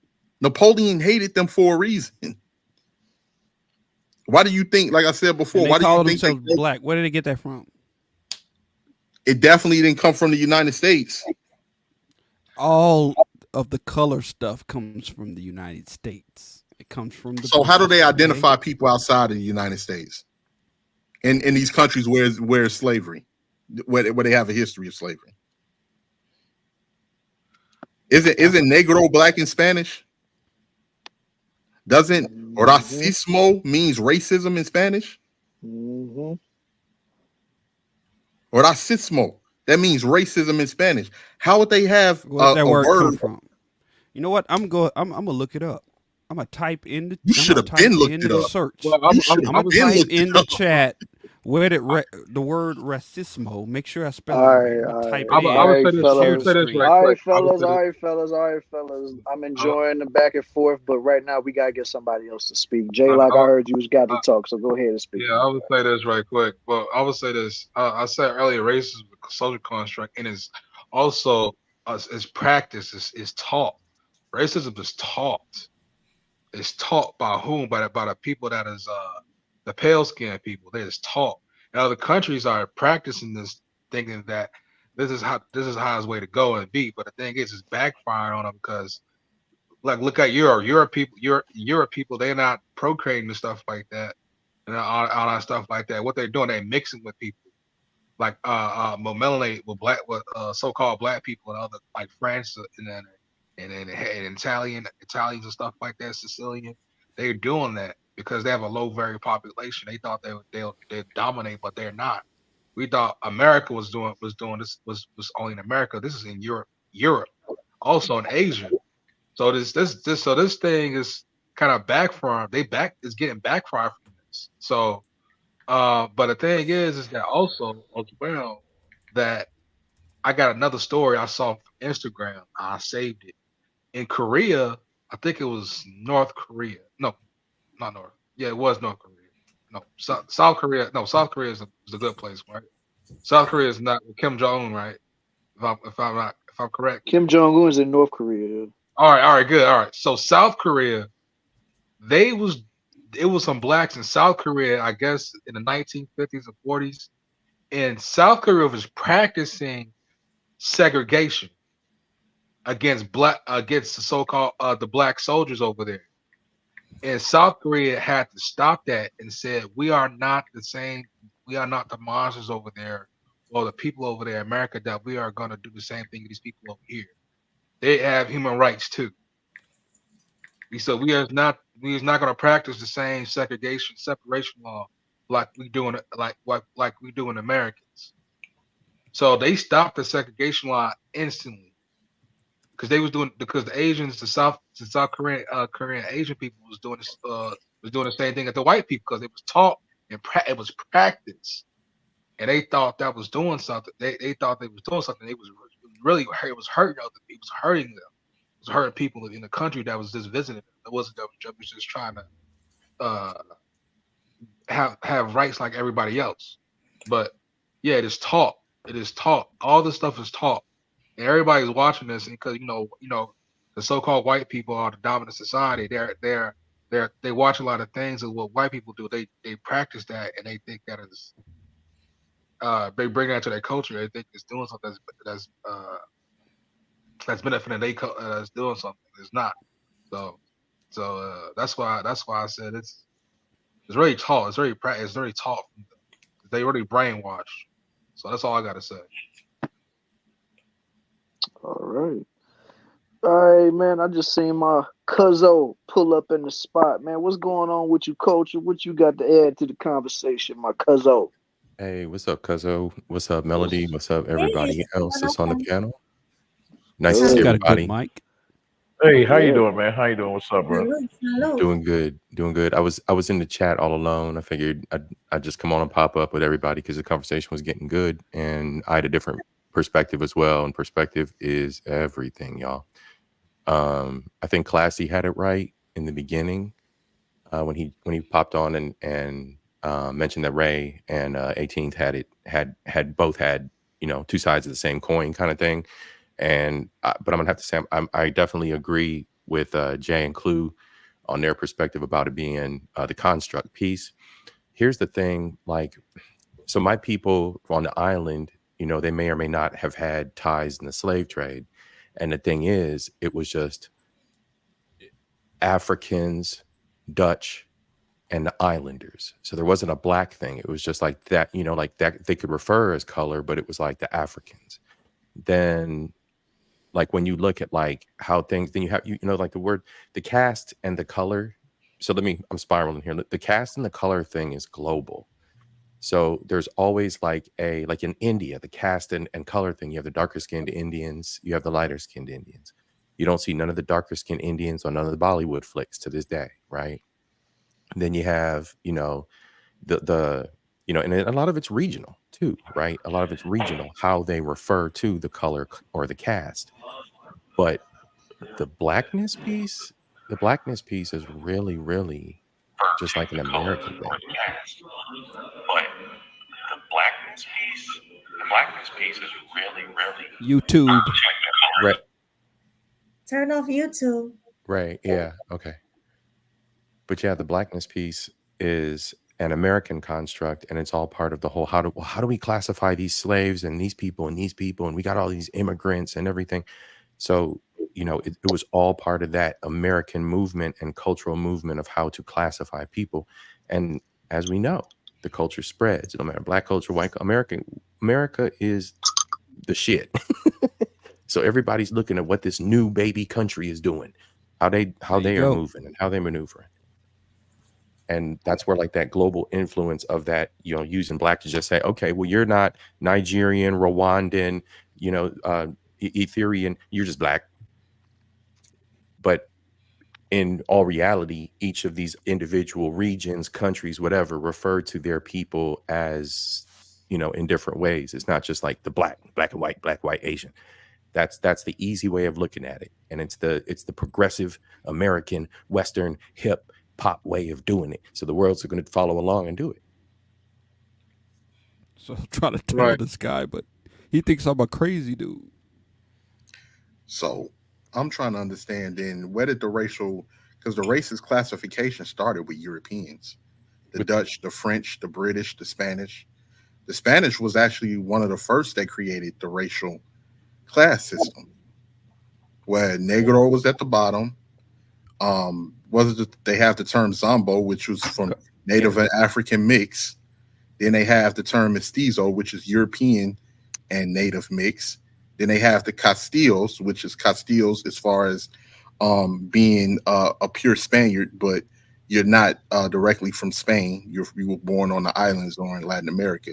Then they have the term I can't remember the other term, but the top is is pure Spaniard from the island. So if race started in the United States, where did all of that stuff come from? Yeah, and a lot of these other, and it's these concepts that started with the inception of these countries. It didn't start from the United States, like people looking at what the United States doing and say, "Oh, United States got swag. We're gonna do black and white here." No, it didn't. That didn't happen. That's It, exactly it what kind of did. It was influenced. exactly It what kind of happened. influenced. It did influence. And when you say that they say racial different racist terms in different terms or labels within their own country, whether let's say that that's true, don't it all comes out as the same, especially when negro means black in Spanish, all of these other places where they have a term for black people in their native language. So you're being identified based off of your facial features and your color, because if that Not was the here, case, it not would be no way anymore. to. And the problem too is, like, when I looked at the census, I was pissed because, I mean, how am I going to represent West Indian American mixed? I just had to choose mixed, black, white. You know what I'm saying? Like, so those caste systems, those color caste systems existed for a reason. We just blanketed here. Hierarchy. That's the reason. Hierarchy. And that exists. The darker the anywhere color, where the lower the colonialism- hierarchy. That's We're not universal. about to be doing this all night, man. I told you, one mic, my guy. And that's Go ahead, universal. That's universal. Anywhere where black people are descended of slaves. Arabics have a term for black people called abid or abid. It means slave. I just saw a video of some over in Israel, some Israelis attacking another Israeli woman, telling her in her language, "You're married to an N-word. You're scum. You're married to an N-word." Come on, y'all. Let's this is what I'll be talking about when it comes to gaslight, man. Let's keep this a buck. When you got black soccer players playing on the fields in Spain, where coaches is overheard in Spanish telling their players, I want you to show that black piece of ass that you better than he is. And black soccer players walking off the field saying no mas, because people throwing bananas onto the field. Like, y'all, that's all I got to say. I'm gonna leave it alone. Yeah, but In the United banana monkey trope. States.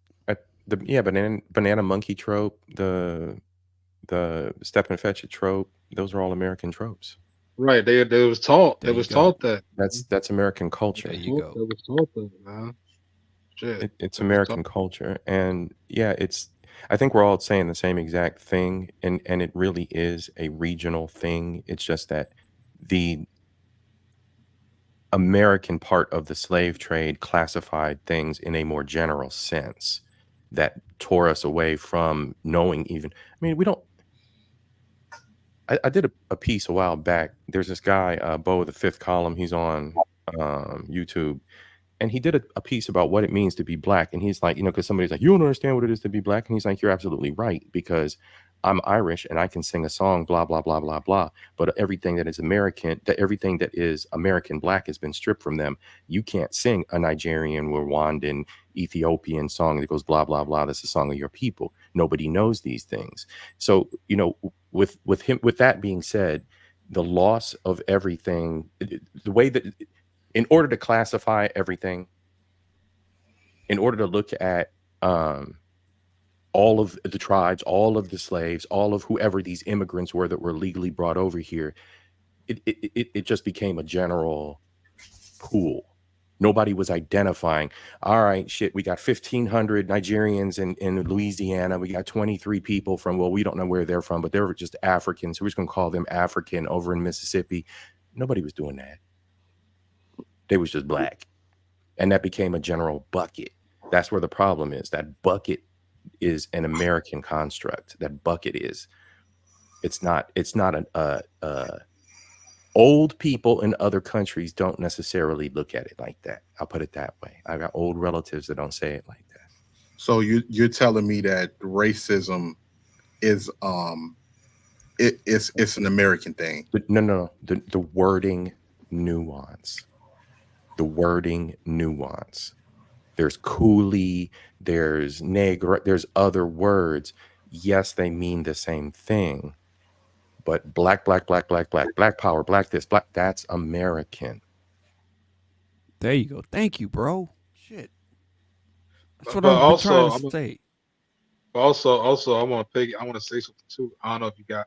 All right, so I'm gonna give you an example. Have you ever seen the movie The Last Samurai with Tom Cruise? Anybody Yeah. seen that movie? Right? Now, what was that movie about? It was about what when the Japanese was that was influenced by the American culture defeated the other Japanese that was wanted to stay traditional. What did Yes. the Japanese say? Do not forget where you came from, Right. because they was being Americanized and shit. They was being taught how to wear this, wear that, and wear they was being like modernized and shit. Yeah. That's And that shit that like was all part of, and, that's all part of it. That's and, how and, that they, whole and, they, and then globalization. they found out when they killed their own people that was being traditional and that was being for their culture, state traditional culture, Japanese culture. They realized that they should have never had that war they should have just talked it out or whatever and let them leave them alone, let them have a uh land, whatever like that. Right. But yeah, they fucked up. They kind of fucked them up when they started getting influenced by American people and shit. Right. Exactly. Exactly. And that's like, that becomes I mean, it's like anything now, like, like if we looked at just pop culture, anything that's in pop culture, any dances, anything that anybody's doing, you've opened the door to people to be exposed to it. So that was the opening of the door of Western culture of exposing Japan, traditional Japan, to the new Western culture. And again, America's the baby of the world. I mean, everybody's staring at America like, what's the baby doing? That's what I was saying. That's what I was saying. But this dude did he had a problem with it, I guess. So Yeah. what you're saying is that all of the racist views that everybody's getting is from America because they want to be like America. None of this has anything to do Absolutely. with none of this has anything to do with the racism that was conceptualized during the history of the slave trade. All of this just because they're being influenced by America. And they was once cool with their African citizens. Everybody was equal until they was influenced by America, and that's when racism started. That's what y'all saying? No, that's not definitely not. I mean, like I said, it's regional. Every region around the world has had their struggles and issues, but how they refer to it, the language they use is individual to that region. And how those terms evolve and spread across the world is, America's taking the lead. I got a question for 18. Go ahead. Have you heard of Diamond and Silk? Yeah, I've heard of. Did you Hey, know that Killer, Diamond? can you play that video for me, brother, after he Wait, speaks? hold up. Hold up. I got one more question. That's why I said after you speak, sir. Okay. Did you know that Diamond and Silk has been dead for a year and a half? Yes. You knew that. I know that there was the Republican two black ladies. I know about Diamond and Silk. Yeah. Did you know that Diamond has been dead for a year and a half? Did you know that? Yeah, I knew she was deceased. I didn't know how long she was deceased. Okay. Because a lot of people don't know that.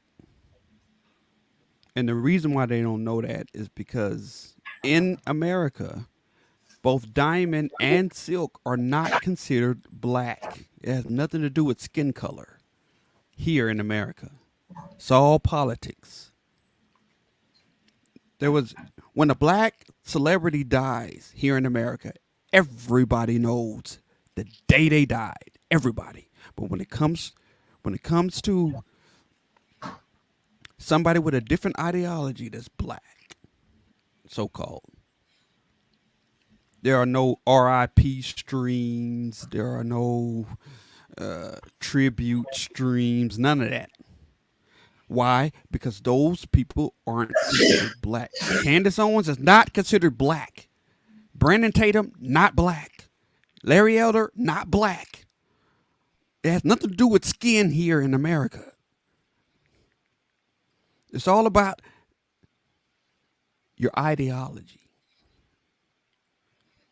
Those colors, they're about hierarchy and they're not about skin. They're about ideology. What do you align with? That's all I want to say. Go ahead. So you one of them Thomas Sowell type of brothers, right? What's a Thomas Sowell type of brother? Someone that watches Thomas Sowell that's highly influenced by him. I think I've spoken to you before. Now that I think about it, man, I come across you before a couple of times. Okay. So what's wrong with Thomas Sowell? How is he a fool? No, I mean, I don't agree with the man. He makes logic in certain things that he says. But I got a quick question for you.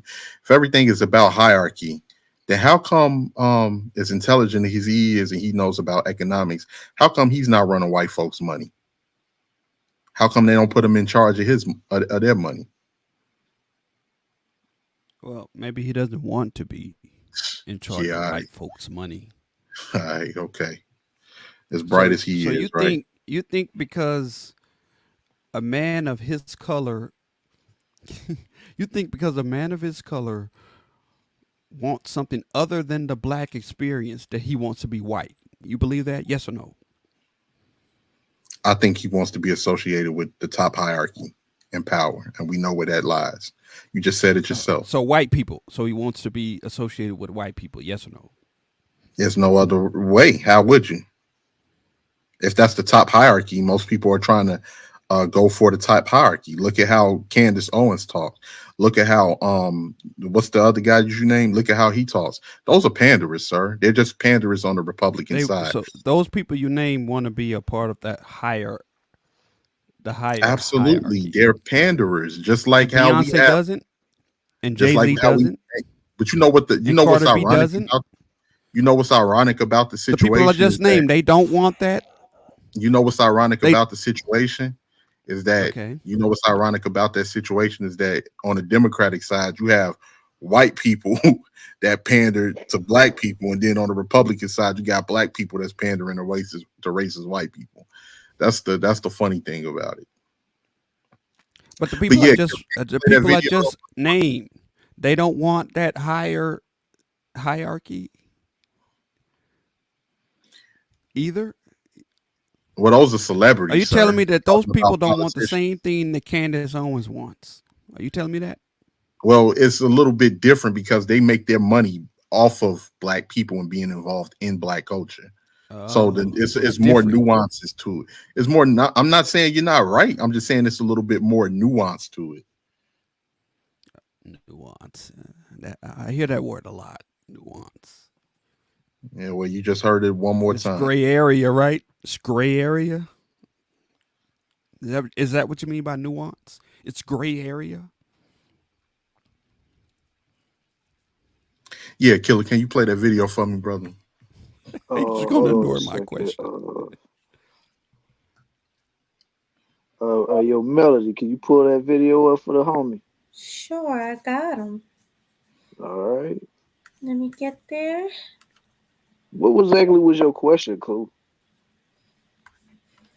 Which one? The question that you just asked that you said he ignored. What was the question? Well, he kept bringing up the word nuance. I said, you mean like gray area? I only brought up nuance once. What are you talking about? Kept bringing it up. You trolling, bro. You trolling. I'm not trolling. I'm not trolling. I'm just somebody that has a different opinion than you. That's it. That's all it is. Okay, guys, I'm coming. Sorry. Kind of slow right now. Oh, it's all right, That's Melody. What she said. Thanks. Oh my God. Oh gosh. Sorry about that, Melody. Sorry. You know. You good? I watched The Office. I'm sorry. Way too much. I see. Yes, I do. I'm guilty. All right, I'm sorry. You ready? Yep. Fair usage. Usage. Okay, here we go. Hold on 1 second, yo. Boom. Swag on fair usage. We got the fair use battle right here. All we doing right now is critiquing, analyzing, and talk about what we are watching on the screen right now. So fair use, everybody. How can we forget that VHS Blockbuster warning sign? Yeah, I remember that. Of course, yeah, I used to work at Blockbuster, yo. Man, my sister used to shop at Blockbuster all the time, so she had all them tapes. That's all we saw. Every time you start the tape up. Yep. Who Okay. could forget that message? Yeah.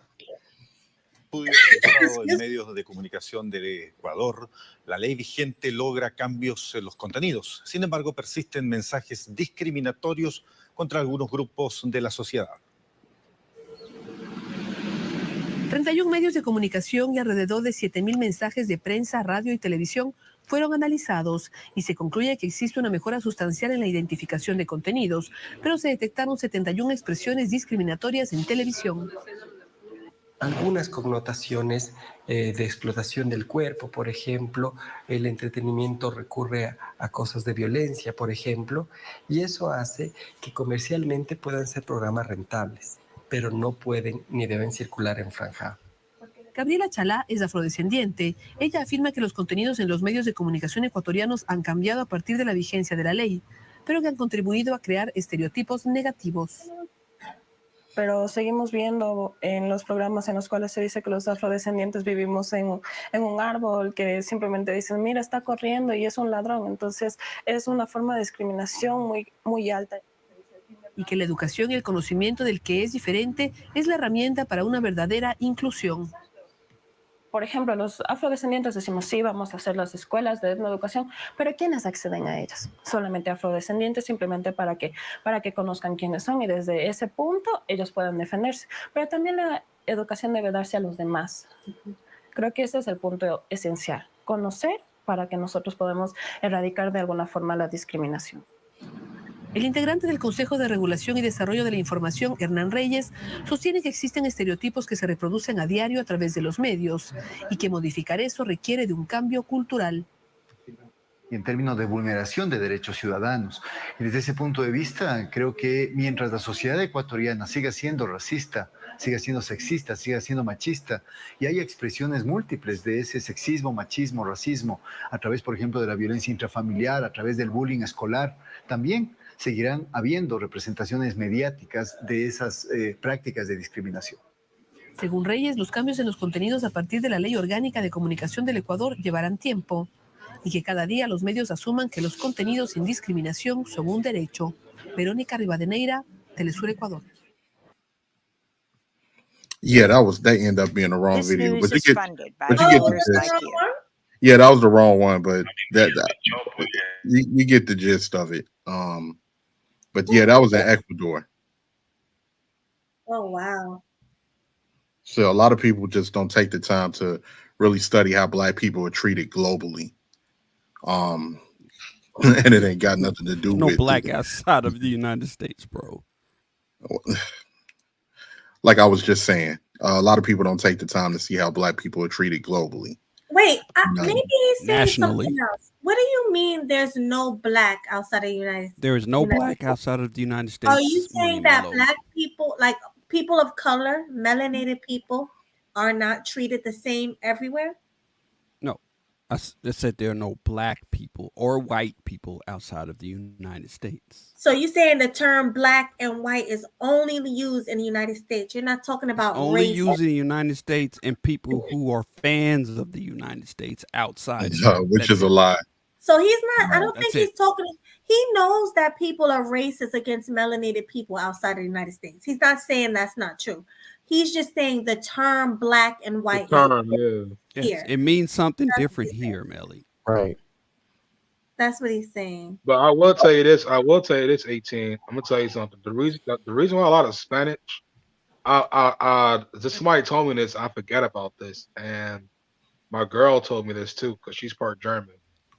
The Nazis, when the Nazis got defeated, and the Nazis did, or when they did get defeated, they all rendezvous. Not rendezvous. They all Migrated. migrated to like Spanish countries. Argentina. They went to Argentina. One of them was Argentina, one of them was Brazil, and the other Spanish country. And they was taught the Nazis taught them that type of stuff too. Also over there. They didn't need. I'm gonna tell you something. See, this is what I be saying, bro. Why people need to educate themselves. They didn't have to teach the Argentinians anything because Argentina took it upon themselves to eradicate their black population of slaves early on. If that's the case, then why do they have pictures of the Argentinians and the Spanish, like Mexico and Argentina, with the Nazi suits and stuff like that, building and stuff like that. No, they had that, but what I'm saying prior to that, Argentina had already eradicated a large part of their Afro Argentinian population that was descendants of slaves. They sent a lot of them off into war where the men got killed. Of course, they was excluded. It's only a small portion of Afro Argentinians that's left. But yeah, that wasn't the racism in these other countries where it's other black people didn't start in the 1950s and the 60s because everybody was watching American television. That's false. That's false. It was there a very long time. They're fans of them though. They're fans of the United States.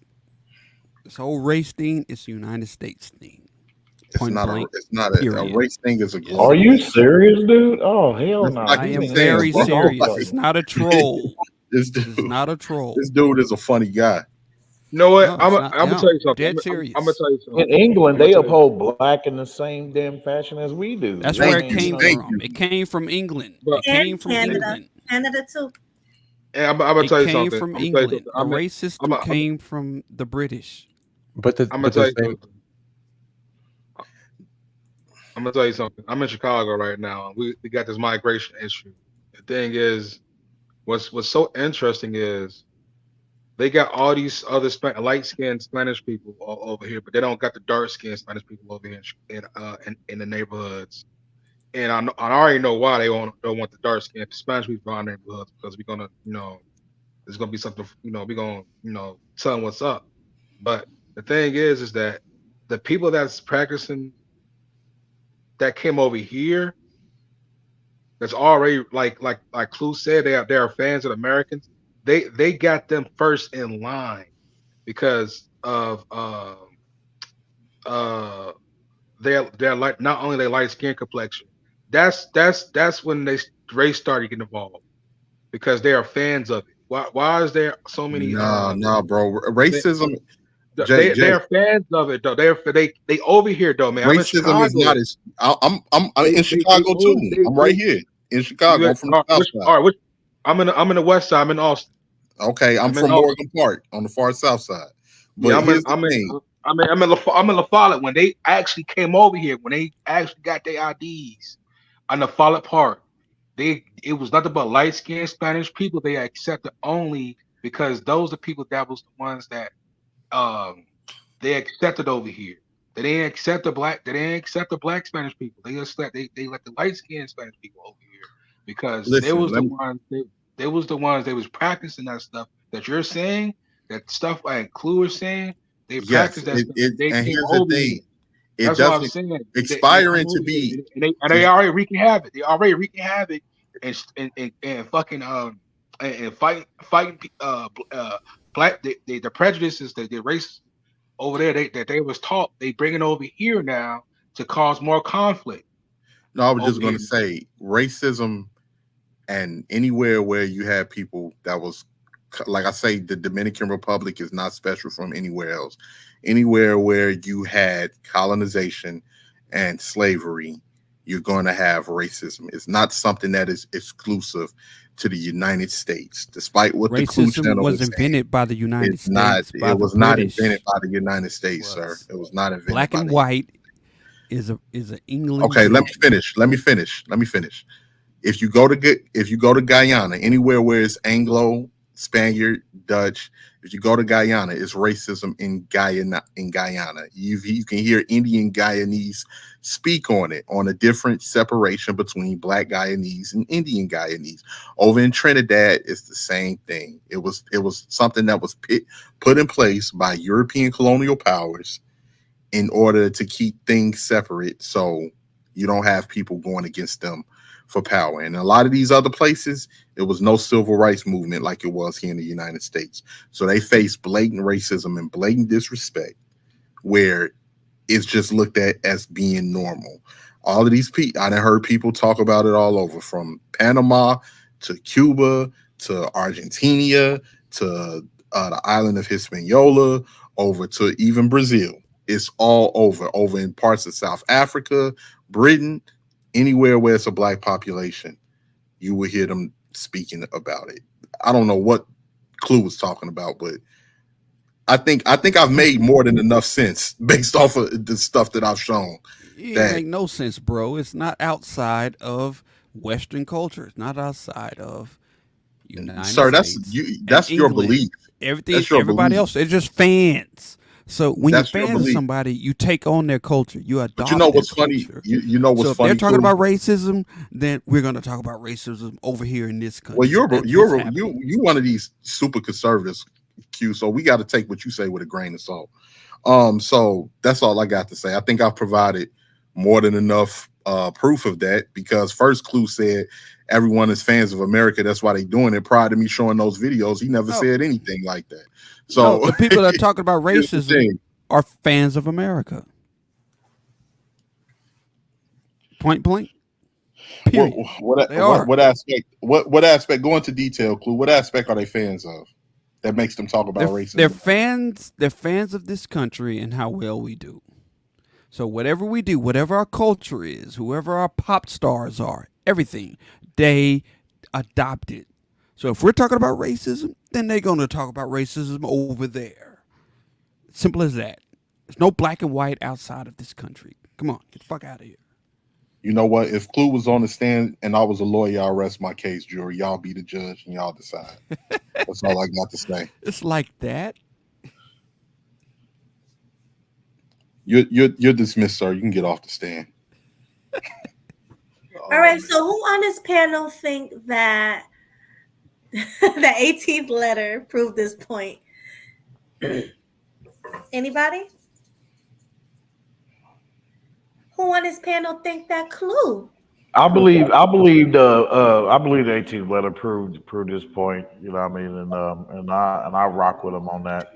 But the thing is, though, white folks overseas, you know what I mean, they don't have, they could be racist though, but the thing is, like, you know, they don't have to raise up the Confederate flag, you know, and all that shit to show that they're racist. You know what I mean? So it's but it's not as harsh overseas, but it does exist. It's not as harsh here in America due to our history, but it is there.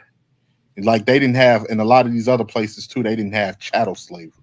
We had chattel slavery here, where we were bred like animals, which was a practice within itself. So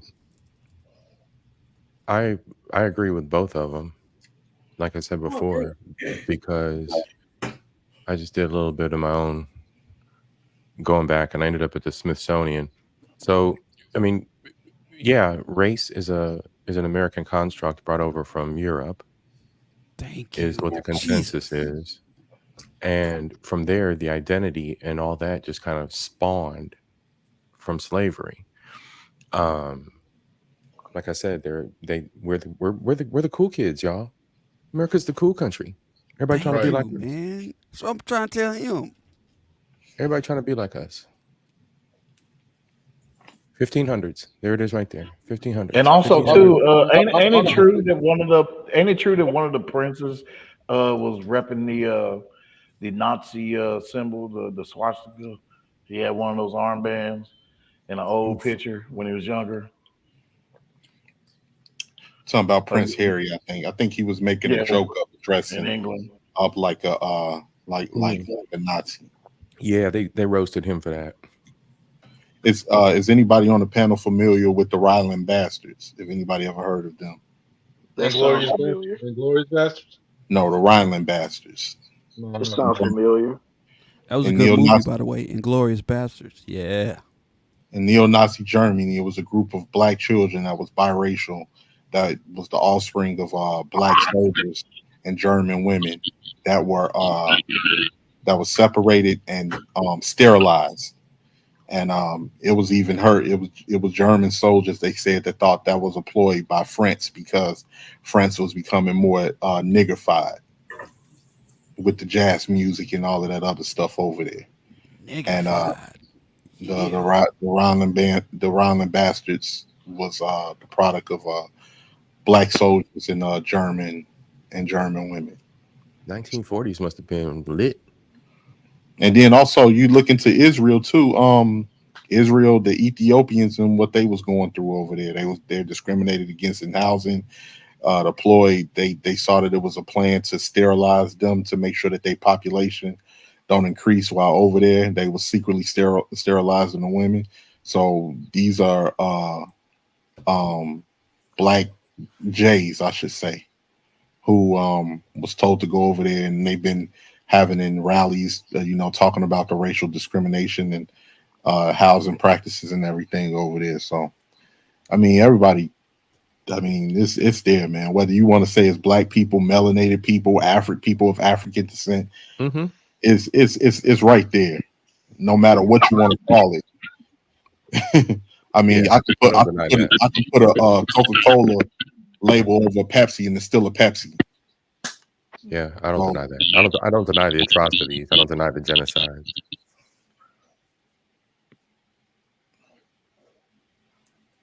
God damn, but that's all I have to say. Yeah, I agree with both y'all. Yeah, I mean, But that covered my point with the whole situation of what we was talking about earlier, before So I apologize if I kind of steered the conversation in the wrong direction. Rakim, you steered it all over the place tonight, but y'all rocks with you though, man. It was Clue, man. No, man. No, we good, man.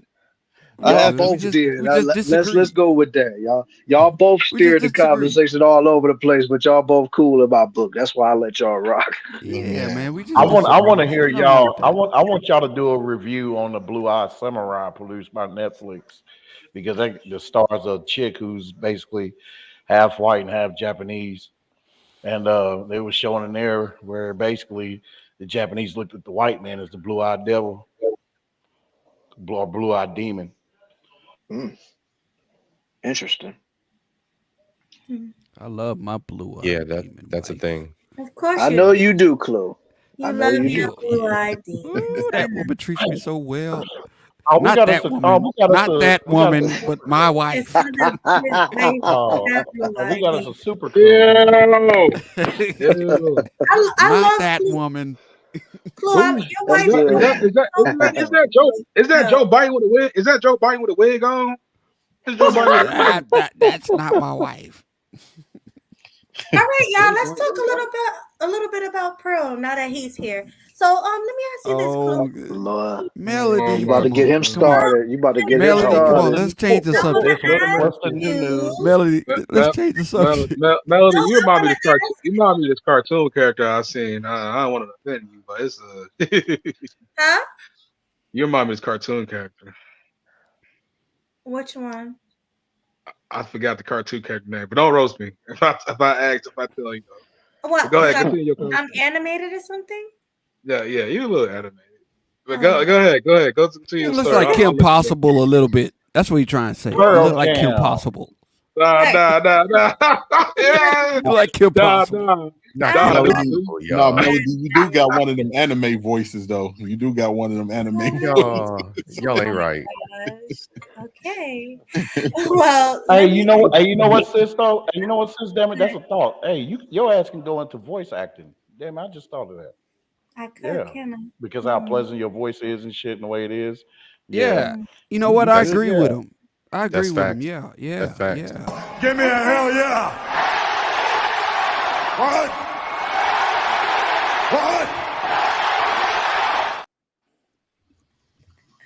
What? Don't take me back to my childhood with Stone Cold Steve Austin. Man, that's my guy right there. Man. That's the bottom line. I swear that was my dude right there, man. That was my dude right there. And that's the bottom line, cause Stone Cold said so. Swag, I got a question. Hey, Swag, I got a question for you because I know you remember this. Why did it seem like when the wrestlers was losing, they felt like they what was always the easy scapegoat? Man, I'm gonna walk and beat up one of these announcers, man. They used to beat up JR all the time. Oh yeah, JR used to always get beat. You see, they never used to touch on Jerry the King Lawler. They always went at JR. Yeah, they always and Michael Cole. Michael Cole got beat Michael up. Cole too. He was always getting beat up, man.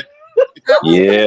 People all the time going to Madison Square Garden You know, with the signs, and I used to make the signs and hold them up. That was me. Yeah. Anybody else did that? What? What? Anybody I never else? went to one. Hey, Swag, you got the Thanksgiving wrap, Stone Cold, green beans, mashed potatoes, corn and cob. Oh man, yeah. Yeah. You got it? You got it, Swag? Play it. Nah, I ain't got it on me right now, man. Like, oh man, now you about to make me look for it, bro. You about to make me look for it, bro. That was the shit. Make sure you get the rap. Got the rap beat. Corn and cob. What? Corn and cob. What? The attitude era was the greatest era in wrestling.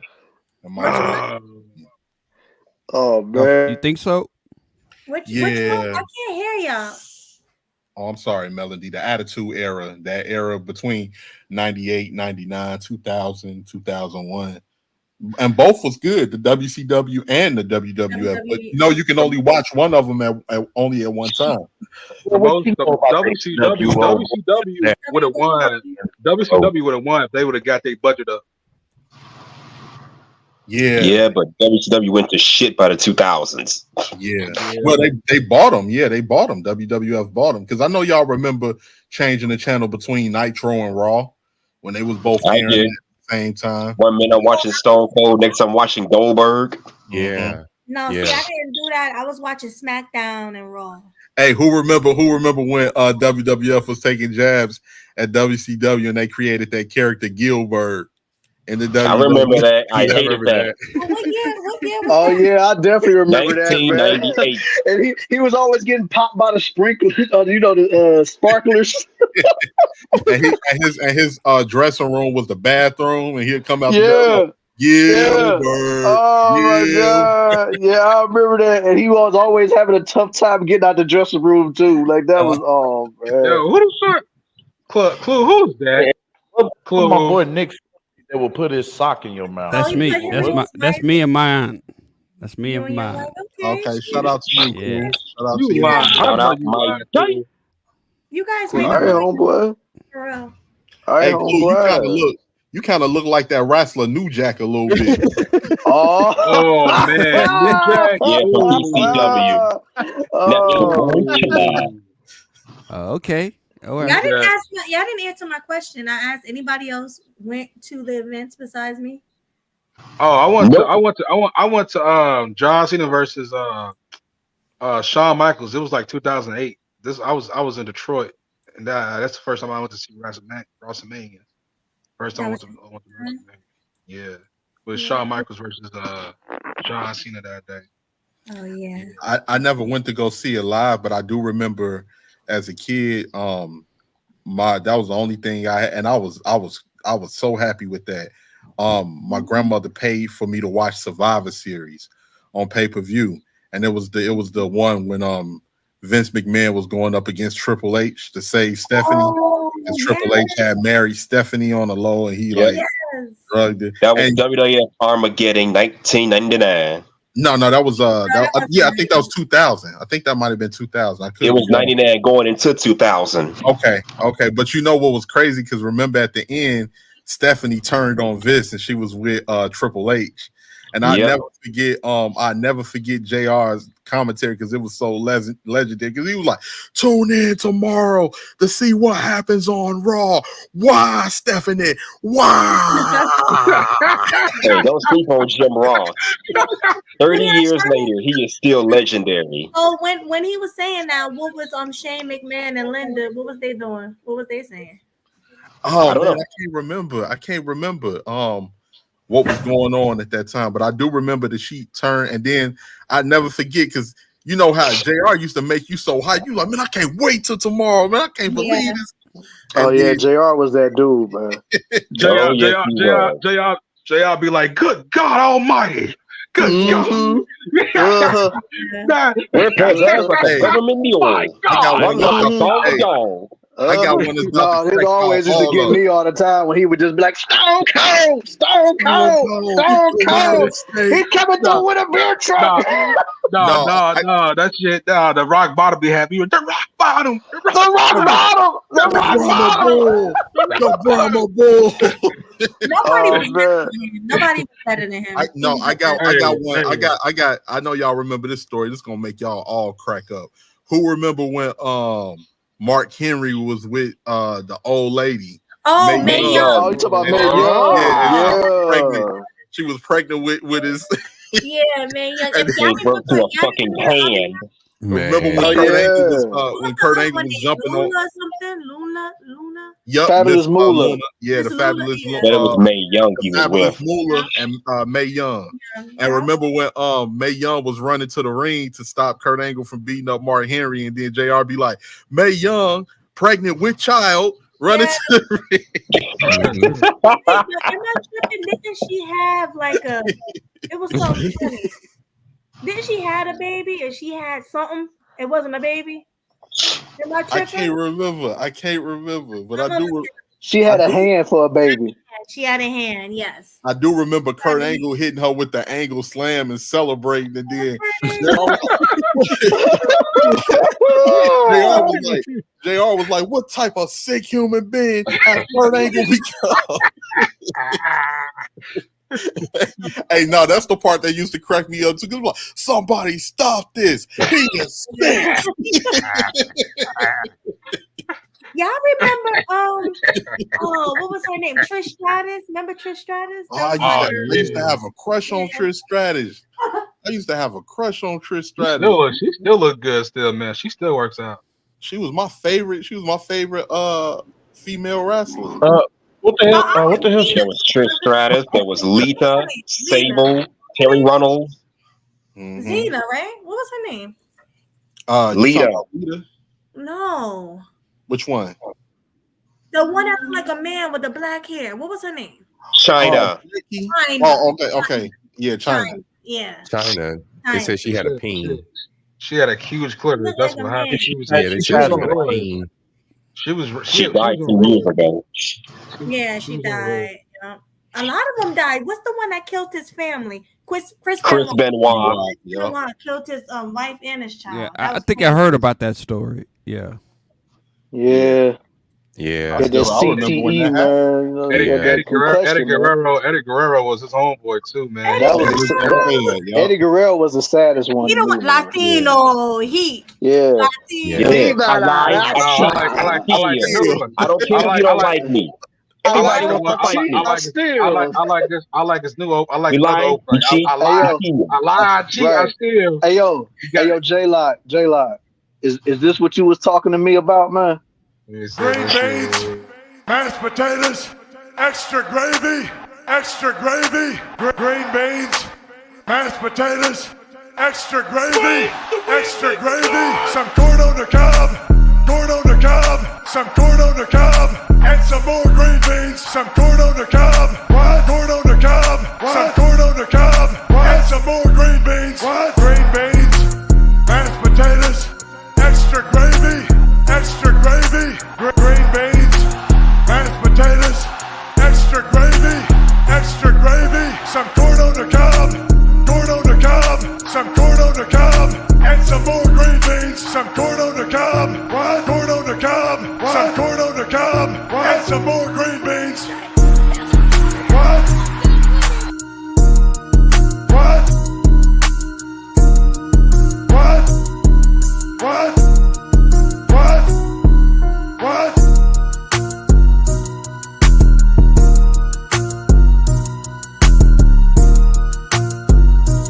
Hey, play that shit again.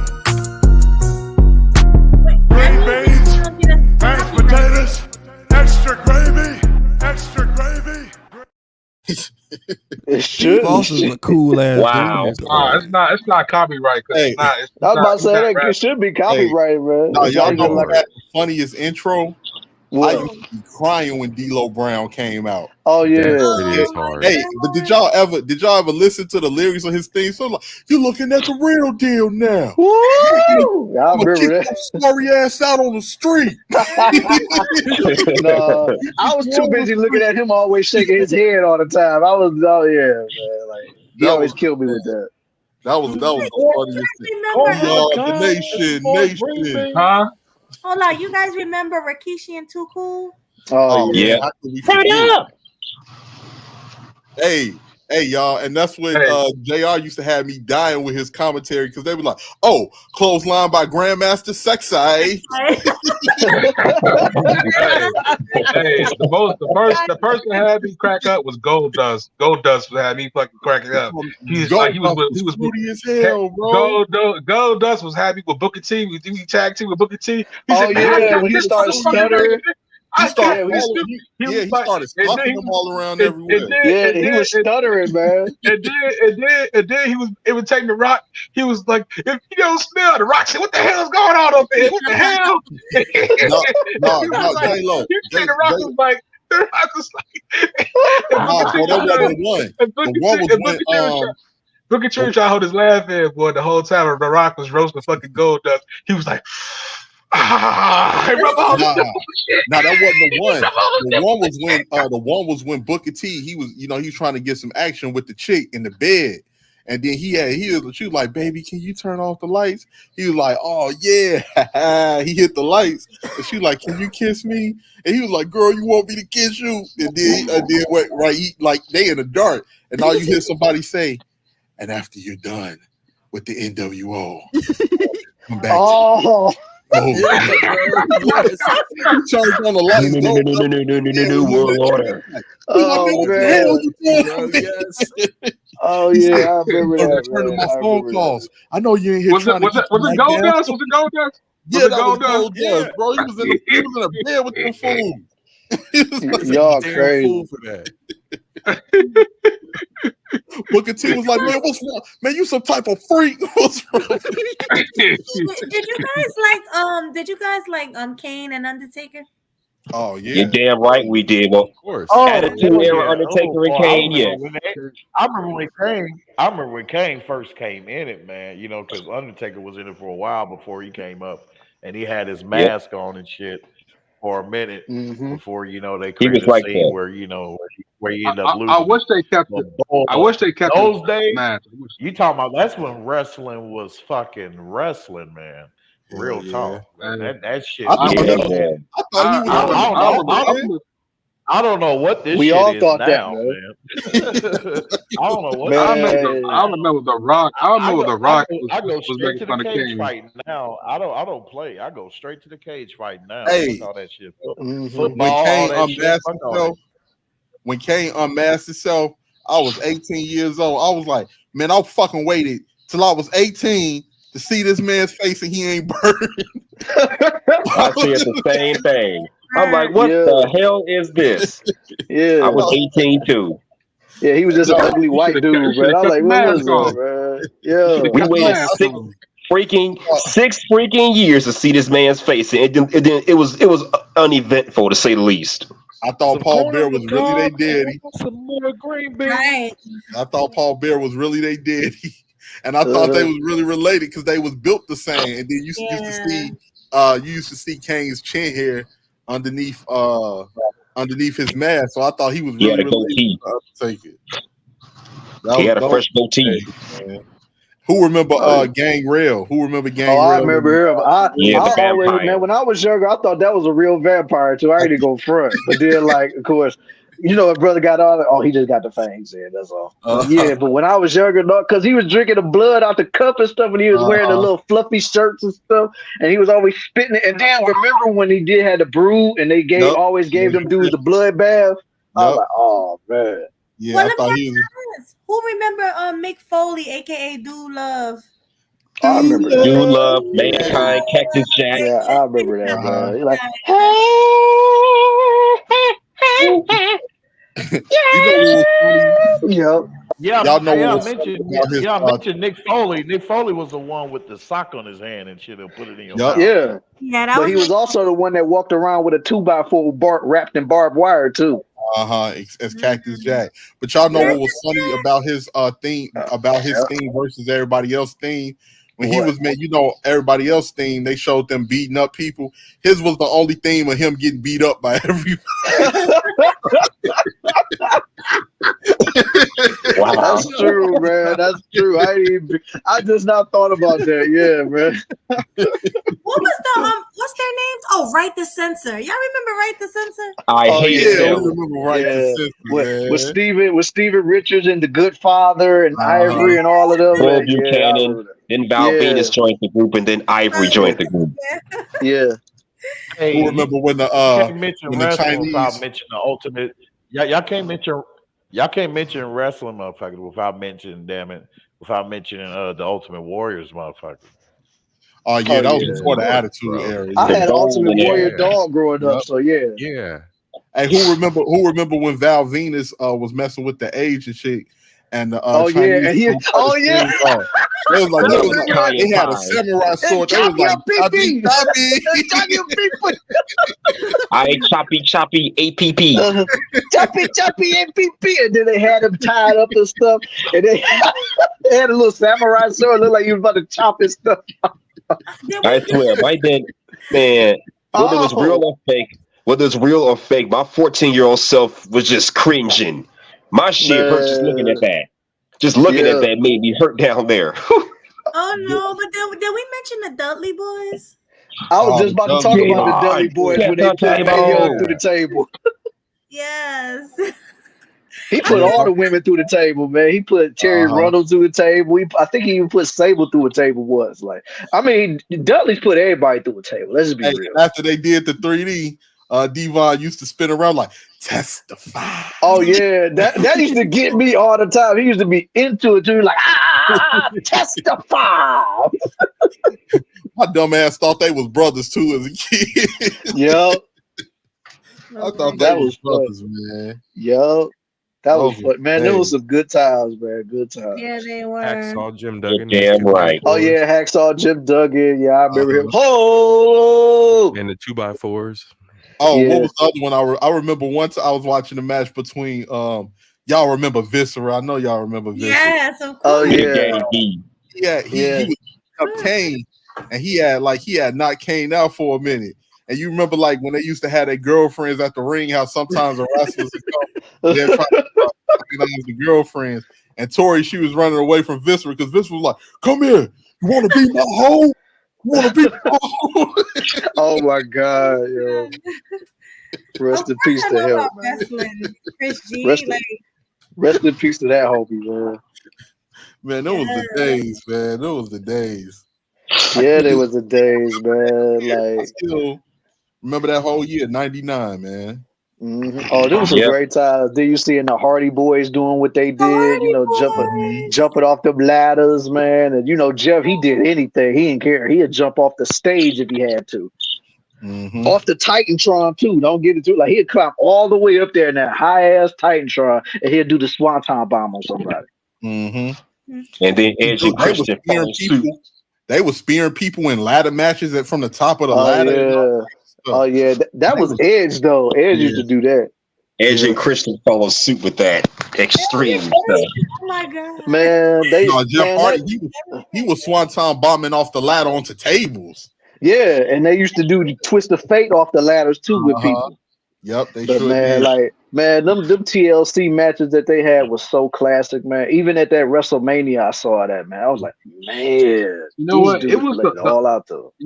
The only black person that competed against the TLC was Shelton Benjamin. He was doing really was, all types. He was running on top of ladders and shit. Nobody did. I thought that was Money in the Bank. I thought that was a Money in the Bank. He was doing it's the same concept. Yeah, but the only difference is you got to grab a briefcase in the Money in the Bank. He was also doing TLC matches too. Yeah, nobody. Don't forget all them hardcore matches, y'all. Don't forget the hardcore matches. Remember when not hardcore, but Crash Holly used to always have a hardcore title. And every time And then what made it so crazy, it was people actually gunning for him to take the title from him. Like, that was crazy. That mob was like at Six Flags and somebody ran up on him at Six Flags, like, bro. It was somebody, like, when he was taking the showers, it was somebody had a referee with him and they were trying to beat him in there and stuff. Like, oh, man. And before, and then before everybody got sensitive, of course, they used to have the different racist jokes. I ain't gonna lie, they was funny as hell though. Like it was that one when I was watching when Vince McMahon was like, I mean, if you're not Caucasian, everyone please leave the arena, please. That Mark Henry, and they was all walking. Like, look, I don't make the rules here. That would never fly today. No, it would never fly today, man. It would be instant cancellation. No, a lot of that stuff wouldn't fly today, but man, that stuff was hilarious back then. Oh yeah, man. Like I could literally sit and watch an old show all the time, man. I could literally sit and watch an old show. You remember when The Rock used to make fun of the way Triple H talk?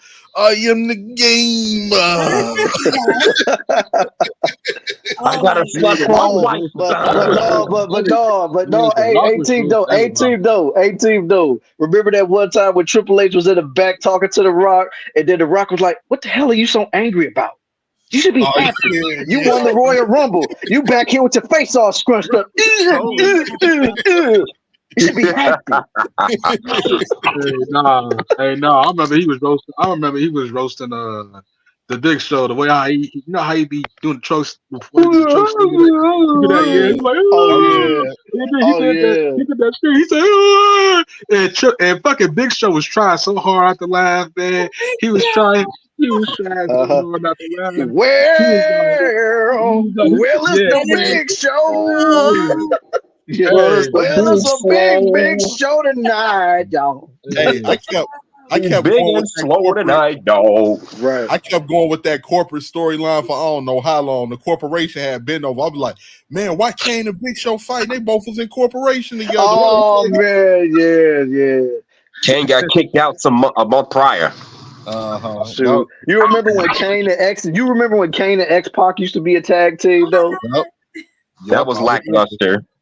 I remember when D-Generation. It actually could have went far, but they just let that go. Yeah, they formed D-Generation X, who are now heels at this point. And then what made it so crazy? Kane was so in love with that one girl named Tori and stuff, but then she went with the DX. She went with DX, and he was mad as hell. I remember that. Why did you Kane like that? I liked him better when he was a heartless monster. But at the time, but at the time, how was he gonna kiss anybody with that mask on? On the real. I remember the boogeyman. Remember the boogeyman? I'm the boogeyman. I'm coming to get you. Oh yeah, man. He the one that always had them live worms in his mouth. Yeah, I swear, he used to scare me. Out of all these years, it was a black guy all this time. I was like, it's a black guy that was doing that shit. No, I knew it was black from that hairstyle, man. You know, I didn't know he had the nappy point on the top of his head. I was like, no, that ain't no white dude right there. That's a nigga. What y'all talking about? Boogeyman. The boogeyman. He used to scare me. Even at 21 years old, that guy used to creep me out. He just disgusted me, always putting worms in his mouth, but he ain't scared me. Yeah, hey, when that DX music used to come on, man, and you used to, are you ready? Do. Oh yeah. You think you're supposed to do? You think you can tell us what to wear? You think that you're better? Well, you better bow get to the ready. masters. Bow to the masters. I used to go. Break it down. Oh yeah, that was crazy. I used to go crazy. Every time DX came to the ramp, me and my friends would literally get up off our asses and start doing the DX taunts. All of them. Only time I ever got out my seat like that, every time I heard that glass shatter. That was my trigger right there. We heard that glass. Yeah. When you heard that glass shatter and you heard that dun dun and then you coming out seeing with that bad man strut looking like he about to whoop somebody's ass in the ring. I'm like, no, that's me right there, bro. That's me right there. Every time somebody wanted to be him and stuff, like, no, bro, you know I'm Stone Cold. Get out of here. I think you can be the Rock or something. Favorite rap. Whatever your name is. Yeah. And the Rock. Those two. Yeah. Stone Cold and the Rock. No. Who remember when the Rock fought Stone Cold over the bridge? That Oh was funny. yeah, and knocked I him into the remember cold that, water. man. Because Yeah. hey, Stone Cold ain't do no talking. The Rock was talking. The Rock was talking crazy. Did Stone Cold? He's like, wait, The Rock smells trash. He's like, here, Austin, you want your belt? Huh? Your trailer park? You just saw Stone Cold hop out the pickup truck. You just heard The Rock say, you want it, Austin? Well, you bring your candy.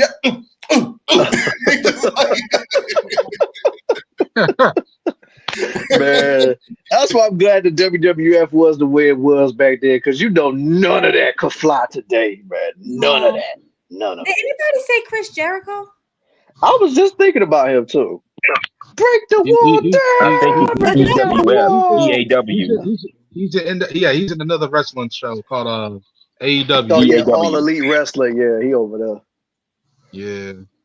I remember when Chris Benoit and them jumped him and everything, and he was backstage like, I'm gonna get my revenge, you gap-toothed jackass.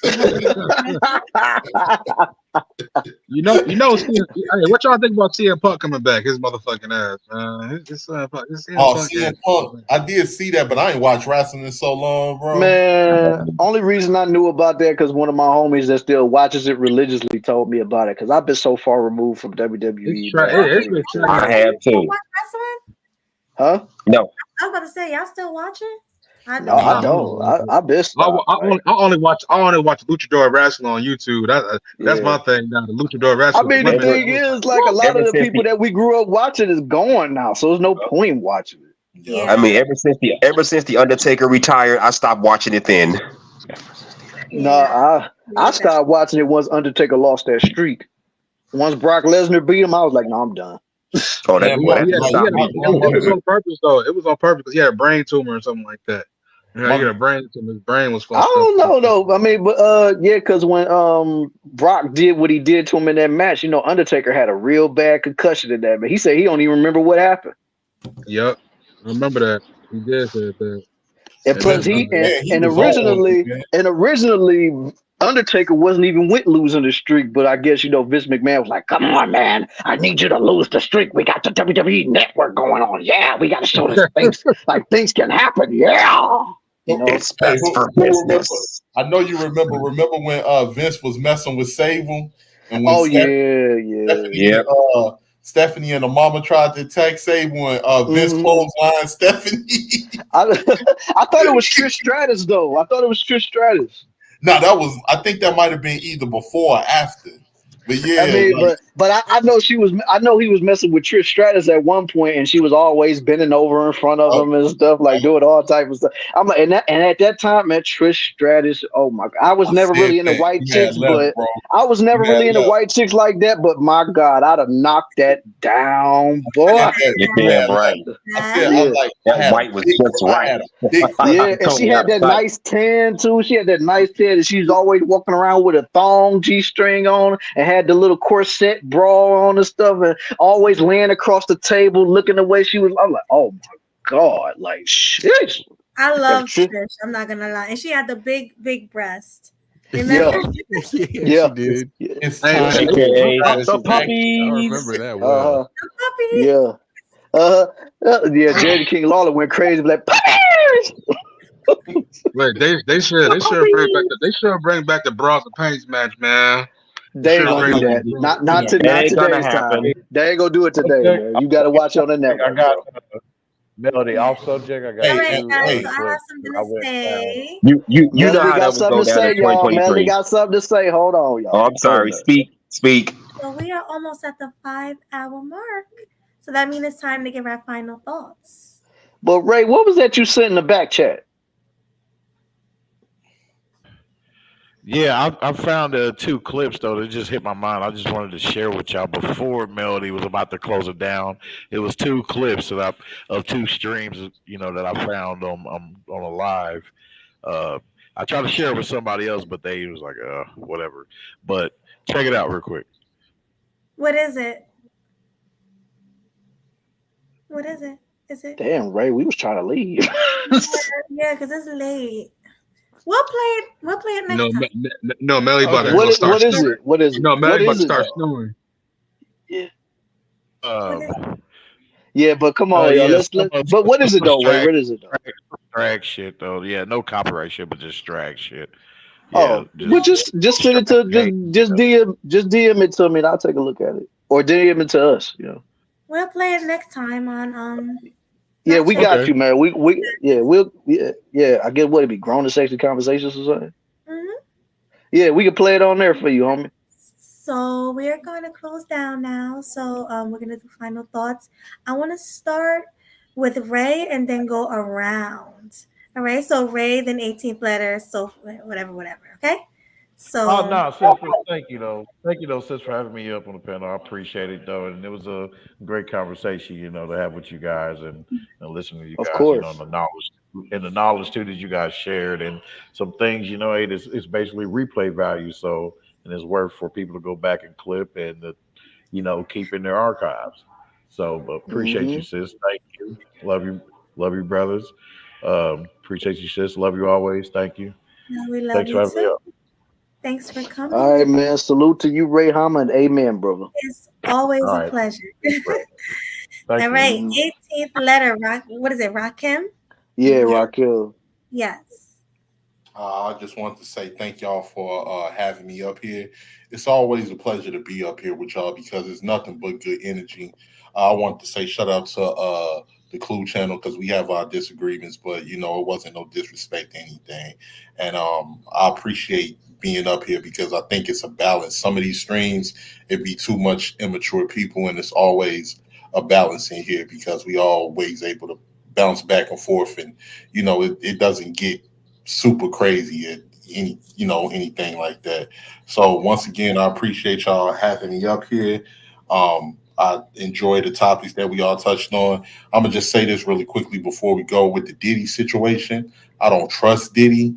I think Diddy has practiced what he learned in the music industry as far as exploiting artists with music business and different things like that. But to say that, like Cassie, that's looking kind of shaky to me. That's looking very sketchy because I think as a person that was with this man for 10 years, 11 years, and you said all of this abuse and everything. Now, I do have to go and read the documents, which what was the last brother had said. But I would think that if it was so bad and this man was so abusive, you would have tried to get away from that man earlier than staying around.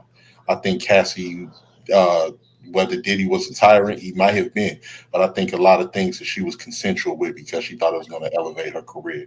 And when that didn't fold, she's now with her husband, who she got 2 kids by, and she's been with for the last 5 years. Now all of a sudden you want to file a lawsuit and say you're doing it on behalf of women. And then once you get the money, we ain't hear nothing else from you on behalf of women no more. So that's very, very shaky. I think a lot of people also is going to go with Diddy because Diddy didn't do right by them business wise. I don't know if he might have been as like all of this other stuff that people are saying, but when you get double crossed on business or somebody just hates you, if a person hates you and dislike you, even if they don't think it's true, they just gonna go along with what everybody else is saying. Yeah, he did that because he ain't ever paid me my money or different things like that. So that's what I think was going on with Puff. I don't think he was involved with Pop at all. I think that was just the thing with Orlando Anderson and all of them dudes out of Compton. But yeah, Puff has it's karma coming back because he's done real bad business. Whether you want to talk about the Locks, whether you want to talk about Black Rob, whether you want to talk about making it a band, who's those other kids, F5 or something like that. A lot of these different bands Puff has exploited and taking their publishing to enrich himself. See, he can't prey on white artists, anything like that, because of the racial dynamic.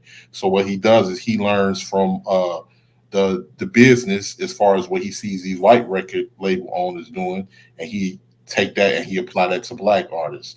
So it's been karma that's coming on him from that level. But do I think he's this super freaky tyrannical person that everybody's making him out to be? Nah, I think a lot of people was with it, and then when things didn't go their way, they're trying to find a way to capitalize off of it about what's going on in the media now. So that's all I got to say with that. As far as what we talked about earlier with King, we have to create a lane for intelligent black men, or quote unquote lame black men, to be able to be put at the forefront and be validated based off of their personality in that category, so they don't feel like they have to be street to be accepted by the degenerates or the dysfunction within that particular element of our community. So that's all I got to say. Shout out to y'all. Thank you. Shout out to you. Thanks for coming. Salute, homeboy. We appreciate you always. Always, bro. Appreciate you know it. Much love with y'all, Melody and Killer. And shout out to all of the brothers on the channel. We had a very interesting dialogue tonight. We did.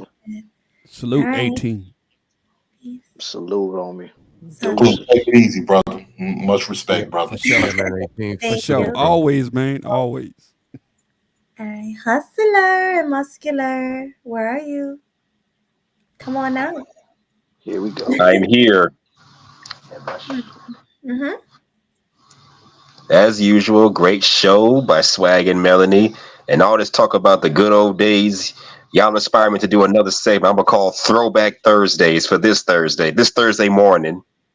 I'm going to call it Throwback Thursday. I'm going to look at how dating has changed from the 90s and what it is today in this modern era. Vastly Tune in if you different. can. So what? I said vastly different. Go ahead. Yeah, that's dope. Oh, yeah.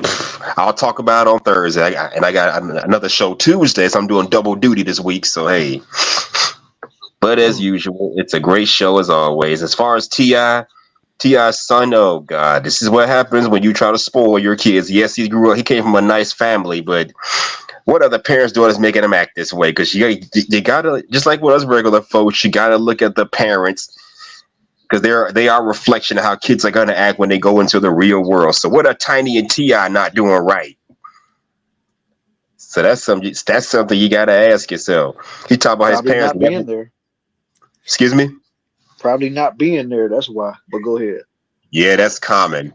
We talked about this on a previous panel about how these celebrity kids are raised by celebrity parents who are hardly in their lives, don't teach them much of anything, just spoil they live the hell out of them. So they live life consequence free, think they can do whatever they want. The world's their oyster. And King, a little wannabe gangster, trying to be like he from the hood when he know damn well he ain't about that life.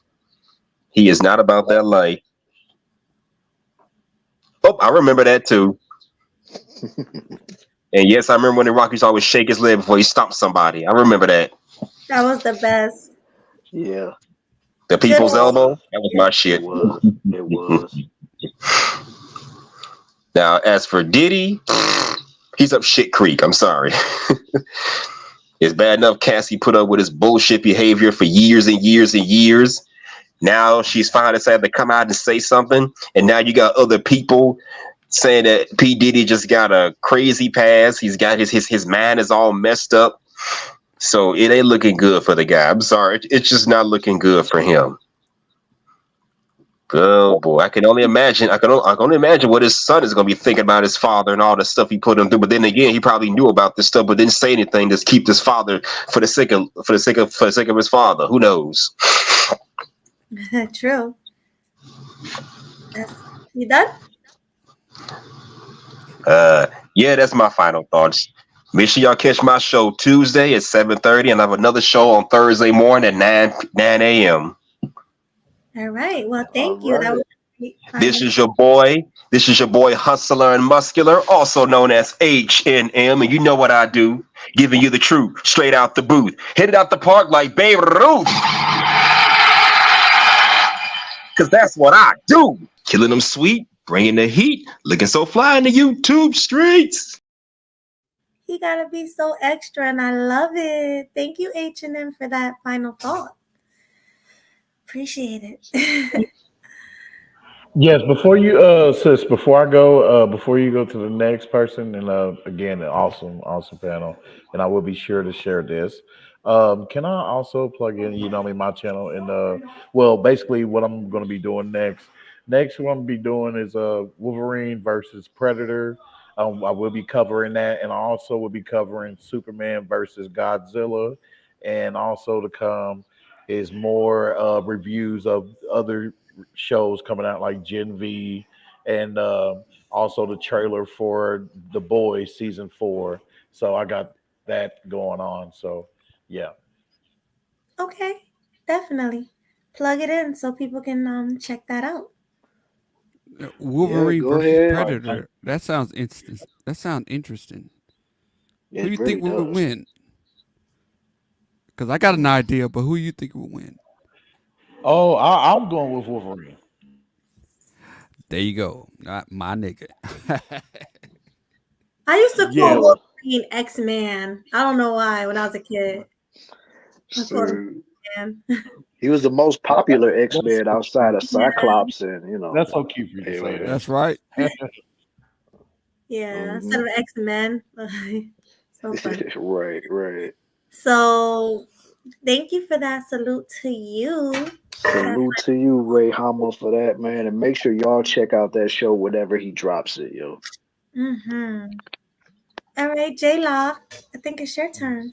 All right, yeah. Speaking of Godzilla, the new Godzilla movie came out. It's pretty good. It was the best one. I heard. Yeah, the best one out of all Godzilla movies. They said this is a masterpiece. Hold on. Damn, I'm glad I caught that. Sit your ass down. What you say? A new Godzilla movie? -1. Yeah, -1. Yeah, This new one was Godzilla the movie, number bro. one. This was the best one out of all Godzillas in my childhood. Everybody's saying a lot. This is actually a monster movie. This is actually a monster movie. Like this motherfucker was intimidating, scary. So motherfuckers was like, oh my god, this motherfucker raising havoc. So this is all how it all began. So, but it was beautiful. It was beautifully made. So by the way, Melly, I found that cartoon character. You might kill me when I tell you this. Who is it? You look like Peter. No, not Peter. What's that guy name? Yeah, Peter Lorre. Who's that? He's a cartoon character. Peter Lorre. He had droopy eye. He had droopy eye. He was scary. Look, he was creepy. He had a creepy vibe. He talked like, "How you doing?" He was trying to Bugs Bunny. I look like him. You look like with the droopy eyes. I don't have no droopy eyes, so don't even. I think she looks like Kim Possible. Peter Lupe. Peter Lorre. Peter Lorre. Peter Peter. Lorre. Hold on. Lorre. Hold on. Lorre. Cartoon. Killer knows this is not going to be good. It's not gonna be good. You not looking good. Yeah. You could have kept that at movie night. Okay, so why would you say something like that? No, the eyes. Nothing like that. So the eyes. I was like, I don't know, the eyes kind of. My eyes. The cheeks, the eyes. I was like, yeah. Don't try to clean it up now, man. No, but the P Diddy, but the P Diddy situation though, I heard stories about P Diddy. That's why Game Changer was like, that day we had Melody. Hold on. What the hell do you look like? Why don't you cam up? What do you look like? Ooh. I already told you. You already know what I look like, bro. Here we go. I got pictures. What do you look like? I got pictures. Oh my God. You know what I look like, bro. You should have known this was. You should have known this was coming, Jay. I got pictures. You should have known this was coming. I don't have. You got the eye. You got the eye. Hold on. My name is Real Sex Appeal on Instagram. Go look at my pictures. I do. Yeah, I'm sub to it. I'm sub to you too. I'm just sitting up here drinking my Heineken. You wish you could. Never mind. Anyway, I don't look at you. I'm just sipping my Heineken. I'm drunk. Anyway, sound like you tongue tied, man. Right. I'm drunk. Yeah, blame it on alcohol, even though I'm the only one drinking up here. Right. Get off my damn panel. Yeah, he dipped up out of here. Oh! Get off my panel with that. Oh, J-Lark, damn. My panel. And tell me I look like some said man. Kim Possible. or Oh my some God. female character J-Lock, would have been no. great. Why did you do that? What he say? He said you look like a man. Like a He said Peter Cool, bro. He said something about Peter LaRae. I don't even know what that looked like, yo. Right. Like, you want to see what he said I look like? I'm gonna pull it Oh, up. oh my God, She J-Lock, looks what like did you Kim Possible, do, y'all. Come bro? on. I was Oh, I know who Kim Possible is. I'm about to say that's a Disney she cartoon show. Yeah. I'm gonna show y'all who he tried to say I look like. Oh my God, Oh no, J-Lock. I didn't even Google it because I didn't want to know. You don't tell a woman J-Lock. like this that she looked like that. So Oh we're my not God, gonna do yo. that. Oh my God, yo. Hold on. I'm gonna pull it up. How Yeah, you I don't spell see it. Peter LaRae or something like that. LOR. RZA said a Looney Tune. Dang. A Looney Tune? Hold on. That's what RZA Said said in the something chat. about I the see. eyes. He was He focused said on your somebody eyes. droopy eyes or something like that, man. I knew it was bad when he said it, man. I was like, Yeah. J-Lock, stop. J-Lock, stop, man. I saw Killer put his finger on the drop button when I he didn't said even that. do it. That's the thing about it. I didn't even do it. But I didn't even do it. You're not gonna come I on didn't. my channel. You're not I didn't even do it, man. You're not gonna come Hey, on. RZA said she got it in chat. RZA said she got it right here. Okay. Oh no, RZA. I can't click it. I don't want to click it. He said Don't I make look me like click this. it. I'm gonna have to. Oh my God. He said you look like that? Oh Yeah, my God. no, that's disrespect. So That's a Oh my diss. God. That is a diss. No. That's a whole diss. Oh, he trying to roast you J-Lock. before he leave. I know he J-Lock. did. Oh my God. Yo, oh my God. And I'm looking at the cartoon now that RZA got in the chat. Oh Lord, no. Say that dumb shit, mate. I J-Lock, mean, no. shit was the Keenan, but damn it, but my nigga look like a whole black Moses. J-Lock, no. J-Lock, no. You are Why right for did you dropping do him, that, Money man? Mellow. Why did you do that, man? Nah, you done messed up, bro. And don't be blaming it on alcohol, bro. Don't be doing that. You done messed up saying I look like some droopy eye cartoon from the A 50s. dude at that. A dude at that. Oh my God. Hey, he needs to come up here and give 50. He need to give 50 push-ups on the camera. 50 J-Lock. push-ups. J-Lock. Nigga, you stupid. Yeah, he gotta be drinking. Gotta be drinking if he's not like that. Gotta. Stop it. Get some help. Ain't no way that you think I look like that. Accusations. These are not accusations. This is false accusations. And Oh my God. I can't. I Oh can't. my. Oh, no. No. No. No, no, no, no, no, no, no, no, no, no, no, no.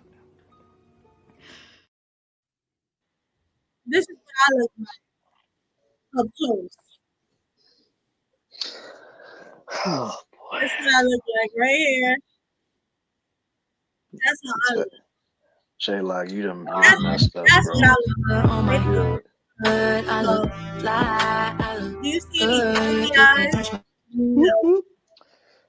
J-Lock, you just put yourself in the entire doghouse tonight, bro. He's in a The dog. entire, not the regular doghouse. Not the regular doghouse. The entire doghouse. The entire, the ultimate doghouse. The ultimate doghouse. Hey man, you see little sis, man. He gonna say that, man. Little sis over there looking like a whole pack of Nutter Butters. You hear me? Listen. Actually, I don't usually do this. Oh, here we go. I hate going on a big screen. You know what? Money Mellow, just go. I'm not gonna let Woosah. a little person like that come at a person like me. So he can back No, up. we got to stun on them, girl. Put on that big screen. We got to show what you made there, girl. Show that big screen. Got to floss on them. I was about to Gotta stand up floss and do on the 'em. Kendra. I was about to do the Kendra cam on his ass.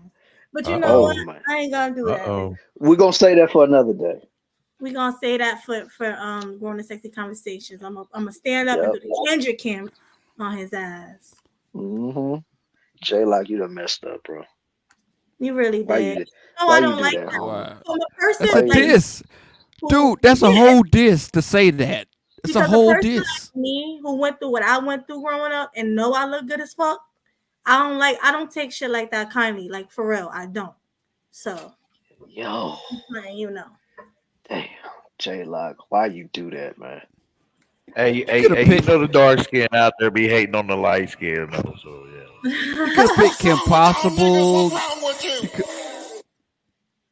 ain't even gonna You do could have picked Jessica Rabbit. There's a whole lot of cartoon it. characters that you could have picked from, and that's who What's you her name picked. from Teen Man. Mutants? From Talking about, oh, who? I was drinking. This is what I said. Don't be blaming it on alcohol, man. Don't do On the that. Yeah, don't be blaming it on alcohol. alcohol. Leave Like, alcohol nah, alone, Don't my do friend. that. Don't do that, man. Hey, Dick, this nigga. Melody's about to get an acting job at an anime studio. Look. Like I was about to say this. I was about to say this nigga just called me ugly, pretty much, and didn't expect for me to drop his ass down. He got me all the way fucked up. Like, As soon as he said, as soon as it said dude or man, I was like, okay, I'm like, there's so no you said I'm way the this could end dude? up. Once I heard the name Peter LaRay, I said, "This is not gonna be good. It's not gonna be good." Yeah. Like, cause it's one thing when he said cartoon character, I'm thinking about the name of female character. But once I heard the name That's why I Peter, I said said, Kim "Oh Possible. no!" I said, "Oh no!" Like Jay, like, what are you doing? And then he gonna try to cover it up before you say, like, Melly, please don't get mad at me. Like, you didn't think she was gonna get mad when you bring up that cartoon A dude. character? Like, come That's like on. And then that's like me pulling up an ugly ass female cartoon and say you look like her. Like, Yeah, you look like Tom of Tom and Jerry's maid.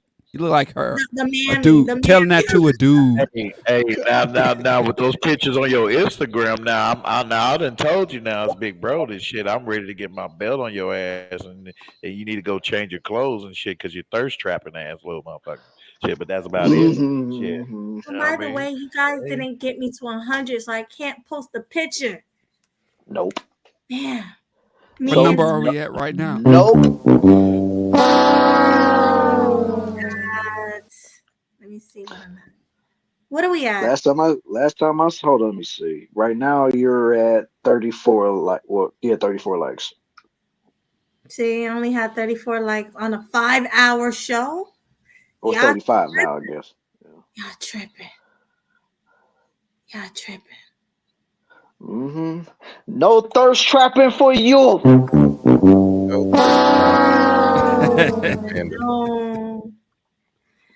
All right, guys. So that kind of threw me off. So where are we now? Because that threw me off. Well, where are you now? Taking consideration of the clips that I gave you in the chat, that is content worthy that you can cover for next time. But you done forgot something, Rakim? It was final thoughts. Yeah, I just had. Go ahead, homie. No, I just wanted to come up here and say.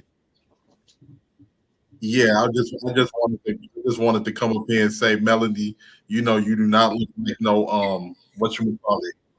I know. I was only joking. I was acting fake mad just so I can drop them. Just kidding. Yeah.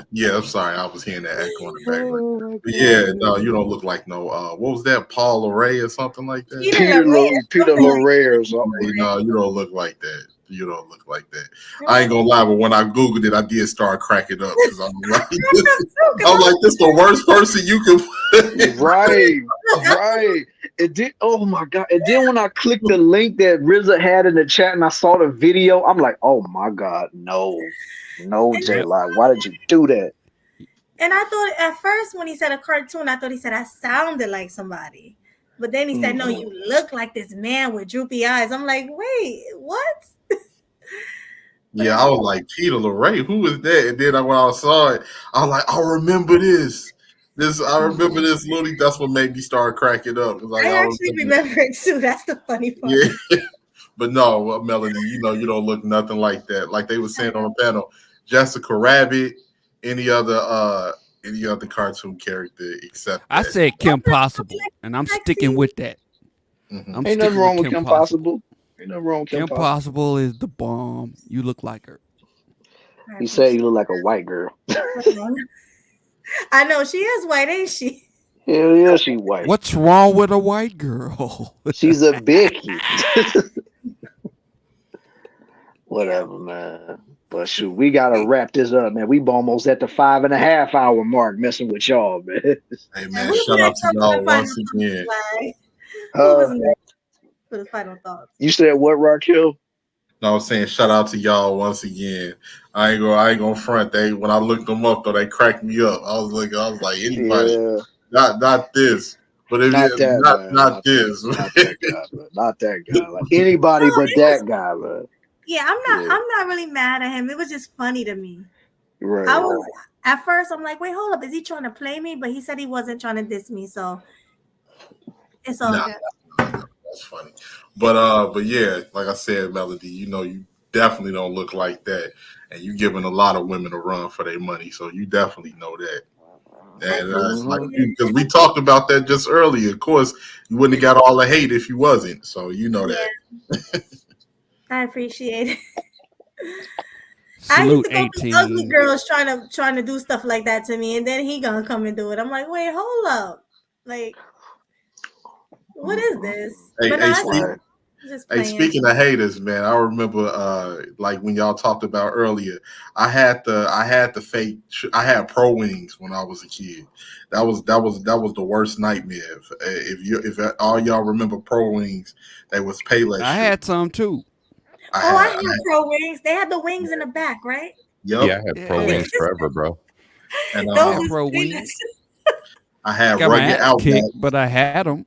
Yeah, I had Rugged Outbacks, which was the fake Tims. I had them, and I used to have to I call it a stepdaddy kitchen haircut because I used to get my haircut by my stepdad in the kitchen, and it was a bald onyx. I went to school looking like Fredro Starr. Man, I was getting roasted left and right, man. I was getting roasted left and right. When they saw me with the Rugged Outbacks, they like, he got the fake Tims on. He got the fake, man. School was hell. I'm like, I can't go back. I can't go back. What do you remember the fake Tims with the bush on them instead of the tree? I don't remember those. I don't remember those. But they look just like Tims. I don't know how they spotted them. Like I was at lunch and they spotted them. I'm like, oh, I was trying to cover them with my pants. We can all admit growing up in the inner city, kids was cruel, man. Of course. They was the worst. And then on top of that, I just remember like all of that stuff, man. I remember when I wanted Jordans and my mother was like, "No, I got you some Hakeem Olajuwons." I was like, "Hakeem Olajuwons?" I was like, Spaldings? You got me some Spaldings? What the hell did you like? Oh my God, man. That was the worst. That was the worst. Did you ever see the Jordans with instead of the jump man, he was doing something else. Like he was kicking this way and that way. I had to pay remember the pumps? Reebok pumps? I had those was classy. Those was classy. Oh, with the basketball. Yep, I had some pumps too. Yeah, I had those. Yeah, pump your shoes up. If you could pump your shoes up, you were the cool kid. Yeah, elementary school. Yeah. Yeah. Yeah. All right, I'm out of here, y'all. I'm out of here. Y'all have a good one. You too. Hey, 18, before you go. 18, you still there? Yeah, I'm still here. Yeah, before you go, there's no such thing as black outside of the United States. Okay. Have a good day. You know you had to get that in. Yeah. I had to. I can't help myself. All right, man. Well, let's go with you. Let's go with you, Clue. Let's see what your final thoughts is, bro. Yes, sir. Money Mellow. I gave you that name because I knew you were going to make cash money on this platform. You know that, right? Yeah, that's me. That's that nigga right there. I know you're going to make big money on here, and I know you're going to make big money on here. You just keep to it. Look at your analytics. Plan your marketing plan whatever, and you'll be fine. Yeah, I hope And so. killer swag. Killer swag. I don't know who came up with the phrase killing them sweetly, but that's the best brand that came out of YouTube. Period.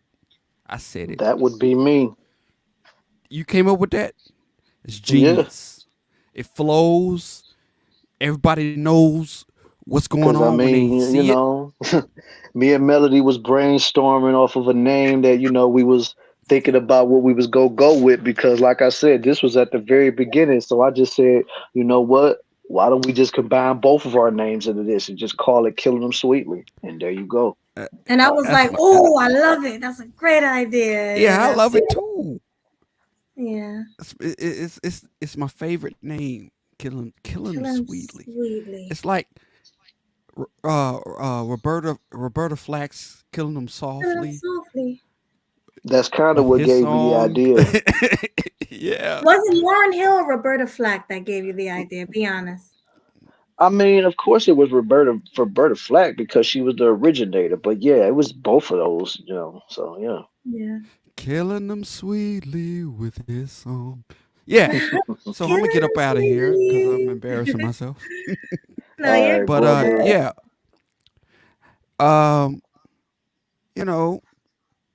Money Mellow, make that Yeah. money.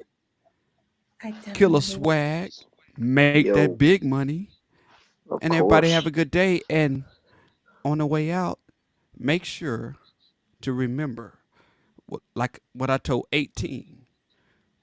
There's no black outside of the United States. Number one, and number two, God bless H. Pearl Davis. Amen. Woo! All I'm out. right. Amen. Amen. Deuces, brother. I And mean, I will put this on a T-shirt. Just know that. oh yeah, definitely have to do that. But my wife gonna have a problem with it. But go ahead, try it. Go ahead. I'll Oh, deal she's with gonna that be at like, home. oh, she ain't gonna like that at all. Another white She kingdom. won't like it, but I'll deal with that at home. Go ahead and do it. Go ahead and do it. That's not my problem. It's the money, baby. Oh my God. All right, culture. What's up, What's y'all? going on? What's going on, cuzzo? What's your final thoughts, brother? First of all, I'm not even going to try to follow up on the wonderful compliment that was made of the lovely Melody earlier. I'm just gonna we're just gonna scratch that whole bit from the record. But so let's see what we had. We had Diddy. Yeah, it's curtains for him. The one thing that I had heard pointed out, and I think 18 said he's going to check into it when he reads the entire case file, is that Cassie played 3D chess. It wasn't just about hitting Diddy's pockets; she hit his businesses. So, and because of that, the businesses are what basically shut him down, because ain't nobody's insurance and lawyers going to want to have to deal with him over and over again, because they knew it was going to be a big domino effect. So I think he's pretty much done. I'm done with the dude. I've been done with him for years. T.I. and Tiny, yeah, they done messed up. They done messed up. They done messed up A.A. Ron. And yeah, that King is curtains, man. I mean, I think I appreciate what 18 said, because having the alternative avenue and mindset for young men is needed 100%. There are young men generations down, behind me and my family alone, that are lacking that, and are lacking, of course, the proper father figure to begin with. But I can go off for another 5 hours on parents. That's a whole nother issue. We're not going to spiral down that hellscape. But yeah, it to 360 around, to my point, it all comes down to the parents, and they done fucked up A.A. Ron. So that's all I got for that. As always, this was another great show. When I jumped up, I thought the conversation was pretty interesting, and I saw both sides of what the gentlemen were talking about, the brothers were talking about. So I had my own little piece and perspective to add to that. And yeah, wonderful show, wonderful panel earlier. And y'all have a wonderful night. Peace out, everybody. Check me out. Those out there on Team Replay, of course. And Yeah, I'm gonna help y'all close out with some commentary from the mod side in the comments. Most All definitely, right. fam. All right, y'all. Appreciate that. Salute to you. Have a great night, homie. Good night. So we do what we always do. You do your final thought, and I close out. Yeah, but before we hit that, why don't we read the super chat that we got up here tonight? Oh, Daincy, thank you for the $2 super chat. He says, "Salute Melly Mel and panel. Salute." Salute to you, homeboy. Appreciate you for coming through, sliding with the $2 super chat off rip, man. Whew. All right, final thoughts time for your boy Killer Swag 216. All right, man. Today's show was very interesting, very insightful, very informative, and it was a damn good show. I should say that myself. Like I really enjoyed being here. Like this is one of those rare shows to where I really wasn't even looking at the time. I was just letting it flow and flow and flow. And then next time I looked up, I see, it was almost going at the 4 hour mark, and now we almost at the 5.5 hour mark. So I'm gonna try to speed this up as fast as I can because I don't want to try to be here all night because it's almost about to be 6 hours up here. But all right, as far as the whole Diddy situation, like I said, I stand on everything I said earlier. I think the dude is guilty. I think he's a monster. I think all of those things have happened. 'Cause like I said, I've heard too many things about this man over the years to just completely bypass it and just act like it never happened. So that's why I say off rip, like, dude is just a monster. And the fact that a lot of these people are trying to gun for him now, in my opinion, yeah, you're getting the money, but in my opinion, you sound like you just as guilty as he is. Because in the end, you just trying to get a bag off of him. Because if you knew this man was this filthy, this disgusting, this vile, this evil, why wait all of these years later? Because ain't he in his late 40s, early 50s right now, or something like that? Mm-hmm. So why is you gonna wait so long in the game to where he long in the tooth and age to where you want to come at him now? You know what I'm saying? Like that to me, that's very strategic. It's like you're doing it because you know you're gonna get a bag off of it for real. So it's like you don't have any true intention. And just like somebody has said earlier, like when Cassie did the lawsuit or whatever, she initially came out and was like, I'm not going to settle. I'm doing this for all women everywhere. But then once the numbers came in, she settled immediately. So that's what I'm saying. Like, so all of these people, in my opinion, ain't none of them innocent. They all knew what this dude was doing back in the day, and they all know what he's probably still doing today. So they are no angels out here. So as far as I'm concerned, I don't feel bad for any of them. And as far as I'm concerned, I'm done talking about Diddy because whatever happens to him from this point on, it's all on him. Because I already said it earlier.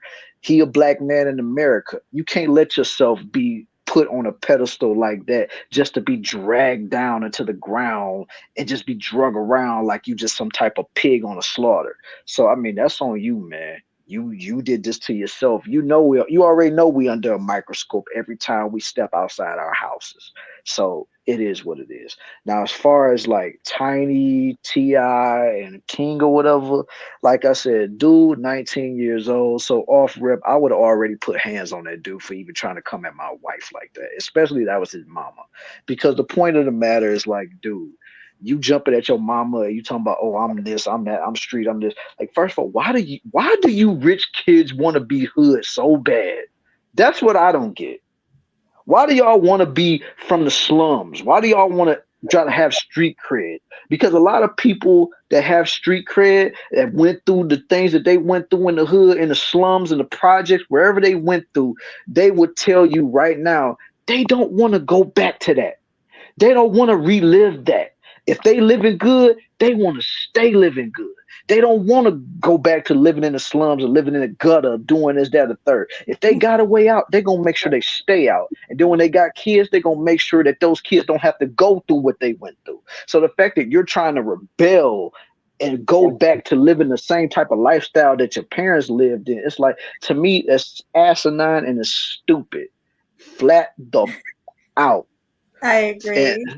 And that's my final thoughts on this whole matter. Great show tonight, and Melody, take us home.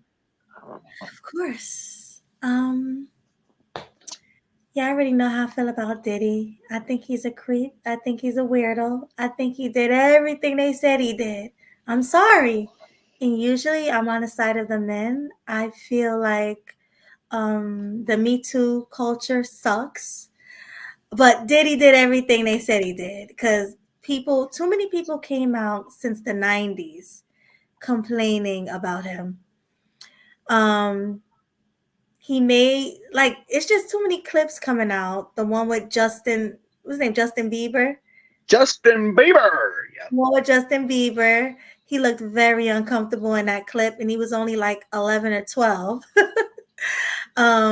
Kim Porter, she wrote a tell-all book, and then she passed away as soon as she was about to release it. Yeah, he did everything they said he did. I'm just gonna leave it at that. As far as the little boy goes, who's bad, Mr. King Harris, he deserved to get yoked up. And I feel like T.I. should have did a little more than that yoke up because he was very disrespectful to his parents. And yeah. He's just trash. He's trash. None of T.I.'s kids are like him. Tiny's kids aren't like him. The one she has separately. He's just a wannabe. So yeah, he needs help. Play that he needs help clip. Oh Lordy Jesus. And I got you covered right here. Stop it. Get some help. And it was a great show. I was a little thrown off by that comment, but it's all good. And I'm tired. My brain is fried. So thank you everybody for the super chats. Thank you for the likes. Thank you for the shares. Thank you for the new subscriptions. And subscribe to Killer Swag if you haven't already. And we will see you guys next time on Grown and Sexy Conversations. Peace. Next week. Tune in. Park it. Deuces, y'all. We up out of here.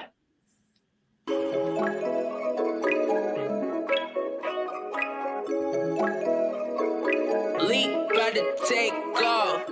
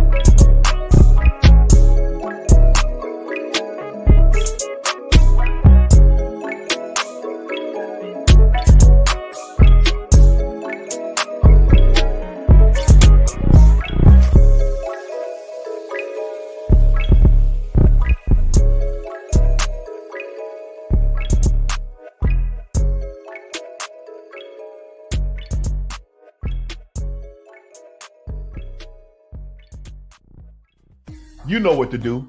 Hit the subscribe button. And you know this, man.